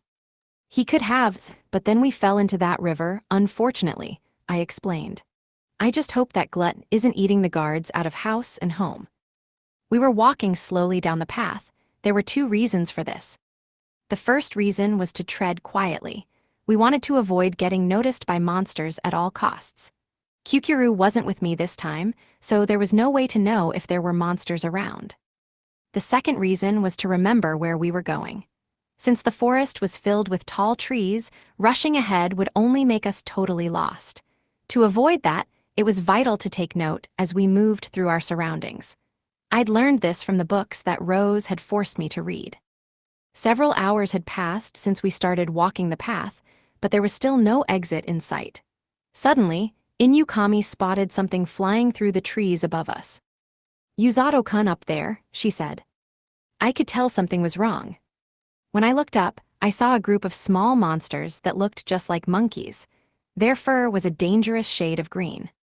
They must be venom monkeys, I said. You've seen them before, Inukami asked in a panic. Only in books. This is the first time I'm seeing them in real life, I answered. As one could guess by their name, the venom monkeys were poisonous. Though generally mild-mannered, they ate the fruits of poisonous trees to fend off their natural predators. When they consumed this fruit, their nails and fangs were filled with a potent venom that paralyzed their predators. This poison turned their fur green, which proved to be a powerful camouflage as well. Just then, a young venom monkey strayed from the group and jumped in front of me and Inukami. I decided it was best to stand guard. That monkey's poisonous, so you shouldn't touch it, senpai, I warned. Come here, lil fella, don't be afraid, she said to the monkey. Yo, are you even listening to me? I yelled. There's just no helping her, is there? I yelled at her gruffly because senpai was carelessly reaching out to the little monkey. She was honestly starting to give me a headache. The first thing I did was grab her arms so she'd stop acting so crazy. You're gonna get hurt, that thing's poisonous, I said. If it drowns me in poison, I must be fated to die at this cutie's poisonous hands, she exclaimed. She was trying to be cool, but it backfired.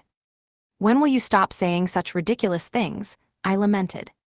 I was at a loss. She was still a girl, at least by definition, so it wouldn't be right to grab her too hard.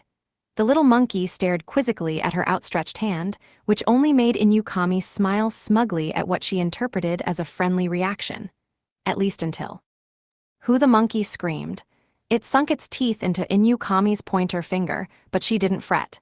Instead, she smiled stiffly as the monkey stayed glued to her finger. Come here, lil fella, don't be afraid, she said, this time a little more brusquely. The monkey screamed once again. After that, it ran away. Or maybe it would be more accurate to say that it returned to its group. I stood behind Inukami, watching as she sadly slumped over. I put my hand on her shoulder to heal the poison that had entered her body. I tried to warn you, senpai. No reason to get all depressed, Inukami-senpai, I said. But she didn't respond. I finished healing her and started walking away, but Inukami still wouldn't pick up her head. She seemed to be reeling from what had just happened. Honestly, this is kind of annoying. I'm gonna ignore her. Inukami started sulking. She wasn't pleased that I had stopped talking to her. Aren't you gonna comfort me? She asked. I already did, I answered. After a moment of silence, she said, You're a meanie, Yuzato-kun. How am I the mean one in this situation? I wish you would listen to me, senpai. What are you, an impulsive child or something? I asked. Yes, I'm living my second life in this world, so in a way I am a child, she remarked. What kind of messed up logic is that? I sighed in response, but Inukami didn't like that either. Why'd you just sigh like that? She asked. I decided not to answer. Ignoring me now, are you? Fine, two can play at that game, she said. Now all I had to do was keep ignoring her, since I knew that she would eventually talk. As we walked the path, I realized that the trees were thinning out with every step. It seemed that we were finally leaving the forest. We'll be out of here soon, senpai, I said as I turned back to Inukami, who was still keeping quiet. Of course, you'd speak when we're leaving. You have some sense of timing, I'll give you that much, she pouted. But the only thing she was proving was that she couldn't hold a grudge. Even though she was making a scene, I managed to ignore her and keep my eyes straight ahead. A few steps later, we finally made it to a clearing that wasn't surrounded by trees. Sir Yuzato, Madame Suzune, someone called out in the distance. That's the gatekeeper's voice, I said. The gatekeeper had been searching for us all this time, and he was with Blurrin. That was exhausting, I said. But Inukami felt differently. It's been fun. I liked being with you, Yuzato-kun. Oh, brother. Normally, I would think those words had meant something deeper, but this was senpai we were talking about. It was probably best to ignore it. We found you, what a relief, the gatekeeper said. Even Blurrin growled happily when he saw me. I started frantically waving at the two of them when Inukami suddenly turned to me and held out her hand. A cheerful smile, as bright as the sun, graced her face. We made it, let's go home, Yuzato-kun, she said. I naturally smiled in turn, and while I felt a little bashful, I took her hand in mine. She was no longer the Suzune Inukami I had adored back at school, nor was she the graceful president of the school council. Instead, she was just a girl who enjoyed her new place in this fantasy world, even if she was brash and a little hyper at times. Yeah, let's go home. Back to the place where we belong, I said. Inukami nodded and smiled, which brought me great peace. Maybe being more open with Inukami isn't such a bad thing after all. Inukami and I safely made it back to the kingdom. As it turns out, the gatekeeper felt responsible for us getting lost, so he and Blurin had spent the entire day searching for us without stopping for lunch. The other guard, the mage, had captured the group of bandits single-handedly. When she escorted them back to the kingdom, she reported that we had gone missing. When I had the chance, I would definitely thank them both for their help. Now that we had returned to the kingdom, we headed to the castle to tell the king that we'd made it back in one piece. The red-haired guard was babysitting Blurin. They had become fast friends, so I knew that they'd get along. He was nothing like a certain someone who kept trying to touch Blurin after he just slapped her hand. Inukami and I entered the grand hall where the king had been waiting. Rose and Siglis were there too, along with a grumpy-looking old man named Sergio who had stood beside the king when we were first summoned. The king saw us and immediately heaved a sigh of relief. "Oh, Yuzato Suzune, I'm so glad you're safe," he said, slumping deeply into his throne. Judging by the bags under his eyes, it was safe to say that he had been worried sick. I opened my mouth to apologize, but Inukami beat me to the punch. "We are sorry for worrying you, Your Majesty," she said. "No need to apologize. We should be the ones asking you for forgiveness. We deeply regret all the hardship you've been through. I would also like to apologize to you, Yuzato. If I hadn't told you to accompany Suzune in her training, none of this would have happened," he lamented. The king was so sensitive to the point where it was actually wearing him out.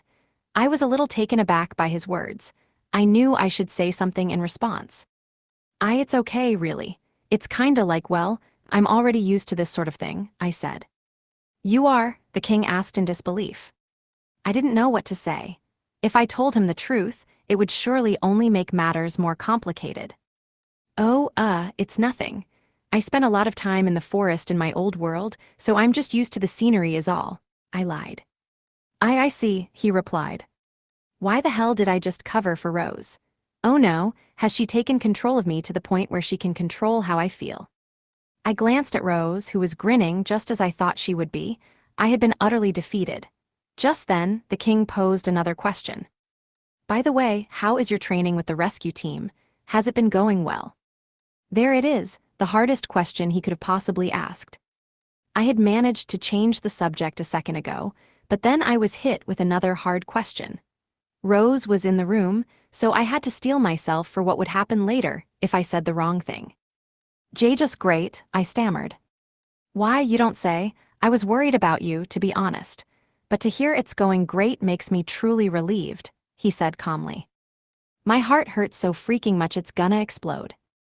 I stood there, tortured by my guilty conscience, as Sergio turned to the king. "Your Majesty," he said, "it's almost time." "Yes, I know," the king answered, then he turned back to us. "As for you, Yuzato and Suzune, I recommend that you take a rest. You must be fatigued."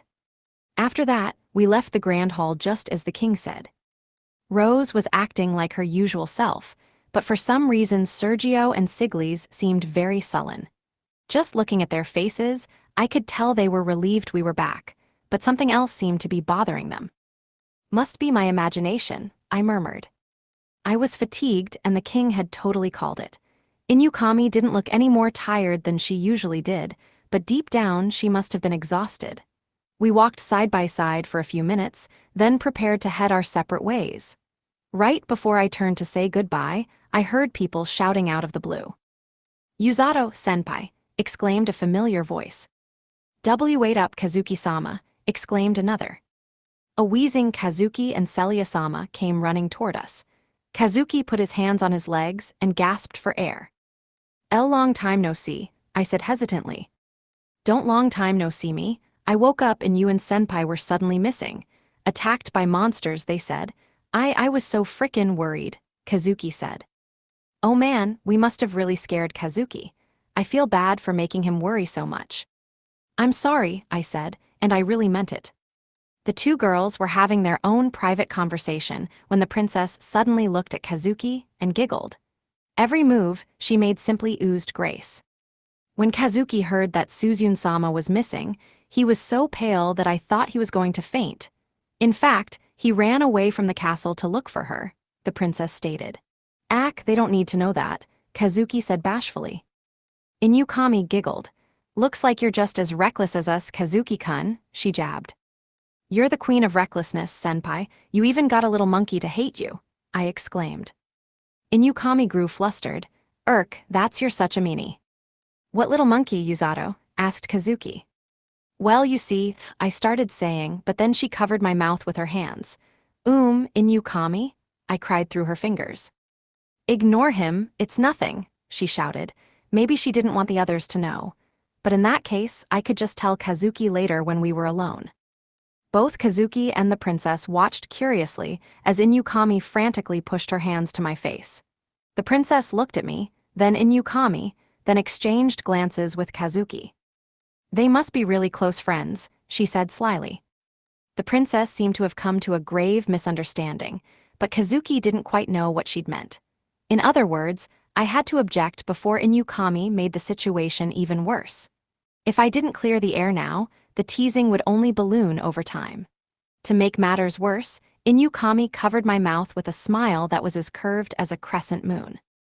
No way, we're just friends. That would never happen, I stated. Inuyukami suddenly backed away, as if she were in shock. I was hoping that she'd be less dramatic, but I guess that was too much to ask. Oh, really? Well, that's a pity, said Celia-sama, but her smile suggested that she didn't feel pity at all. It didn't matter what world this was, girls in any world will always gush over love stories. Not that this was a love story, of course. By the way, Yuzato, Rose-san is really incredible, Kazuki remarked.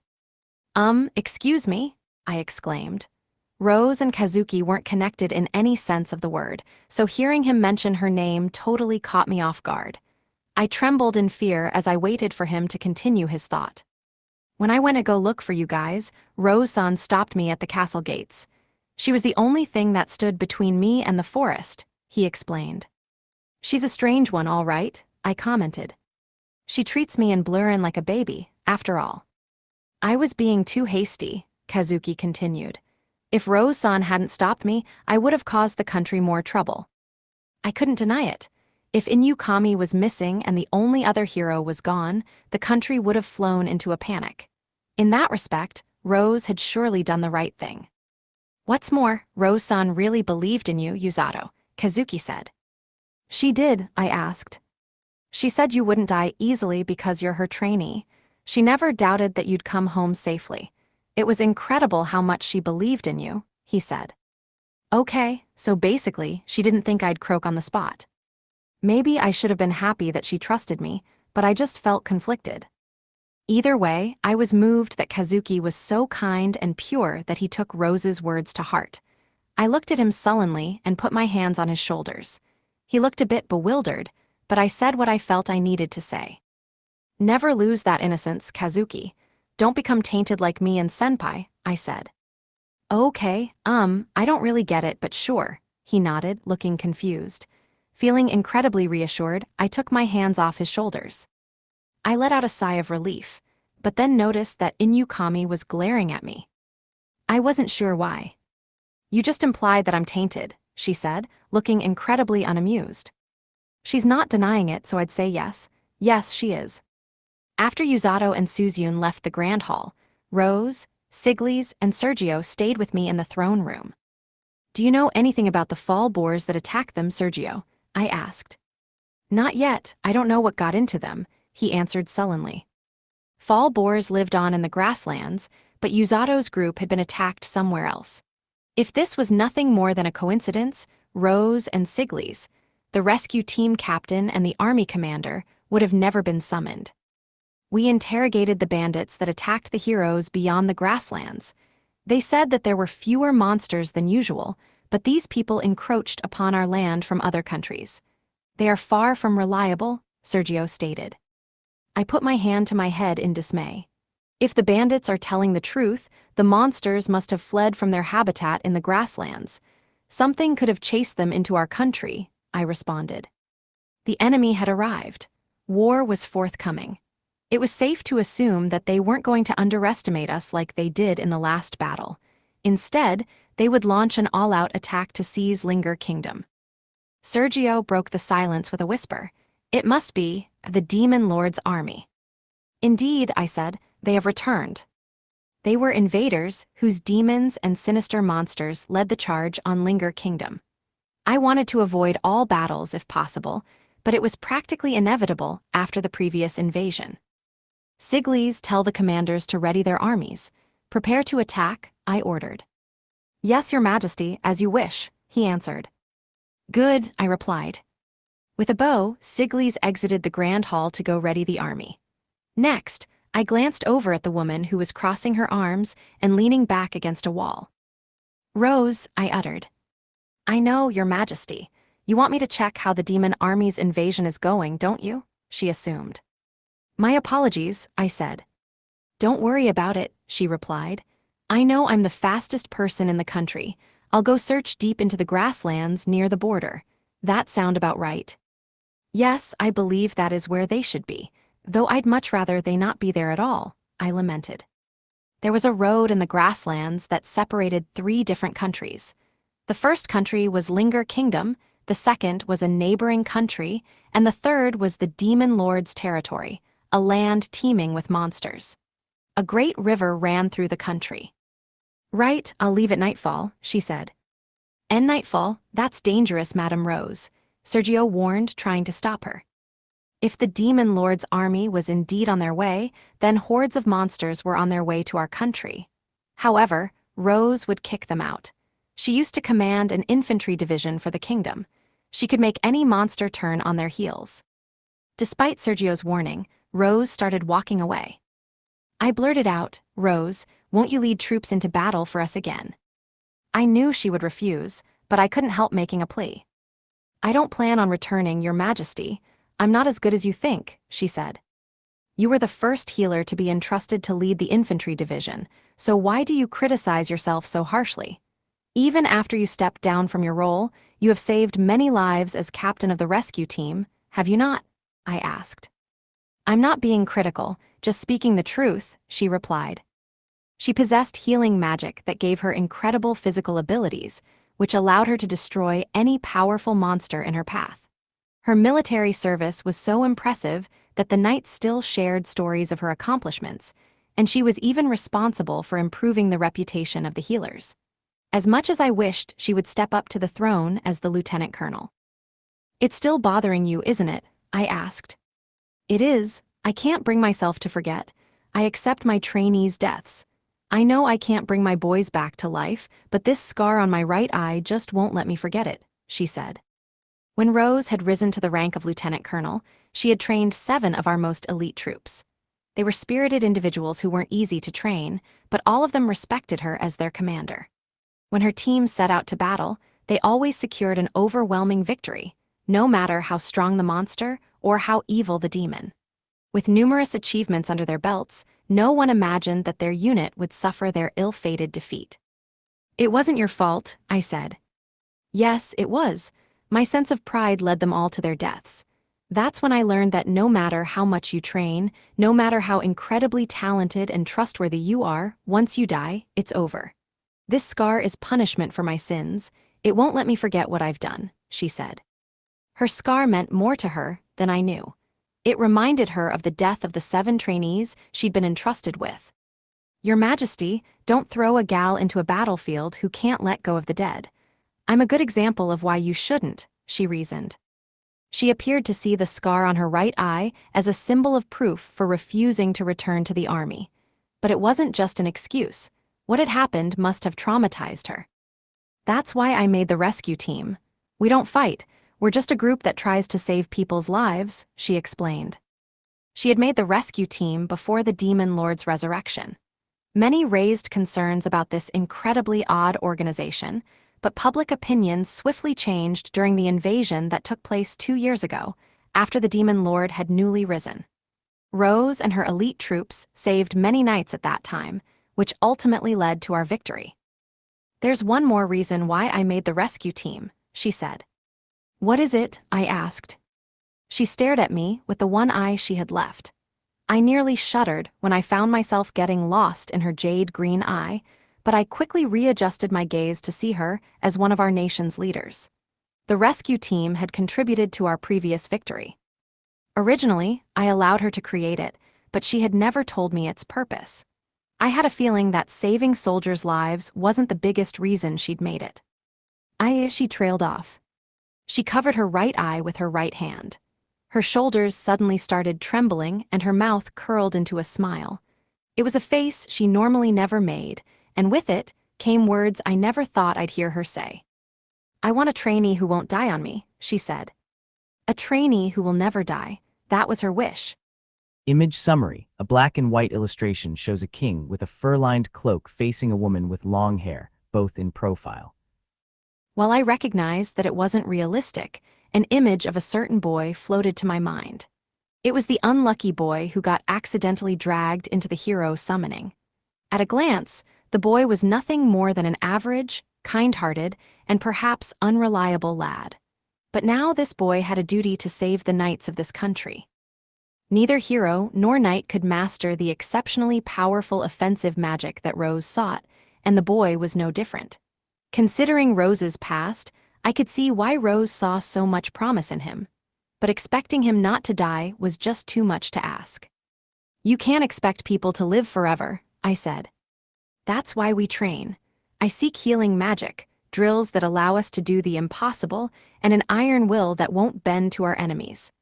I've been looking for someone who has all those things for so long, and it looks like I've finally found him, she answered. The one who had everything that she needed was. Is Otto correct? I asked. He couldn't be more ideal. He's just a kid whose only talent is healing magic, but it's perfect for the healer I need. Plus, he got used to life at the quarters much faster than I expected. Do you know what that means? She asked. Do tell, I said curiously.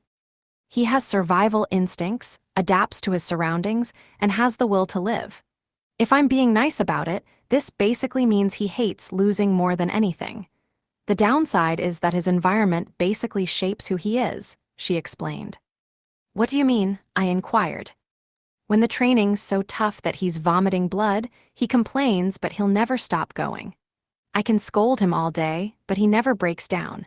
It honestly feels like he was made for this world, to be a member of the rescue team. His personality meshes with everyone else's. He completed the rescue team's grueling training and survived for 10 days in the darkness of Linger, and it's all because he did all he could to adapt to his surroundings, she said.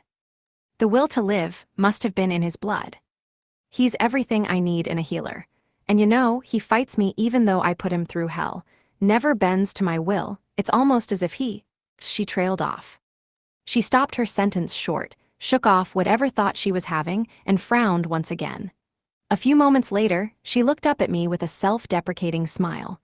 As we stood in silence, Rose started to form a disjointed sentence. Yeah, he's just like a member of my dead crew. That damn cheeky brat. That's why I'll make him the best healer that ever lived, she said. Soon after, her heels clicked on the floor as she walked toward the exit. I was left alone, frozen in place. It was the first time I'd seen her look so weak and forlorn. As I silently stood in the grand hall, I listened to the soft echo of her footsteps as they trailed off in the distance. Chapter 6, A Night of Decisions. In the Demon Lord's domain, near the country's border and the grasslands, a horde of demonic soldiers were building a bridge over the river that ran through the land. The soldiers were members of the Demon Lord's army who had traveled far and wide to invade Linger Kingdom. Their leader was Amila Vergrit, the third demon army commander. The bridge is almost complete, she shouted, seemingly trying to get into the mood for the forthcoming war. We are the Demon Lord's arms. We will fight until we crumble to dust, and even then, we will offer our strength to our lord. The soldiers buzzed with excitement. Amila nodded, satisfied by the army's response, but beside her was a knight clad in black armor who let out a long sigh. Calm yourself, Commander. Honestly, you're being obnoxious, the man said. Well, excuse me, she retorted. This is huge for us. Of course, I'd be thrilled. And how dare you say your superior is obnoxious? Oops, my bad. I'm still getting used to it, the subordinate grumbled indifferently. Amila was so furious that her veins were basically popping out of her head. Why you? Never mind. It doesn't matter how things were before. You are officially my subordinate. You will obey my orders. Right, the knight said apathetically. After that, he turned on his heels and walked away. Amila was left there standing alone with her hand to her head. Talented but nearly impossible to control, she muttered. He's giving you a tough time, isn't he? A voice said. It was Hyreluk, a fellow demon. He walked toward her with a flippant smile on his face. Oh, Hyreluk, what are you doing here? Shouldn't you be babysitting your beloved creation? She asked. She was referring to Baljanak, demon-made monster prototype 72, a tactical weapon he'd made for the war. No need to sound so sarcastic. Anyway, how is the bridge coming along? Construction going well? He inquired. Should be done in a few hours, she murmured, glancing sidelong at the nearly finished bridge. The bridge was composed of two things. Half of it was timber from felled trees, while the other half was a hodgepodge of materials they'd conjured with magic. The bridge wasn't quite sturdy enough to be considered durable, not even in jest, but it was still a crossable bridge, nonetheless. I'm just saying, if that bridge collapses, we're screwed. Not to mention how demoralizing that'd be for the soldiers, Hyreluk added. That's why we're monitoring the other side of the shore at all times. Can't you say something a little less ominous? She said. Hyreluk laughed. Fine, I'm sore. Commander, one of the soldiers interrupted. He was clearly out of breath as he ran over to Amila. An unknown object is flying straight at us. What? Amila cried. Moments later, a giant tree fell into the half-finished bridge. It pierced the bridge, which started cracking and soon crumbled to pieces. What just happened? The bridge, she stammered. It happened so suddenly that Amila and Hyreluk were frozen in shock. When Amila finally snapped back to reality, she spotted something incredibly far away on the other side of the river. The only thing she could make out was a distinct shade of green hair. Ruous, Amila screamed. Her anger was directed toward none other than the fiend, who was laughing on the other side of the river. To my surprise, I was actually given time to rest. Yesterday, Rose returned to the quarters from the castle much later than me, then she ended up heading somewhere at night. Basically, that meant that I had the next day off. Then why am I going to the castle town? I asked myself. I was holding a letter from Rose and an almost too clean drawing of a map. The problem was that I drew too much attention from the townspeople. I was wearing my uniform, but I wasn't even training and had left Blurrin at the stable. Why is he just walking around? A civilian wondered aloud. Good question, said another. It turns out that the rescue team didn't stroll through town like normal people. Maybe I should have been shocked, but I wasn't. My mind must have been poisoned, along with the townspeople's as well. I casually ignored the whispers in town as I followed my map. My goal was supposedly on a giant main road, which Rose had said was relatively easy to find. That must be it, I noted. I spotted a white, brick building that stuck out among the various shops.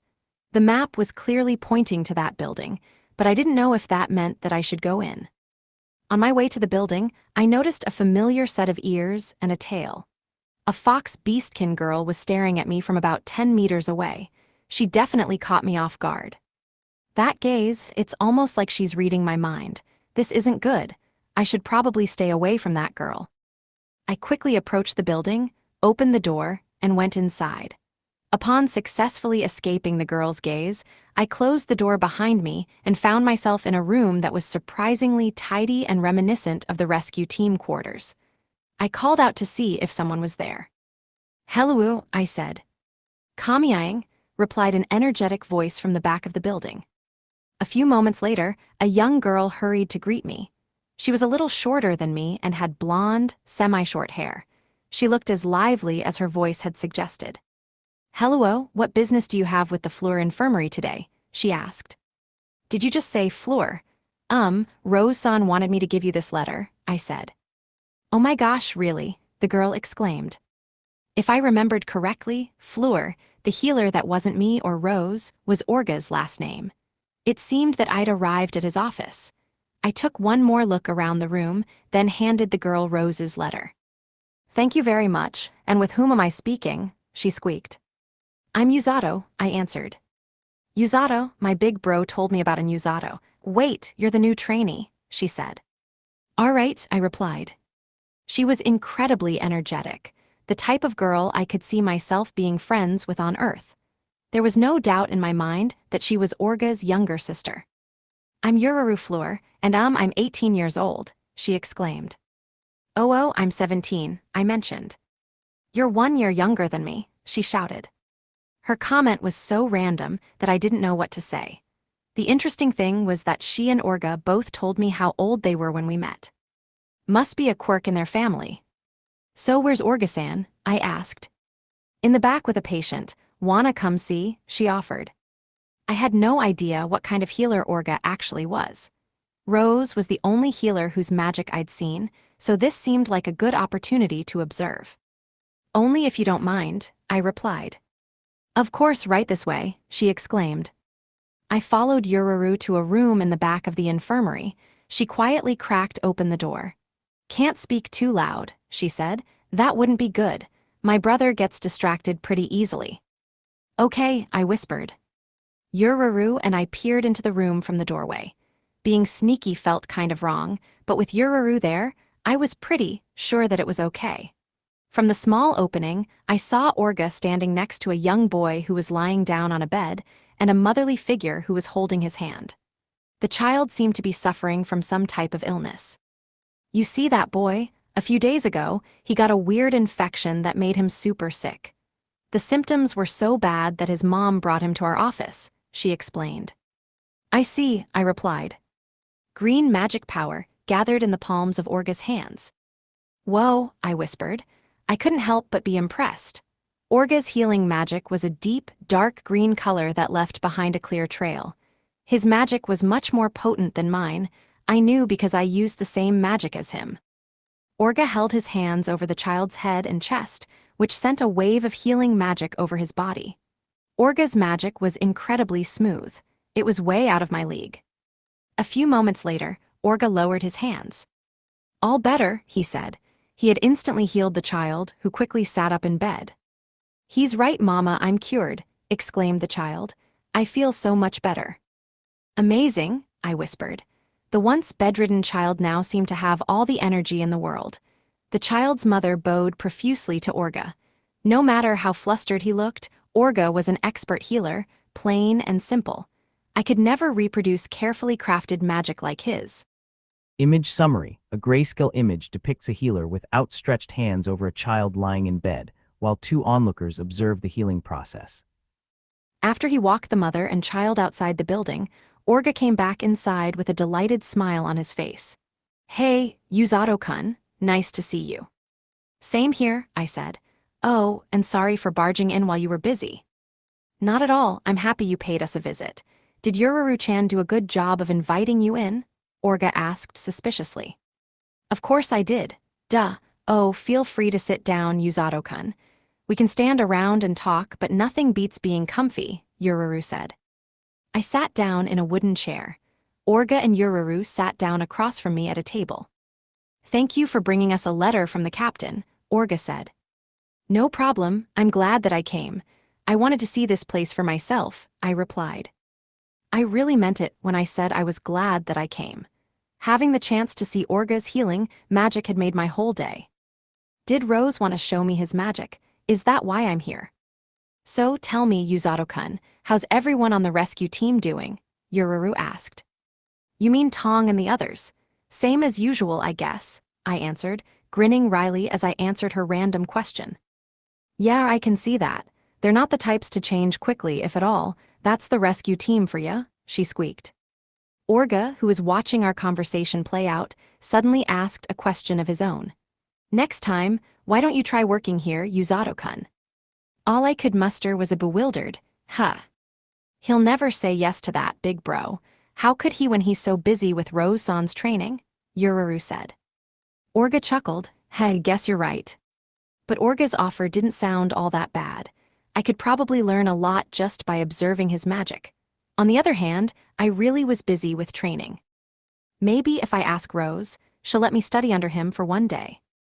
I gave a truthful answer. I would love that, but I'll have to ask the captain first. I await the good news, Orga said. It's no easy task running this place by ourselves. Come on, Orga, quit making us sound so helpless, Yururu said. Orga laughed. You're strict, but I can't say that you're wrong. It was clear that they were incredibly close. As an only child, I must admit that I was a bit jealous. But then I thought to myself, if Orga couldn't keep up with Rose's training, was Yururu unable to keep up with it too? From what I'd gathered from the conversation, she was also a healer. Why did you quit Rose's training, Yururu-san? I asked. Well, Lul, even if I'm not as weak as my brother, I'm much better at healing other people than anything else. But the real reason I gave up was because... She trailed off as she pointed at her brother, who was grinning bashfully while scratching his head. I was worried about him, she lamented, acting as though Orga was a troublesome child. Hey, sorry sis, Orga chuckled meekly. Anyone would think that she's the older sibling, not him. After that, we engaged in silly banter, and before I knew it, it was already past noon. They invited me to eat with them, but I turned them down because I didn't want to impose. See you around, Yuzato-kun, Orga said. Come again soon, Yururu exclaimed. Will do, thanks for everything, I replied. After they bid me farewell, I left the infirmary. I was so busy training that I'd forgotten to rest, and it turned out that resting wasn't so bad. It was incredibly peaceful. Too peaceful. I was worried that Rose would get mad because I wasn't training, but then I realized how ridiculous that sounded. She'd never do that, all right. After I left the infirmary, I aimlessly checked out the stalls that lined the streets. I should probably get something to eat. Oh wait, I didn't bring any money, I mumbled. I had no choice but to go back to the quarters. I turned around to do just that when someone grabbed my arm. It was none other than the Beastkin fox girl I saw before I had entered the building. The Beastkin girl whispered quietly as she stared into my eyes. You're the only one who can see it. That means that you can alter the future. I had no idea what she was talking about. In an instant, all sights and sounds turned to darkness. I held my head in agony, stunned by the illusions that filled my view like a daydream. A vast, endless field. The knights of the Demon Lord's army. Dark-skinned demihumans with weapons. A figure adorned in jet-black armor. Kazuki and Inukami, sinking in an ocean of blood. It was the worst sight I'd ever seen, and on top of that, it was incredibly real. When my vision returned to normal, I desperately tried not to vomit. The Beastkin girl was also holding her head as it dripped with sweat, just like me. Our eyes met again, prompting her to mumble under her breath. You have received an incredible debt. It is your duty to repay it, she said. Debt, what does she mean? Everything became blurry, and just as I thought I was going to fall to the ground, the Beastkin girl held out her hand. I took one look at her hand and was filled with so much fear that I simply started to scream. I brushed away her hand and ran as fast I could without looking back. I returned to the quarters and curled up in bed, where I tried my hardest to forget the alarmingly real sights that I saw in my head. What the hell was that? I murmured. Despite lying in bed for a while, I couldn't get the fox girl's illusions out of my head. What was she trying to tell me? Did I really have a debt to repay? What kind of debt was it? Rose had mentioned that some beastkin possess special abilities. Did that girl have the ability to show other people illusions? Was that the future? I wondered aloud. It was far-fetched, but it wasn't impossible. Why would she show that to me? Is that really the future? If that's the case, Kazuki and Inukami are going too. No, I shouted. I heaved a deep sigh and laid back down in bed.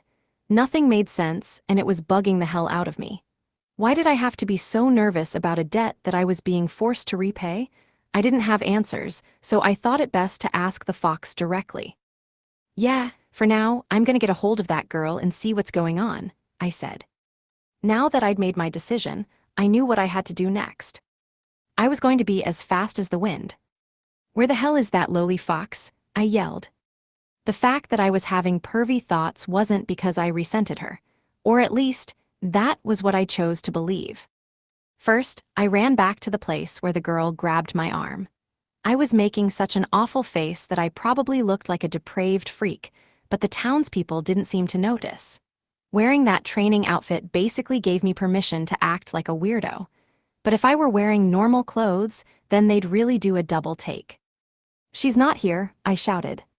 "Since she wasn't where she was earlier, I'll go to the stall where I first saw her.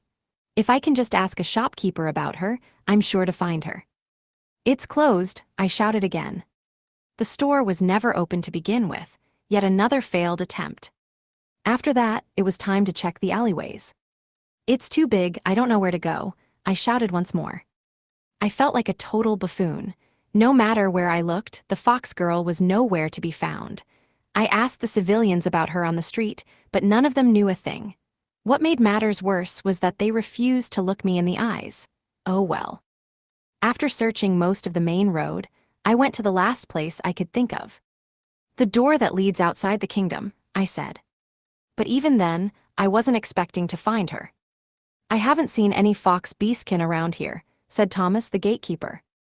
"Yeah, I figured," I replied, downtrodden. I knew it. If she were there, that would make life too easy. With slumped shoulders, I slowly started heading back to the town. "After all that, I didn't get any info," I mumbled. I had run through the town at full speed and searched every place I could imagine, but even so, my efforts had amounted to nothing. Was it possible that she had predicted the future and was now trying not to get caught?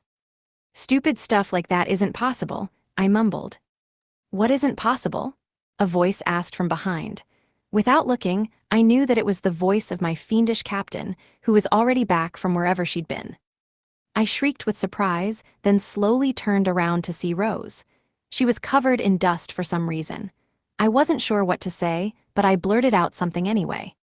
"Well, look at you. You're such a good captain that even dust can't stay away," I said. "Aw, how sweet. Now get over here so I can strangle you," she threatened. "She's gonna pop me like a balloon." Rose grabbed my face in her iron grip and held me up in the air. "Wait, I'm really sorry. Please stop. My bladder isn't that strong." I struggled to escape, only for her to sigh and quickly unhand my face. "Gotta report something to the castle. You're common too," she said. "Fine, I don't care anymore, so just do what you like," I said. I had escaped her iron grip, but then she scooped me up in one arm. She was holding me captive like some sort of prisoner. She did that so casually. What does she think I am? A stuffed animal? "What were you doing out here anyway?" she asked. "Oh, I was just looking for someone," I answered vaguely. "Eh, the hell?" she responded. "Why the long pause?" I asked. "Well, whatever, I was looking for a beastkin fox girl." "Oh, that beastkin, the same one you said that weird comment about earlier. What's up with the girl?" she said. "Do you know anything about her?" I asked. "She came to the kingdom 2 years ago. I was surprised that a 12-year-old beastkin made it all the way here. But that's all I know," she explained. So, a 12-year-old beastkin escaped slave traders and bandits and made it here by herself. If that were true, the fox girl really was a master at hiding. Finding her seemed like an impossible task. "I mean this in the nicest way possible, but really, don't do it," Rose suggested. "Suddenly acting all nice just confuses me more," I said. Seeing her filled with compassion was just too rare a sight. My eyes, they burned. "Go back to your normal self. Rose isn't nice. Plus, I'm not a pervert." Rose continued to toy with my mind while she carried me to the castle. Rose carried me all the way to the king, who sat in the grand hall. She seemed to like how easy I was to hold and showed no signs of putting me down. "Rose, why are you carrying Usato like that?" said the king with widened eyes. "I come bearing news. I have confirmed that the Demon Lord's army has stationed their men near the border," she announced. "I knew it. How close is the Demon Lord's army?" he asked. Rose was covered in dust from head to toe. She'd probably investigated their whereabouts on her own. Despite hearing that the Demon Lord's army was making their advance on the kingdom, it somehow still didn't feel real. They were building a makeshift bridge to traverse the river, but I demolished it before it was finished. "This should give us a few more days to prepare," Rose reported. The king's face was frozen in fear. "Thank goodness," he said.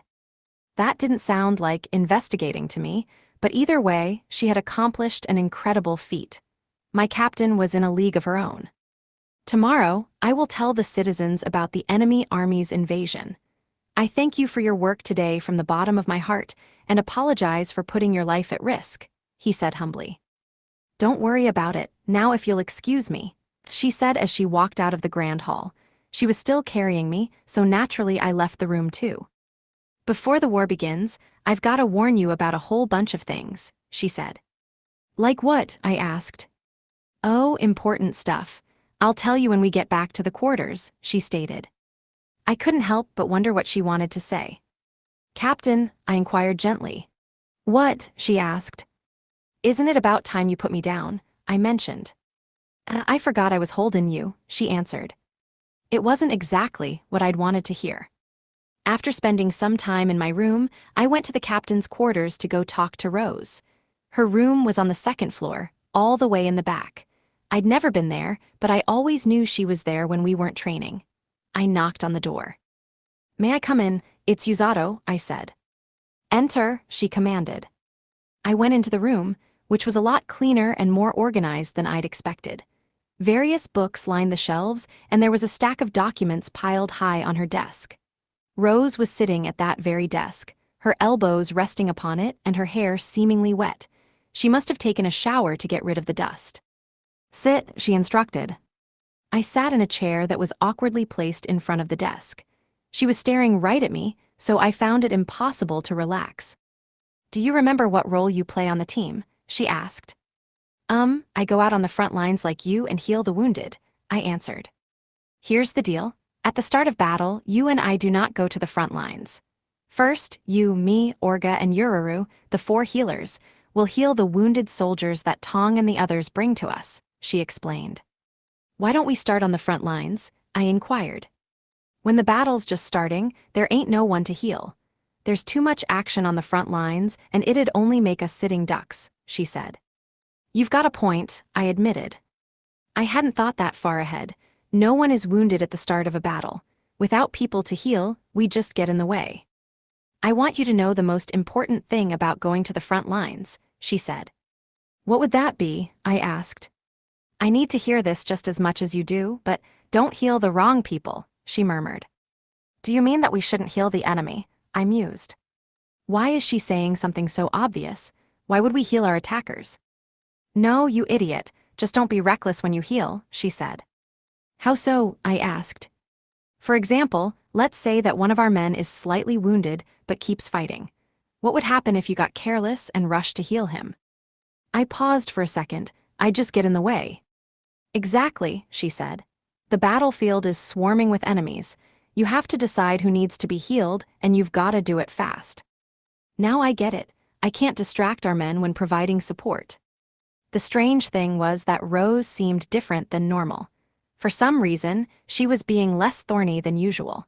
She was acting this way before we went to the castle, but she was even gentler now. What inspired such a change of heart? Is she lifting me up just so she can break me down later? Wait, what's that flying at my? I yelped as a white object was flung at my face. That's the official rescue team uniform. Try it on, she ordered. I sat there bewildered, studying the white coat I was holding that looked like a doctor's lab coat. The cloth was smooth and durable. It was as thick as a luxury animal hide. A single red flower, the symbol of the rescue team, had been stitched onto the right side of the coat. It was the same uniform that Rose wore all the time. I made this so that we stand out on the front lines. Not only is it sturdy, but it's also resistant to water and dirt. It's one hell of a coat, and it's yours, she said. Thank you so much, I stammered. This is kind of amazing. I put my arms through the sleeves and buttoned the front of the coat. It was surprisingly light, easy to move around in, and comfortable even. Well, look at that. It suits you fine, I guess. All your training was worth it, Rose said. She suddenly closed the distance between us without so much as making a sound. Rose put her hand on my face, but I stood totally still. The reason I didn't fight her wasn't because I was scared. I felt that I had a duty to push my feelings aside and face her. Just because we're healers don't mean we're immortal. If you die, it's game over. The one thing you must never do on the battlefield is throw your life away. Do you understand me, Yuzato? She said. Yes, ma'am. Believe me, I don't want to die either, I answered.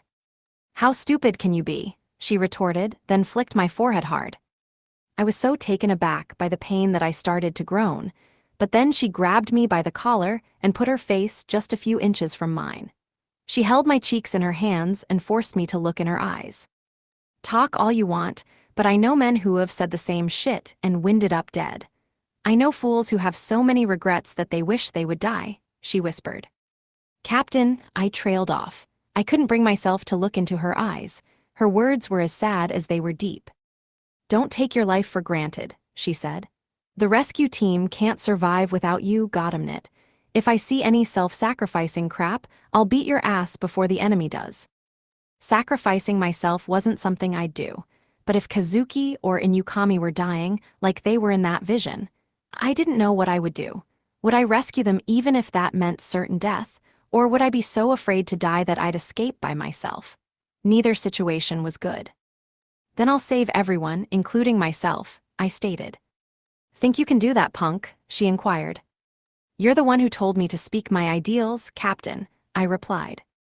Image summary. A manga-style image shows a taller woman with long hair holding the face of a shorter, younger man, their faces closed together in an indoor setting with a window. We stared into each other's eyes as we stood there in silence. A few seconds later, Rose let me go as a smirk played on her face. Don't you forget what I just told you, she said. I fixed the collar on my uniform, then answered, Yes, Captain. Her training might have put me through hell, but in that moment, I realized that it had taught me more than I'd ever expected.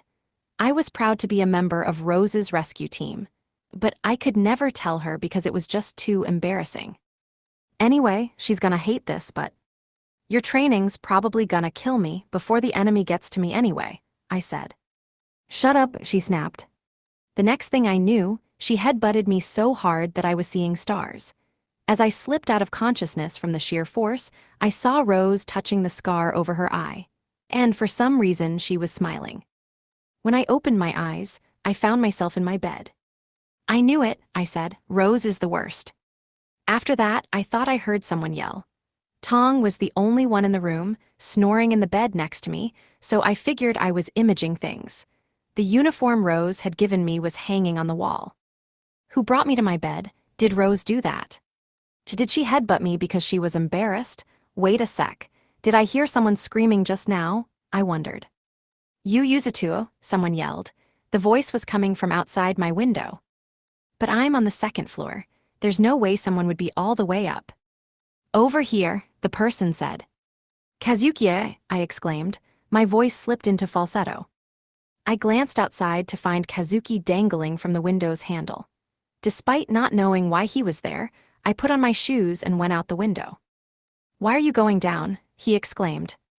Why were you coming up? I shouted back. I wasn't going to bring Kazuki into the room. Tong was sleeping, for Pete's sake. Plus, I'd have to risk waking up Rose, and I didn't want that. If she knew I was awake at this hour, I'd get a punishment so severe that even a demon would beg for forgiveness. After Kazuki climbed down the wall, we moved away from the building. The light of the moon was bright, which meant we could walk without too much trouble. Why are you here in the middle of the night? Hold up, I don't like guys like that, okay? I said, shielding my body. Kazuki looked confused. What are you talking about? Sorry, I said, my mind was in the gutter. Kazuki was so innocent. Too innocent. He was the complete opposite of Inukami. Anyway, since he'd come all the way here, we went to the training grounds where we could talk. We sat on the ground as I listened to what he came here to say.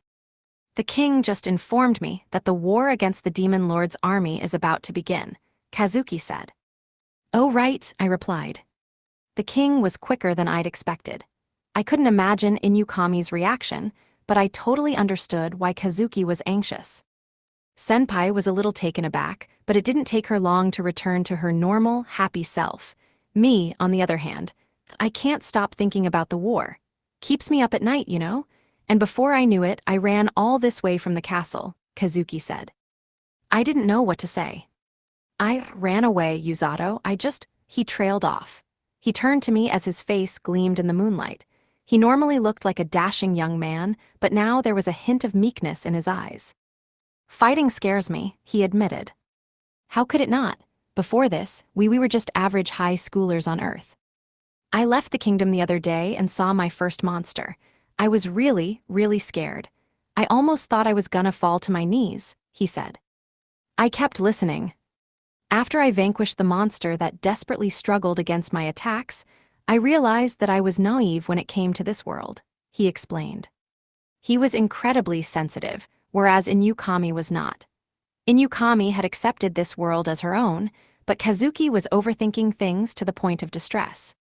When the demon lord's army attacks, they will try to kill me. That scares me more than anything else. I'm nothing more than a coward, yet the kingdom treats me with kindness, supports me, and even believes in me. I feel like a failure, he lamented. He suffered because he'd been branded a hero. People looked at him with envy and reverence simply because they heard the word hero. Kazuki couldn't handle that burden. I'm going too, Kazuki, I said. He turned to me with a confused look on his face. I'll save everyone who fights the demon lord's army, I stated. Kazuki seemed conflicted. Should he prioritize his true feelings or the expectations of the people? He didn't know what to do, so he looked to me for an answer. But I held my tongue. I didn't want him to fight more than he had to, but saying that would have been irresponsible. In the end, Kazuki should be the one to decide his own fate.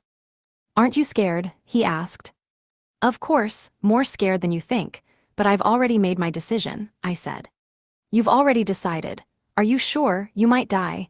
They dragged you into this mess and they're making you fight? That's just messed up, he exclaimed.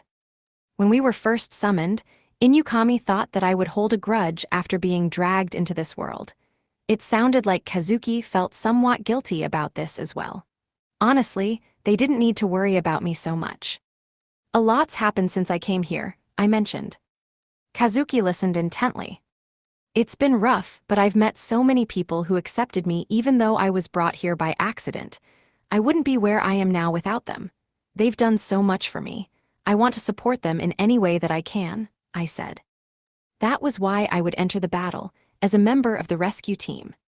You're included in that, of course, I said. Really? Said Kazuki, looking surprised. For sure, whether you fight as a hero or not, that won't change the fact that we're friends, I stated. Wait, I'm not the only one who thinks we're friends, right? Feeling a little uncertain, I turned to Kazuki to find him staring down at the ground. His hands were trembling. He looked like he was trying to stifle his emotions. I watched him nervously when he suddenly looked up and slapped himself in the face. Kei Kazuki, I exclaimed. I'm such a pansy, he said, turning to me. He had hit his cheeks so hard that they were already puffy and red. When he noticed that I backed away from him, he smiled his usual wonderful smile. I've made up my mind. I will fight to protect you and Senpai, he announced. Wyatt, I replied. I don't know if I'll be able to fight as a hero, but I will certainly try. I want to save you, Yuzato, because you're my friend, he exclaimed. I said I'm gonna save him, so why is he gonna save me? Hold up, I know I'm not one to talk, but are you sure that that's what you want to do? I said. You're ready for battle, so I can't run away like a scaredy cat now. I have to dive right in. I'll face my fears, along with everything else in this war, he said. Are you sure? I asked. When I remember that you and Senpai will be there, it makes me feel so much better. I'll be okay, I swear, he exclaimed. That's more like it, I said, smiling as I turned to Kazuki. It's up to us. Let's protect this country and everyone in it, I said. Yeah, he replied. We smiled at each other, then reality hit me like a brick. I was speaking from the heart, but I didn't expect it to sound so cringy. Feeling incredibly embarrassed, I started to turn away from Kazuki. He bashfully scratched his cheek. I'm really glad I met you, Yuzato. Thank you, he said. Me too, I answered. Oh God, this is so freaking awkward. I wasn't used to people saying this stuff straight to my face, so it felt kind of creepy. The fact that Kazuki could say these things without hesitation was a good thing, but being on the receiving end was just kind of uncomfortable. This doesn't suit me at all. I'm supposed to be more stoic than this. Kazuki chuckled. I should head back to the castle, sorry for waking you. And no prob, I replied. Well, have a good night, he said, and with that he took off. Image summary. Two young men sit together under a starry night sky. One looks flustered while the other smiles warmly. He started jogging to the castle, guided by the light of the moon. Kazuki looked fearless as he ran into the distance. I watched Kazuki disappear into the night, then yawned loudly as I headed back to the quarters. Gonna head right to sleep. Yeah, sounds like a plan, I murmured. I was hoping that a good night's sleep would help me forget all the cringy stuff. Well, a voice chimed in from behind me.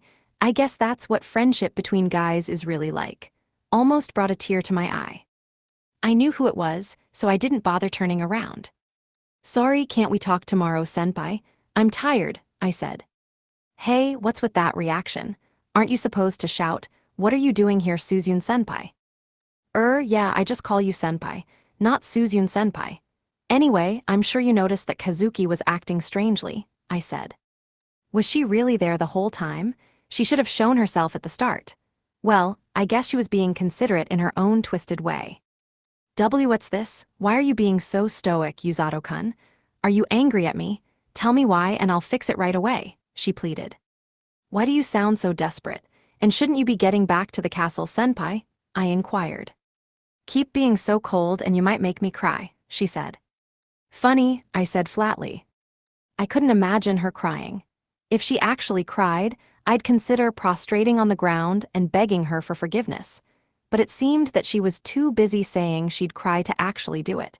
She positioned herself next to me and looked up at the moon. Looks like Kazuki-kun's also made up his mind, she noted. To be honest, I was almost going to tell him that I didn't want him to fight, I said. If he didn't want to fight, he didn't have to. If it only made him depressed, he shouldn't have to force himself to put his own life at risk. I looked in the direction that Kazuki had been running, then Inukami put her hands on my shoulders and faced me. Yuzato-kun, you don't want me to fight, do you? She asked. Of course I don't, but you're different from Kazuki, I stated. Well, I can't deny that, she replied. Kazuki was struggling in this world, but Inukami had no intention of going back home. Their thoughts and goals were totally different. Besides, even if I'd told her not to fight, I knew that I couldn't change her mind. You're my senpai, don't say things that'll make me worry so much, I said. Senpais have nothing to do with this world, she exclaimed. Kazuki's my classmate and friend, I replied. Then I'm your friend too, she countered. Yup, I answered. Okay, aren't you being a bit too casual now, she said. I turned away from Inukami, who was mere centimeters from my face, and began walking toward the quarters. When I turned back to her, she was still standing there with her head hanging low. I was probably too mean to her. I figured I should probably make sure she was okay. If I didn't, something bad was likely to happen. But I started. Inukami interrupted me. It's too hard to ambush you, Yuzato-kun. Being a little more loving wouldn't kill you. Oh, wait. Were you about to say something just now? She asked. It's nothing, I said. Oh, okay, I should get back to the castle. Good night, Yuzato-kun, she replied. After a pause, I answered, good night. What does Inukami want to do to me? It's a little concerning. The next morning, the king informed the public about the enemy's invasion, and soon enough word spread to the far reaches of the kingdom. The soldiers nervously braced themselves, and the townspeople started to panic. Earlier that morning, Rose had told me that the king's strategy was to march soldiers to the grasslands to launch an attack. Heroes Kazuki and Inukami were to lead the charge at the Kingdom Army Commander Sigley's behest. After the king had made his announcement, Rose gathered the rescue team members in the dining hall. Yururu was looking fondly around the room. It was almost as if she hadn't seen it in ages. When she saw me, she smiled sweetly and waved at me for a second. I didn't know what to do in return. It's been a while, fellas, Yururu said. Judging from the casual tone of her voice, I could only assume that the burly men didn't scare her. Any normal girl who saw them would run away screaming, but Yururu was apparently different. Not only did she have guts, when she reunited with the guys, it was like she was a different person. Looks like everyone's here. I'll get straight to the point, Rose started. This was most likely about the forthcoming war. If my guess was correct, Orga and Ururu had only heard about the invasion when the king announced it earlier in the day. As you all know, the Demon Lord's army is coming. Actually, they're frantically rebuilding their bridge, but even so, they're still on their way here, Rose said. She's speaking as if she wasn't the one that destroyed it. How does one person destroy an entire bridge anyway? In 2 days, the kingdom's army will march to the grasslands. The rescue team will join them and build an encampment on the land, she announced. Orga and Ururu responded with, "Yes, ma'am," but Tong and the others answered back with an "Urrah." Saying the guys answered strangely would be an understatement. They nearly drowned out what the siblings had said. "This is Yuzato and Ururu's first war. Don't let your guard down," she warned. But wait, if this is Ururu's first war, does that mean Orga was the only one who healed the wounded in the rear? That's a big job for one person. Rose finished briefing us and the group went their separate ways. When some of us walked out of the dining hall, Rose called out, "Hey, Orga, come here for a second." "Understood," he said politely. Rose seemed troubled, so I hurriedly took one step forward, only for Ururu to grab my arm out of nowhere. When I turned around, a wide smile played across her face. "See, can I help you?" I asked. "I'm bored," she said. "What about it?" I responded. "I heard that you run around town with a blue grizzly cub," she noted. "And," I replied. "Can I see it, pretty please?" she begged. I was at a loss for words. "I bet he's adorable," she said. "I don't know, he's pretty vicious," I responded. She glared at me silently. "Right this way," I exclaimed. "Thanks," she replied. "I'm such a damn softie. If it were Senpai, I could have subtly changed the subject and that would be that. But not this girl, she's something else. They're both the same age, so why are they so dang different? Gah, Ururu's a toughie." Ururu happily accompanied me to Blurren's stable. There he was in all his glory, yawning on the ground, looking like he didn't have a care in the world. He was a little bigger than he was the last time I saw him. If nothing else, it was proof that I needed to make him get proper exercise. Ururu was staring at Blurren with a twinkle in her eye. Suddenly, she leaped at the bear with open arms and squealed, "It's so cute." "Gah, stay back," I exclaimed. But this wasn't Inukami, who usually had weird ulterior motives. I was sure that if Ururu had wholesome intentions, Blurren would let her pet him like he did with me and the gatekeeper, and Rose. The next thing I heard was a roar, which was followed by a high-pitched squeal. "Ururu-san," I shouted. It turned out that Blurren had used all his strength to jump up and swat Ururu down like a fly, which left her in a giant pile of hay. It was the first time I'd seen Blurren slam dunk a person. I frantically pulled Ururu out of the hay, only for her to grab my shoulders with a dumbfounded look on her face. Blurren must have gone easy on her because she wasn't hurt, but I could have sworn that I saw a tear in her eye. "Yuzato-kun," she said. "Why yes?" I asked. "You pet him," she demanded. "Okay, but first, you're gonna have to let go of my shoulders," I replied. Her nails were digging into my skin, and it hurt. She probably couldn't stand being rejected. Following Ururu's orders, I petted Blurren on the head like I normally did. "See," I said. Then I can try too," she exclaimed. But Blurren simply roared and immediately slapped her right hand. Tears welled up in Ururu's eyes as she blankly stared at her hand. With no soft fur to pet, she lightly scratched the back of her head, attempting to distract me from her tears. As I stood there feeling sorry for her, I saw a small, familiar black creature jump onto the downtrodden girl's shoulders. "Kyukuru-chan," Ururu said.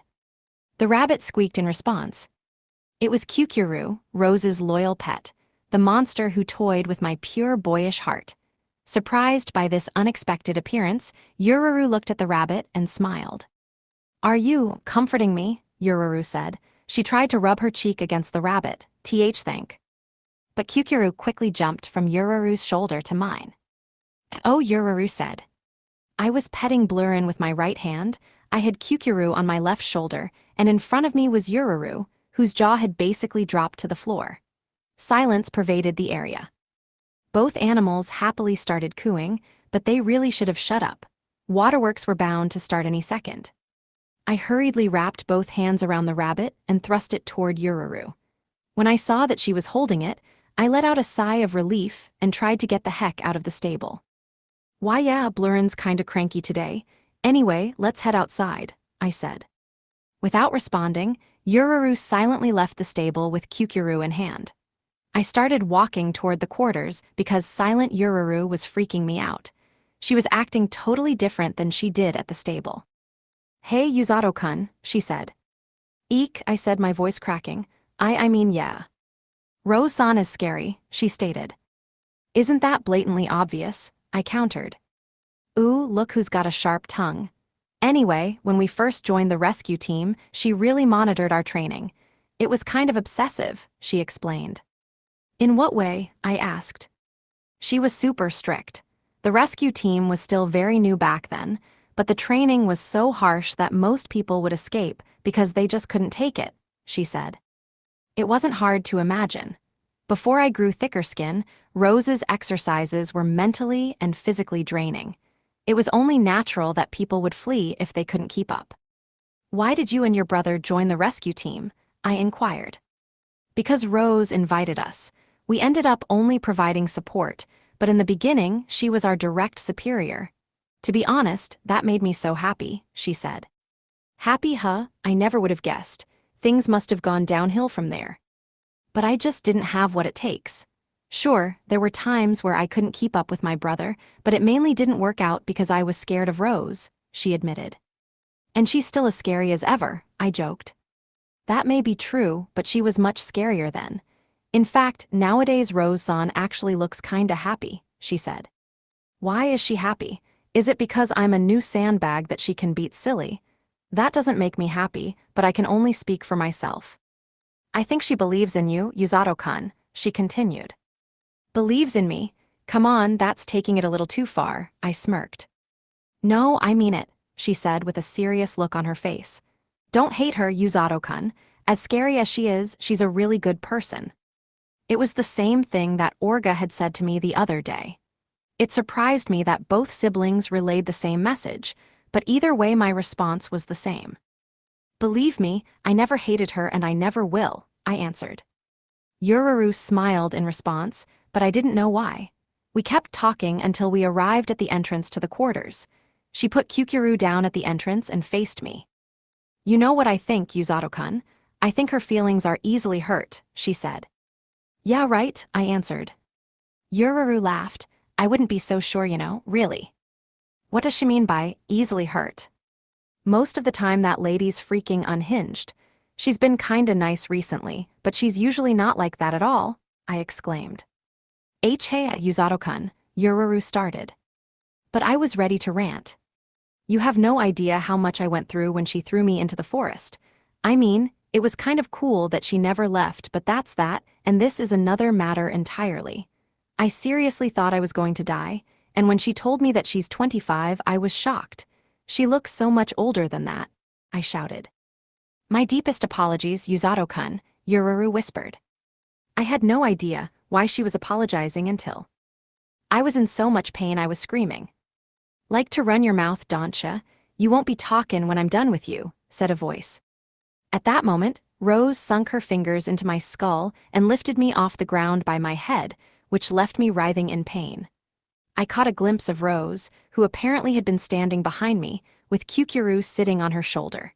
This could only mean that the dang rabbit got me in trouble again. I was in too much pain to speak. Don't be so hard on him, Yururu suggested. This kid leaves me no choice, replied Rose. Orga's waiting inside. I basically told him everything you need to know, so go hear it from him, Rose commanded. Will do, see ya later, Yuzato-kun, Yururu said. Yururu threw me to the wolves. How could she? Rose released me from her iron grip, then started carrying me to the quarters as a vein popped angrily out of her head. I was too weak to move.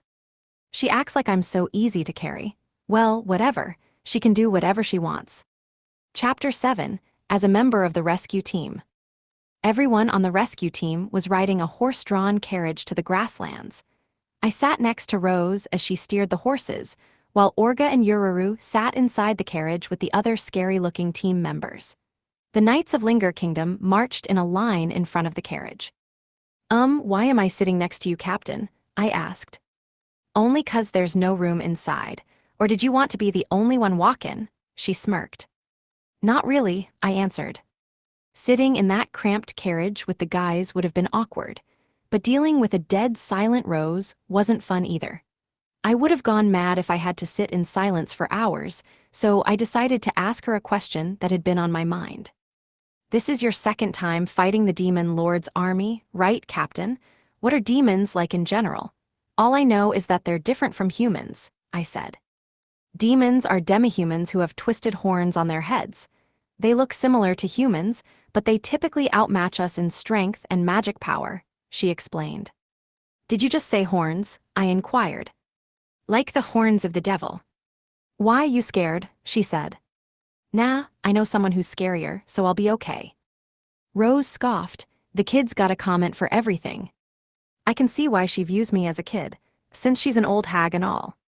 I didn't want her to slaughter me, so I kept that remark to myself. "If you're still nervous after all of my training, I'm gonna kick you right off of this carriage," she said playfully, tugging tightly on the reins. "Who would have thought that the kid who was dragged into the hero summoning would turn into such a monster?" she mused. "A monster? You don't have to phrase it so weirdly," I said. "It's not like I'm inhuman, you know." "But it's true, normal people can't handle my training," she remarked. "Then why did you make it so hard to endure?" I said. "You're the monster who cleared my training, so anything you say just sounds sarcastic," she countered. If she knows what she's doing, that's downright cruel. "You're the monster," I said.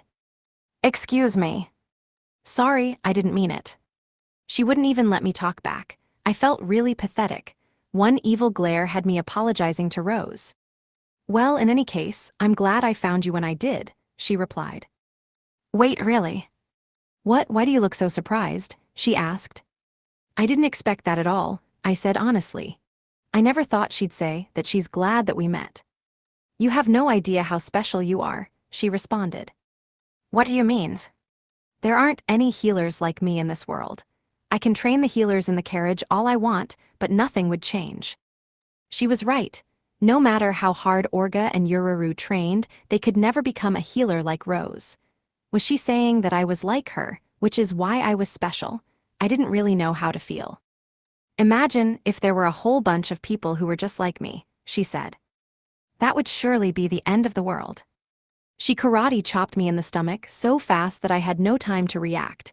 Air spilled out of my mouth, and I started to faint. Rose simply sat there with her hand to her head, looking nonplussed. "It ain't gonna happen. That's why I found a way to use healing magic to train past my limits.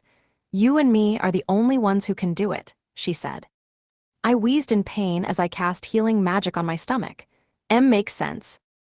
But I was surprised to hear that she'd come up with this novel way to use healing magic. Her ideas were pretty insane. "You had the capabilities I was looking for in a healer. No one could do what I did. Until I found you," she murmured. I wasn't sure what Rose meant, but I did know that Ururu was right. Rose really was counting on me. Despite all the pain I had suffered, I couldn't help but feel kind of honored. I was still thinking about our conversation when she turned to me and said, "Almost there." When I snapped out of my daze, the trees on both sides of the road had faded away, leaving nothing but a giant green field. 3 days had passed since the bridge was destroyed. Amila Vergrit angrily gritted her teeth as she reflected on the unfortunate turn of events. The bridge had been so close to completion, but then it was destroyed in an instant. The army had to rebuild it from scratch. "How much longer will it take?" Amila growled. "It should be completed by daybreak," a subordinate answered. "Well, hurry up," she yelled. She had committed the biggest blunder there was. If she had just kept an eye on the shore, the bridge would have never been destroyed.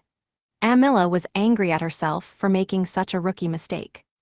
"Morale's lower than ever and the attack is terribly delayed. I don't deserve the title of Third Army Commander," she lamented. A knight in black armor approached Amila. "It's still not completed. I'm bored to tears," he grumbled. "Well, hold your horses," she said weakly. "When the battle commences, you'll have to fight whether you like it or not." The Black Knight morosely sat on the ground. I don't care as long as I get to fight. Quite the battle junkie, aren't you? I would have never guessed you were the subordinate of that lame-brained freak of nature, said Amila. I've got nothing to do with that slacker, he hissed. The Black Knight didn't take orders from the 3rd Division, which was led by Amila. Instead, he was sent there as a soldier from the 2nd Division. Amila was painfully aware that the 2nd Army commander didn't take his job seriously, and as a fellow commander, she couldn't respect him. However, his subordinate, the Black Knight, was clearly skilled. There were rumors that none of his fellow soldiers could match his incredible strength and unique magic abilities. Listen, I know you're talented, but don't let your guard down. The humans have their own tricks up their sleeves. We call them the kidnappers, she explained. You mean the guys who take fallen soldiers off the field. If all they do is flee, they can never defeat me, he replied. Don't underestimate them just because they're human. They're their own type of monster, Amila warned. Despite how serious she was being, the Black Knight apathetically shrugged in response. Amila saw this and let out a sigh. No matter, tomorrow we finish the bridge. After that, we start our assault. You and Baljanak will be responsible for exterminating our enemies. Morale's at an all-time low. It's your job to boost it, she noted. Amila quickly walked away from the Black Knight in a not-so-subtle attempt to end the conversation and went back to directing construction. The Black Knight stared at the back of Amila's head before collapsing onto the floor. Monsters, huh? He moaned. He drew his sword and tossed it onto the ground. If Amila saw him recklessly throw a sword, a symbol of pride for the knights, she would have been furious. I don't know how strong they are, but at least I'll get to have a little fun, he mumbled. The black armor he wore started twisting and turning like the haze of heat on a scorching hot day. Demons or humans, it doesn't matter. Anyone who can satisfy me will do, he groaned. He started maniacally laughing, his mouth hidden under his helmet. Show me how it feels to live, humans, he said. His jet black armor squirmed around him like sludge. He looked like the devil himself. The kingdom's army set up an encampment on the vast field, but in a separate area, the rescue team pitched a large tent-like structure that had its own roof. We lined it with simple beds that we'd packed in the carriage. The sun had already set. Soldiers stood guard, relieving each other in shifts while I sat in a wooden chair in the rescue team's camp. The chair was absurdly uncomfortable, but the biggest problem was. There's nothing to do, I groaned.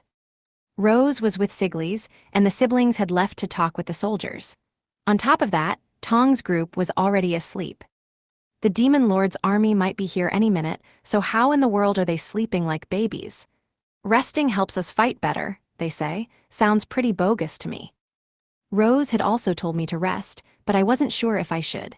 If I were on Earth, however, I would sleep in a heartbeat. Coming through, said a brash voice. The gatekeeper who'd accompanied me and Inukami burst into the tent. The only difference was that now he was wearing the kingdom's army uniform. After we greeted each other, he surveyed the room.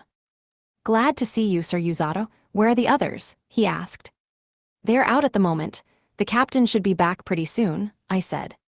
Well, you see, the reason I'm here is because I have a message for you, he replied. He straightened his posture and bowed once again. I am Eroku, and I have the honor of guarding the rescue team in this battle. I will protect your team to the end, he exclaimed. Gee, great, I look forward to working with you, Eroku-san, I responded. His impassioned words surprised me a little, but they also reminded me that his intentions were pure. The enemy would probably make a beeline for our camp, so I had hoped that someone trustworthy, someone like him, would defend us. I could rest easy knowing that he had our backs. Leave it to me. Now, sir, I'll return to my post, he exclaimed. We're counting on you, I said. After bowing politely once more, Eroku exited the tent. He was an incredibly enthusiastic person whose cheerful attitude lit up the room. I watched Eroku walk away, then returned to my chair and stared out into space.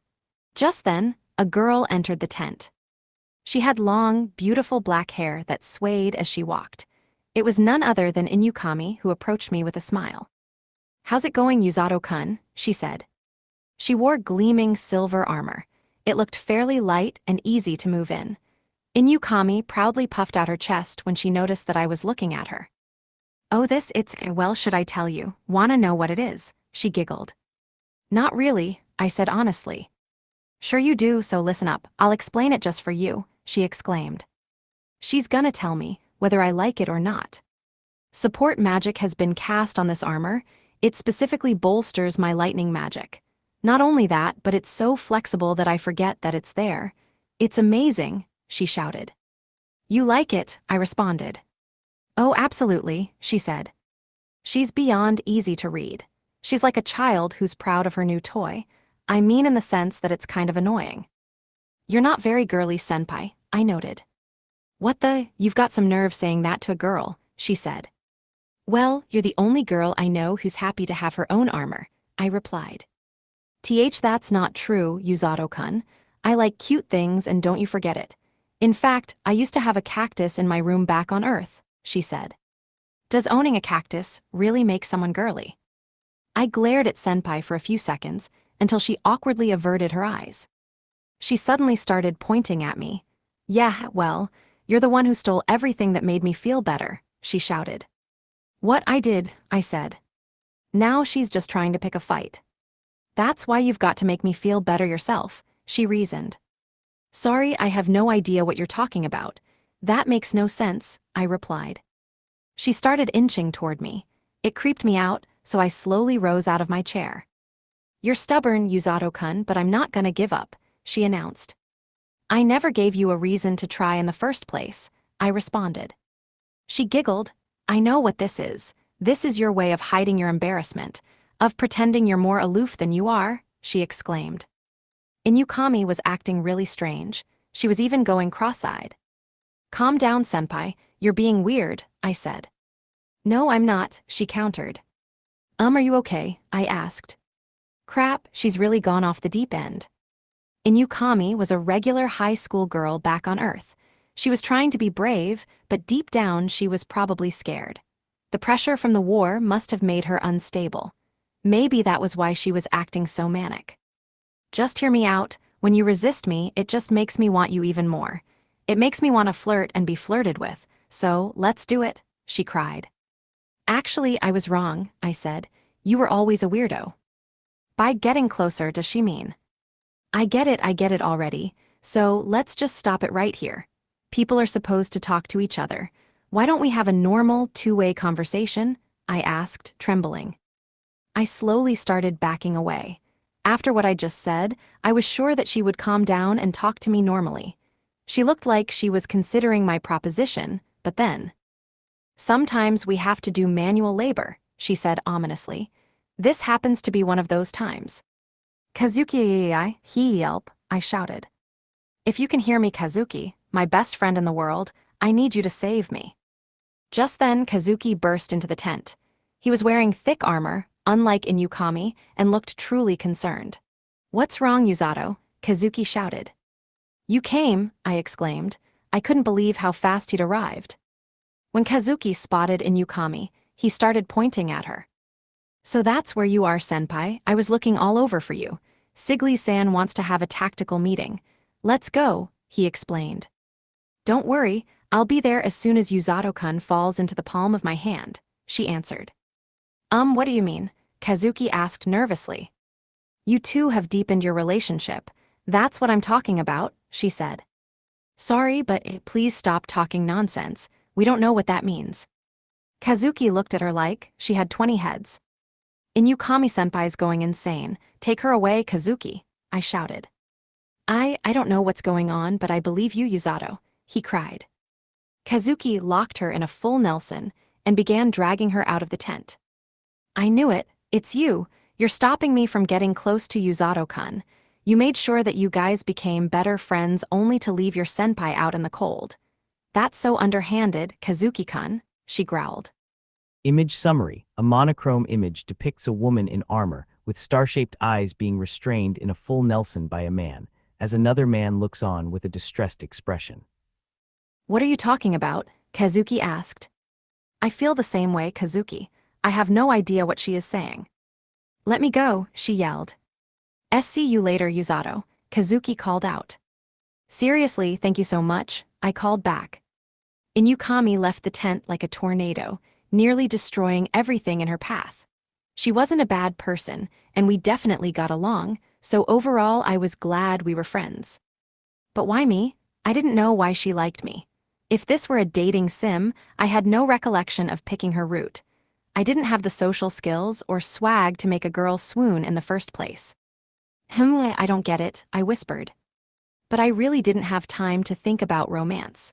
Until the scouts returned to camp, there was no telling when the battle would start.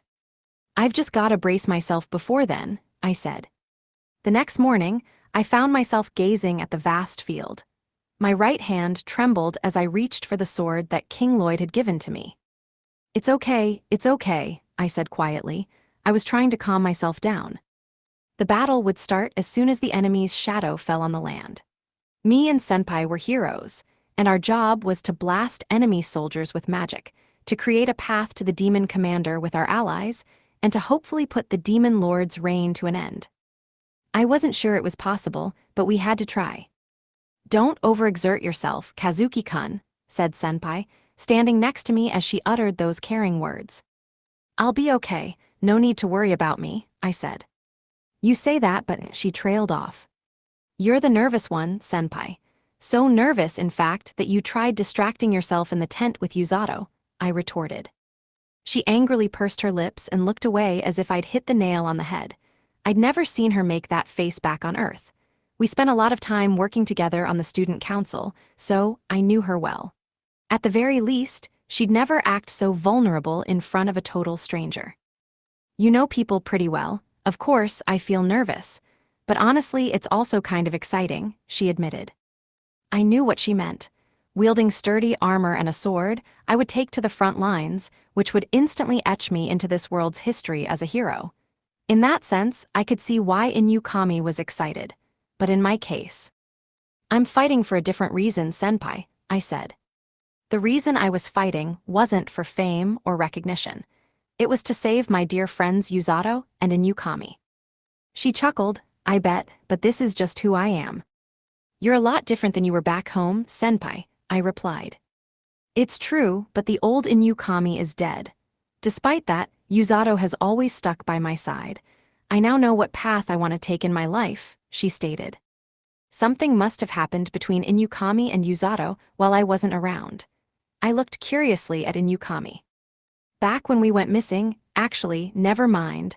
I'll tell you later. If we make it home in one piece, I'll tell you what happened, she said as a smile spread across her face. If why not when? I asked. Is there a reason you have to go home? She asked, still smiling. Inukami was the only girl I knew who could smile in such dire straits. If I was being mean about it, I would say that she wasn't nervous enough. But on the other hand, I found her relaxed attitude reassuring. While we were throwing quips back and forth, a disturbingly ominous feeling swept over my body. Without so much as a thought, I glanced at the grasslands. The Demon Lord's army wasn't here, but they were approaching. Inukami also gazed nervously at the field. Amid a somewhat eerie silence, my heart started to sting. Senpai, I shouted. They're here, she exclaimed. Siglis must have noticed them too. All kinds of orders were dispatched to the troops. A knight who specialized in magic headed to the front lines, just like Siglis had planned. We've got to get ready, Inukami said. I know, I replied. I took slow, deep breaths and boosted my magic. I possessed light magic. I didn't know how effective it would be against the enemy army, but there was only one way to find out. I was getting used to the feeling of power running through my body. As I'd expected, getting used to feeling magic wasn't so easy. The kingdom's army shall fight till we destroy the Demon Lord's army, yelled Siglis from the rear. He was shouting to heighten the soldiers' morale. The soldiers' eyes gleamed. They were ready for battle. We fight for the king, for the people, for Linger Kingdom, he shouted. The fear dissipated from all the soldiers' eyes as they raised their voices to cheer. It was an incredible sight to behold. They were yelling so loud that the ground beneath us was practically shaking. As the troops roared in response, a black shadow stained a hill on the field. The shadow was small, since it was so far away, but it looked like a black blob of darkness. What is that? I mused. Suddenly, shadows descended on the hill like an avalanche. The beings looked somewhat human except for the sharp, pointed horns on their heads. "Prepare the magic troops," Siglis commanded. I yelped when I heard his voice. It brought my thoughts back to the battlefield. I glanced back at the Demon Lord's army as they sped down the hill. "We'll strike first, can you do it?" Inukami asked. "I can and I will, I'll give it everything I've got," I said. I held out my hands and gathered all my magic into my palms. The Magic Knights were on standby on the front lines, holding out their hands just like me and Inukami. We were prepared to blast the enemy with magic the moment they were in range. "Gotta go all out on the first attack," Inukami exclaimed. Sparks flew off her body in every direction. We were both prepared to attack, but the Demon Lord's army did not stop their charge. They were so reckless that it almost seemed like a suicide mission. "When I give the signal, we fire," Siglis shouted. The distance was closing between the two armies. There was no backing out now. I gritted my teeth, opened my eyes wide. "Fire!" Siglis shouted. I yelled as I launched shining, white magic straight ahead. A few moments later, all sorts of magic rained down on the enemy. A terrifying explosion ripped through the sky. "It begins," I whispered. All of us on the rescue team were lined up in front of Rose. "If you're wearing black, you will first head to the field and retrieve any wounded soldiers you find," Rose explained. The thugs in black gave a hearty, "Oorah." Is it just me, or do their clothes seem a little bit off? Wearing black jackets on the battlefield makes them look much more like criminals than anything else. Honestly, if one of them got a hold of me, I'd probably cry. "You two in gray will do your job here. If there's an emergency, leave at once," she commanded. Orga and Uraru answered, "Yes, ma'am." Their clothes looked like mine and Rose's, except theirs were gray. It was their duty to hold down the fort. "Lastly, you and me are gonna weave through the field and breach the front lines," she stated. "Understood," I said. "All right," she shouted. "Tong, Alec, Mill, Gommel, and Gourd, head out." All the thugs raised their voices at once. "Hef, then get going. Do what you did last time and come back alive," she said. "No need to worry about them. They've got so much endurance it's scary." The thugs noisily sped out of the room. The rest of us watched them leave from inside the tent. "I hope Senpai and Kazuki are all right," I murmured as I stared at the exit. "Are you worried about your friends?" Uraru suddenly asked. "Of course," I replied instantly. "I see," she said. "You've got to be careful out there too, Yuzato-kun." "Yeah, I know," I responded. While Uraru and I were talking, Tong rushed into the tent. He was carrying a weeping female knight over his soldier. "I got one," Tong announced. "All ready," Uraru and I said at the same time. "How, the battle just started?" "Well, yeah, it's normal for people to get hurt when there is a war. They're gonna start bringing more in, a whole bunch of them. Tong, leave her to Yuzato and bring us the next wounded soldier," Rose demanded.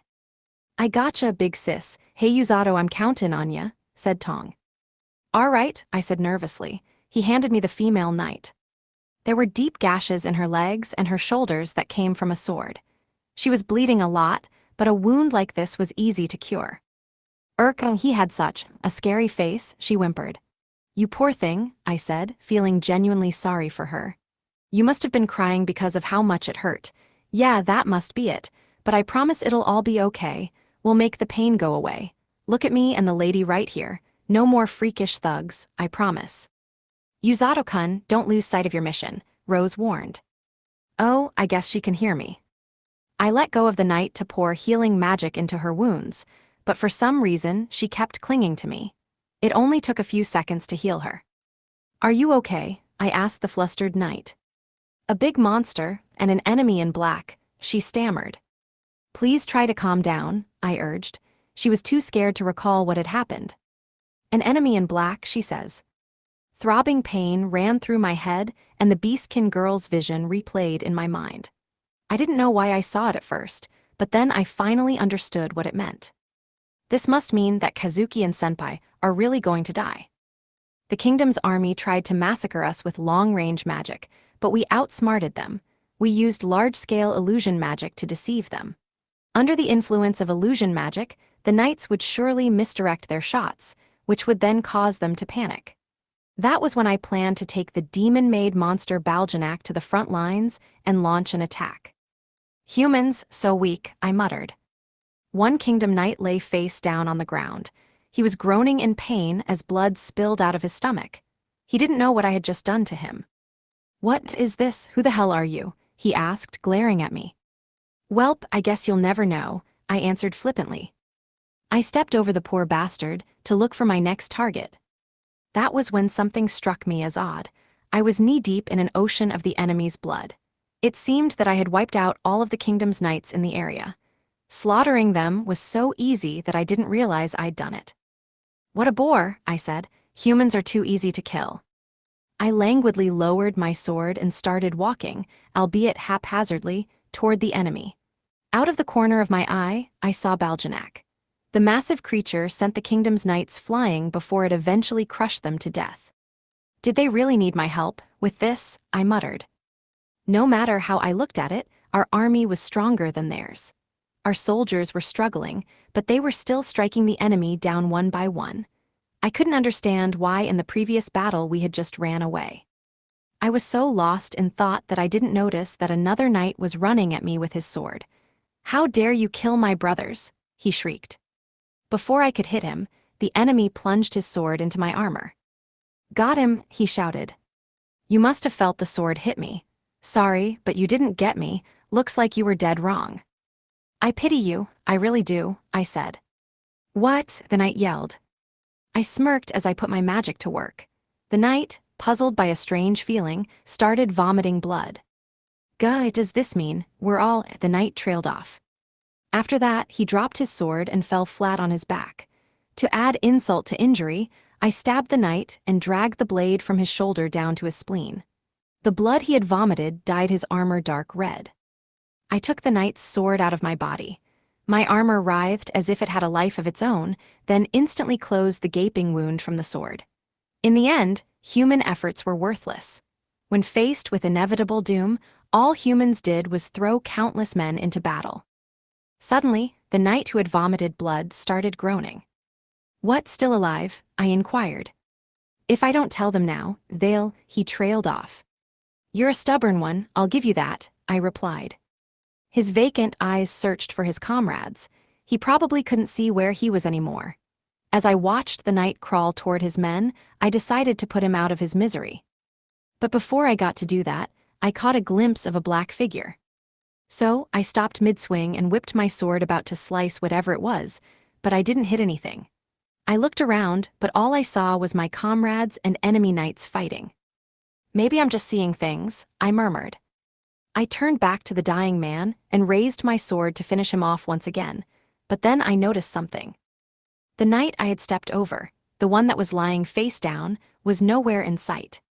Did he crawl away while I wasn't looking?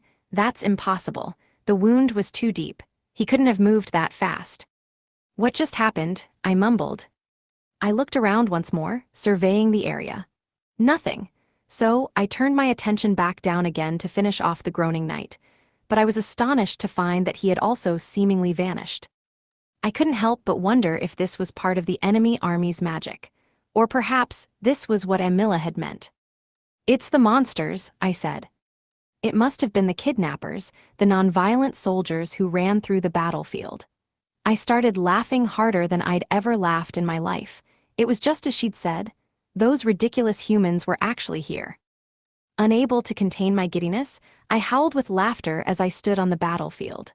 My armor squirmed wildly as if it were trying to express my emotions. When I calmed down, my armor returned to its usual state, and I started walking again. The war wasn't over just yet. There was someone stronger out there, a human who would give me the thrill I was seeking. Just the thought of it kept me laughing like crazy.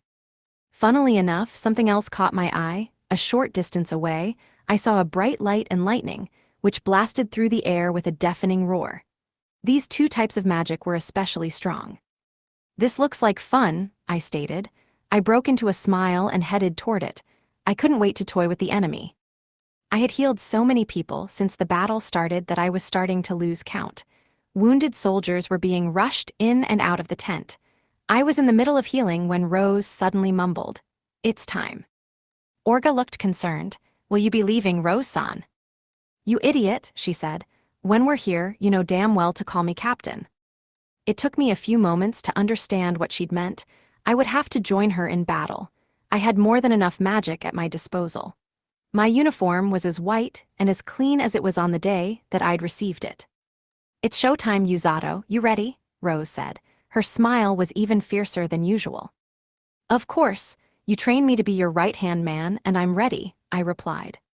Yeah, good to hear. Almost forgot you're a go-getter. Looks like I was worried for nothing, she grinned. Were you worried about me? I asked. I had no idea. Ha, always have a comeback now, don't ya? Orga, Ururu, hold down the fort. If enemies ambush the tent, I want you to run for the hills, Rose commanded. This was important for the siblings in the rear to remember. They weren't very strong, so the best thing they could do in a fight was run like hell. If something were to happen to them, the wounded would go unhealed. Understood, don't worry about us. Just focus on saving as many people as you can, Orga replied. Don't get hurt, Ururu said. Rose simply replied, thanks. She turned away from them and nonchalantly waved goodbye. It looked casual, but I could tell that it was full of emotion. Orga-san, Ururu-san, I don't want this to be our last goodbye. I'll do everything in my power to make sure that doesn't happen, I said reassuringly. Take care, Orga said. Ururu also chimed in. If it's too dangerous, you can always run away, Usato-kun. Please come back safely. After we said our farewells, I attempted to catch up to Rose. Hurry up, she barked. I silently complied and followed her outside the tent. When I emerged from the tent, Eroku showered me with words of encouragement and told me how our soldiers were faring. The enemy had pushed through a good deal of the army, but even so, our men were standing their ground. Sweat dripped from my forehead as I walked behind Rose. Suddenly, she turned to me. I've got one last word of advice, she noted. Yes, I asked curiously. You can't kill anyone, that right? She inquired. Right, I mean my duty is to save people, not kill them, I answered.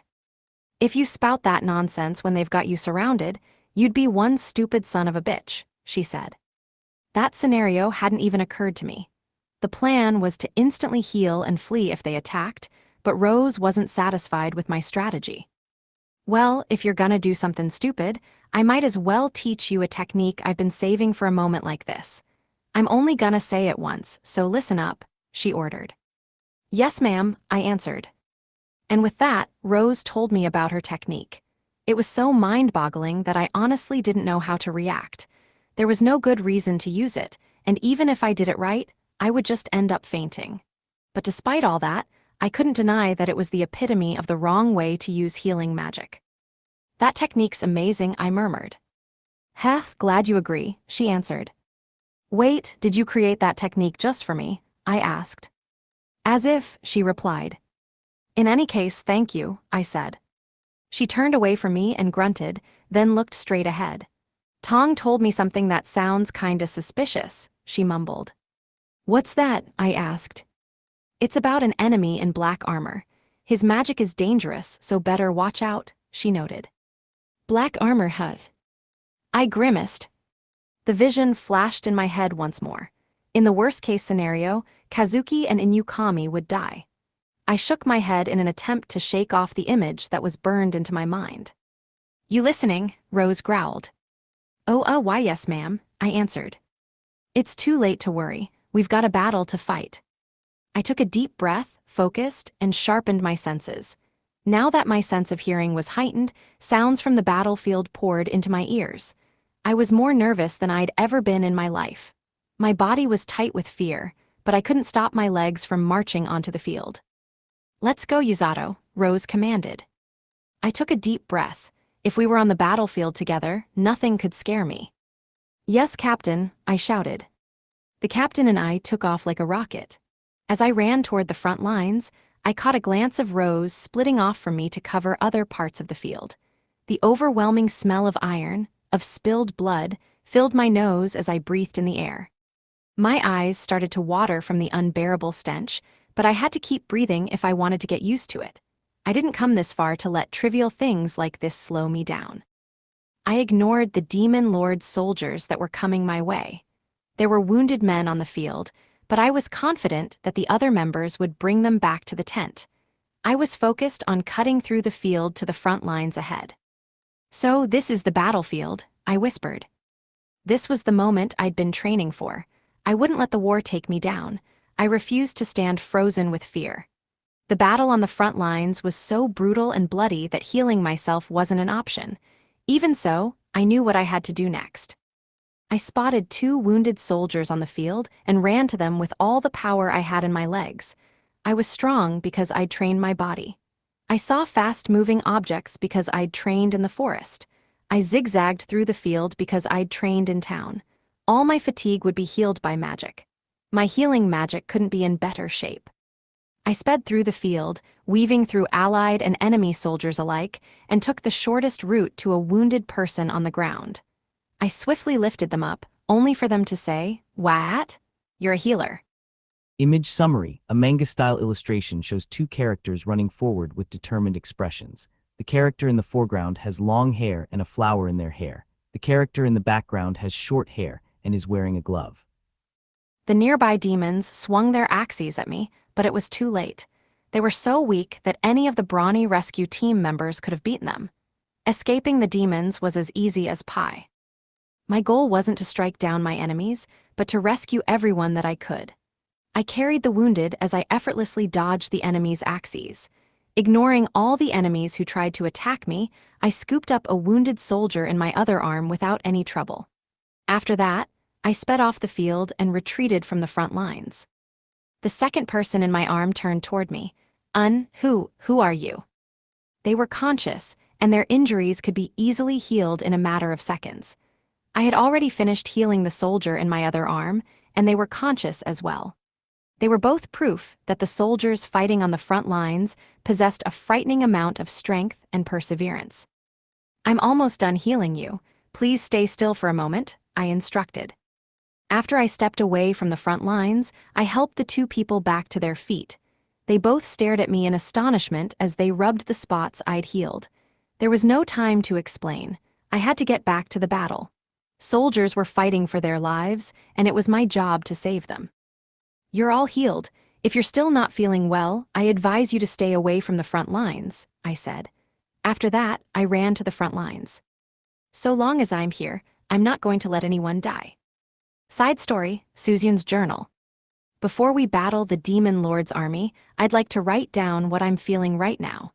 If I die in this war, I want you to read the rest of this journal. I'd like to tell you the story of Suzyun Inukami, the girl who has now accepted her fate. My life was terribly boring. Studies, sports, you name it, I mastered everything I set out to complete. I was blessed with a loving family and great friends at school. It was a picture-perfect life, but a painfully boring one nonetheless. I hated myself, so I asked other people about their futures. I didn't know what I wanted to do with my life and felt jealous when people told me their dreams. I know it's ridiculous. I'm the one who stopped thinking for myself, who closed myself off from the world, because I thought that I could do anything. As it turns out, my attitude only tightened my shackles. I was the one who stopped fighting my fate, and yet there I was, distraught by the state of the world. I know it sounds silly, but that's how I felt. I never wanted perfection. I just wanted a life that wasn't controlled by my parents, but that wasn't something they were willing to give me. I was born into a distinguished family that was chained to old, traditional values. From a young age, I spent my days studying and taking various lessons in the hopes that I would live up to my parents' expectations. I was never allowed to play with my peers. That was when it really hit me. Did I want to live my life as an obedient marionette to my parents? I was disappointed in myself for being perfect. It was clear that a monotonous existence was imminent. Before I came to this world, the thought of it plagued me every day. Some people might say that I'm blessed. If they don't find being born to a distinguished family and being shackled to a predictable life boring, then you know what? Maybe they're right. But that will not make me happy. The truth is, I hated it. Yuzato-kun, Kazuki-kun, this next section's for you. When I was first summoned to this world, the only person I ever thought about was myself. I was ready to start a new life, and I was ecstatic. I had escaped our old world. My mission was complete. but you two are living a continuation of who you were back on Earth. Watching you two really lit up my world. Despite your worries and fears, you had one pure motivation: to get used to life in this world. I had escaped my old shackles and had a chance to walk a new path in life. Watching you two try your best inspired me to start something new. Kazuki-kun is worried about the upcoming battle. Though he may feel uncertain, I can tell that he's trying to find his place in the world. As someone who knew who you were back on Earth, I think your efforts are nothing short of inspiring. It's hard to change who you are, believe me, I know, so watching you do this is simply incredible. Yuzato-kun, you're an interesting fellow. You act kind of stoic around me, but deep down I know that you're incredibly strong-willed. Come to think of it, out of you, me, and Kazuki-kun, you were the first one to decide which path you would take in this world. To be honest, I was really nervous when we talked in the forest. But not only were you unfazed by what I said, you sympathized with me and told me that you admire fantasy worlds. When you told me that you accepted who I wanted to be, that was the happiest moment of all. I wasn't the fake Suzyun and Yukami I was back on Earth. I was the real me in this world, and you accepted me for all that I am. This might be a little too direct, but of all the people to get dragged to this world, I'm glad it was you. As much as you might deny it, you're irreplaceable to Kazuki-kun, and of course, to me as well. That's why I'll do my best to be just like you. When I made that promise to you in the forest, I wasn't kidding. I want to fight for the place where we all belong. Both of you are here in this world. I won't despair anymore. Suzyun and Yukami. Image summary: character design sheet shows Kazuki in school uniform, informal wear and armor, Yuzato in school training and team uniforms, Rose in team uniform, Suzyun in school uniform, informal wear and armor, and Blurin as a bear. The wrong way to use healing magic Volume 1. Chiyumaho no Machigatsuke Kata Senjo Kakuruke, AIH, KUYOIN Vol 1. Copyright Kirakata 2016. First published in Japan in 2016 by Katakawa Corporation, Tokyo. English translation, rights arranged with Katakawa Corporation, Tokyo. ISBN 978-1642732-276. No part of this may be reproduced or transmitted in any form or by any means, electronic or mechanical, including photocopying, recording, or by storage and retrieval system without the written permission of the publisher. For information, contact One Piece Books. Every effort has been made to accurately present the work presented herein. The publisher and authors regret unintentional inaccuracies or omissions and do not assume responsibility for the accuracy of the translation in this book. Neither the publishers nor the artists and authors of the information presented in herein shall be liable for any loss of profit or any other commercial damages, including but not limited to special, incidental, consequential, or other damages. Written by Kirakata. Art by Kiji. Translated by Christy Fernandez.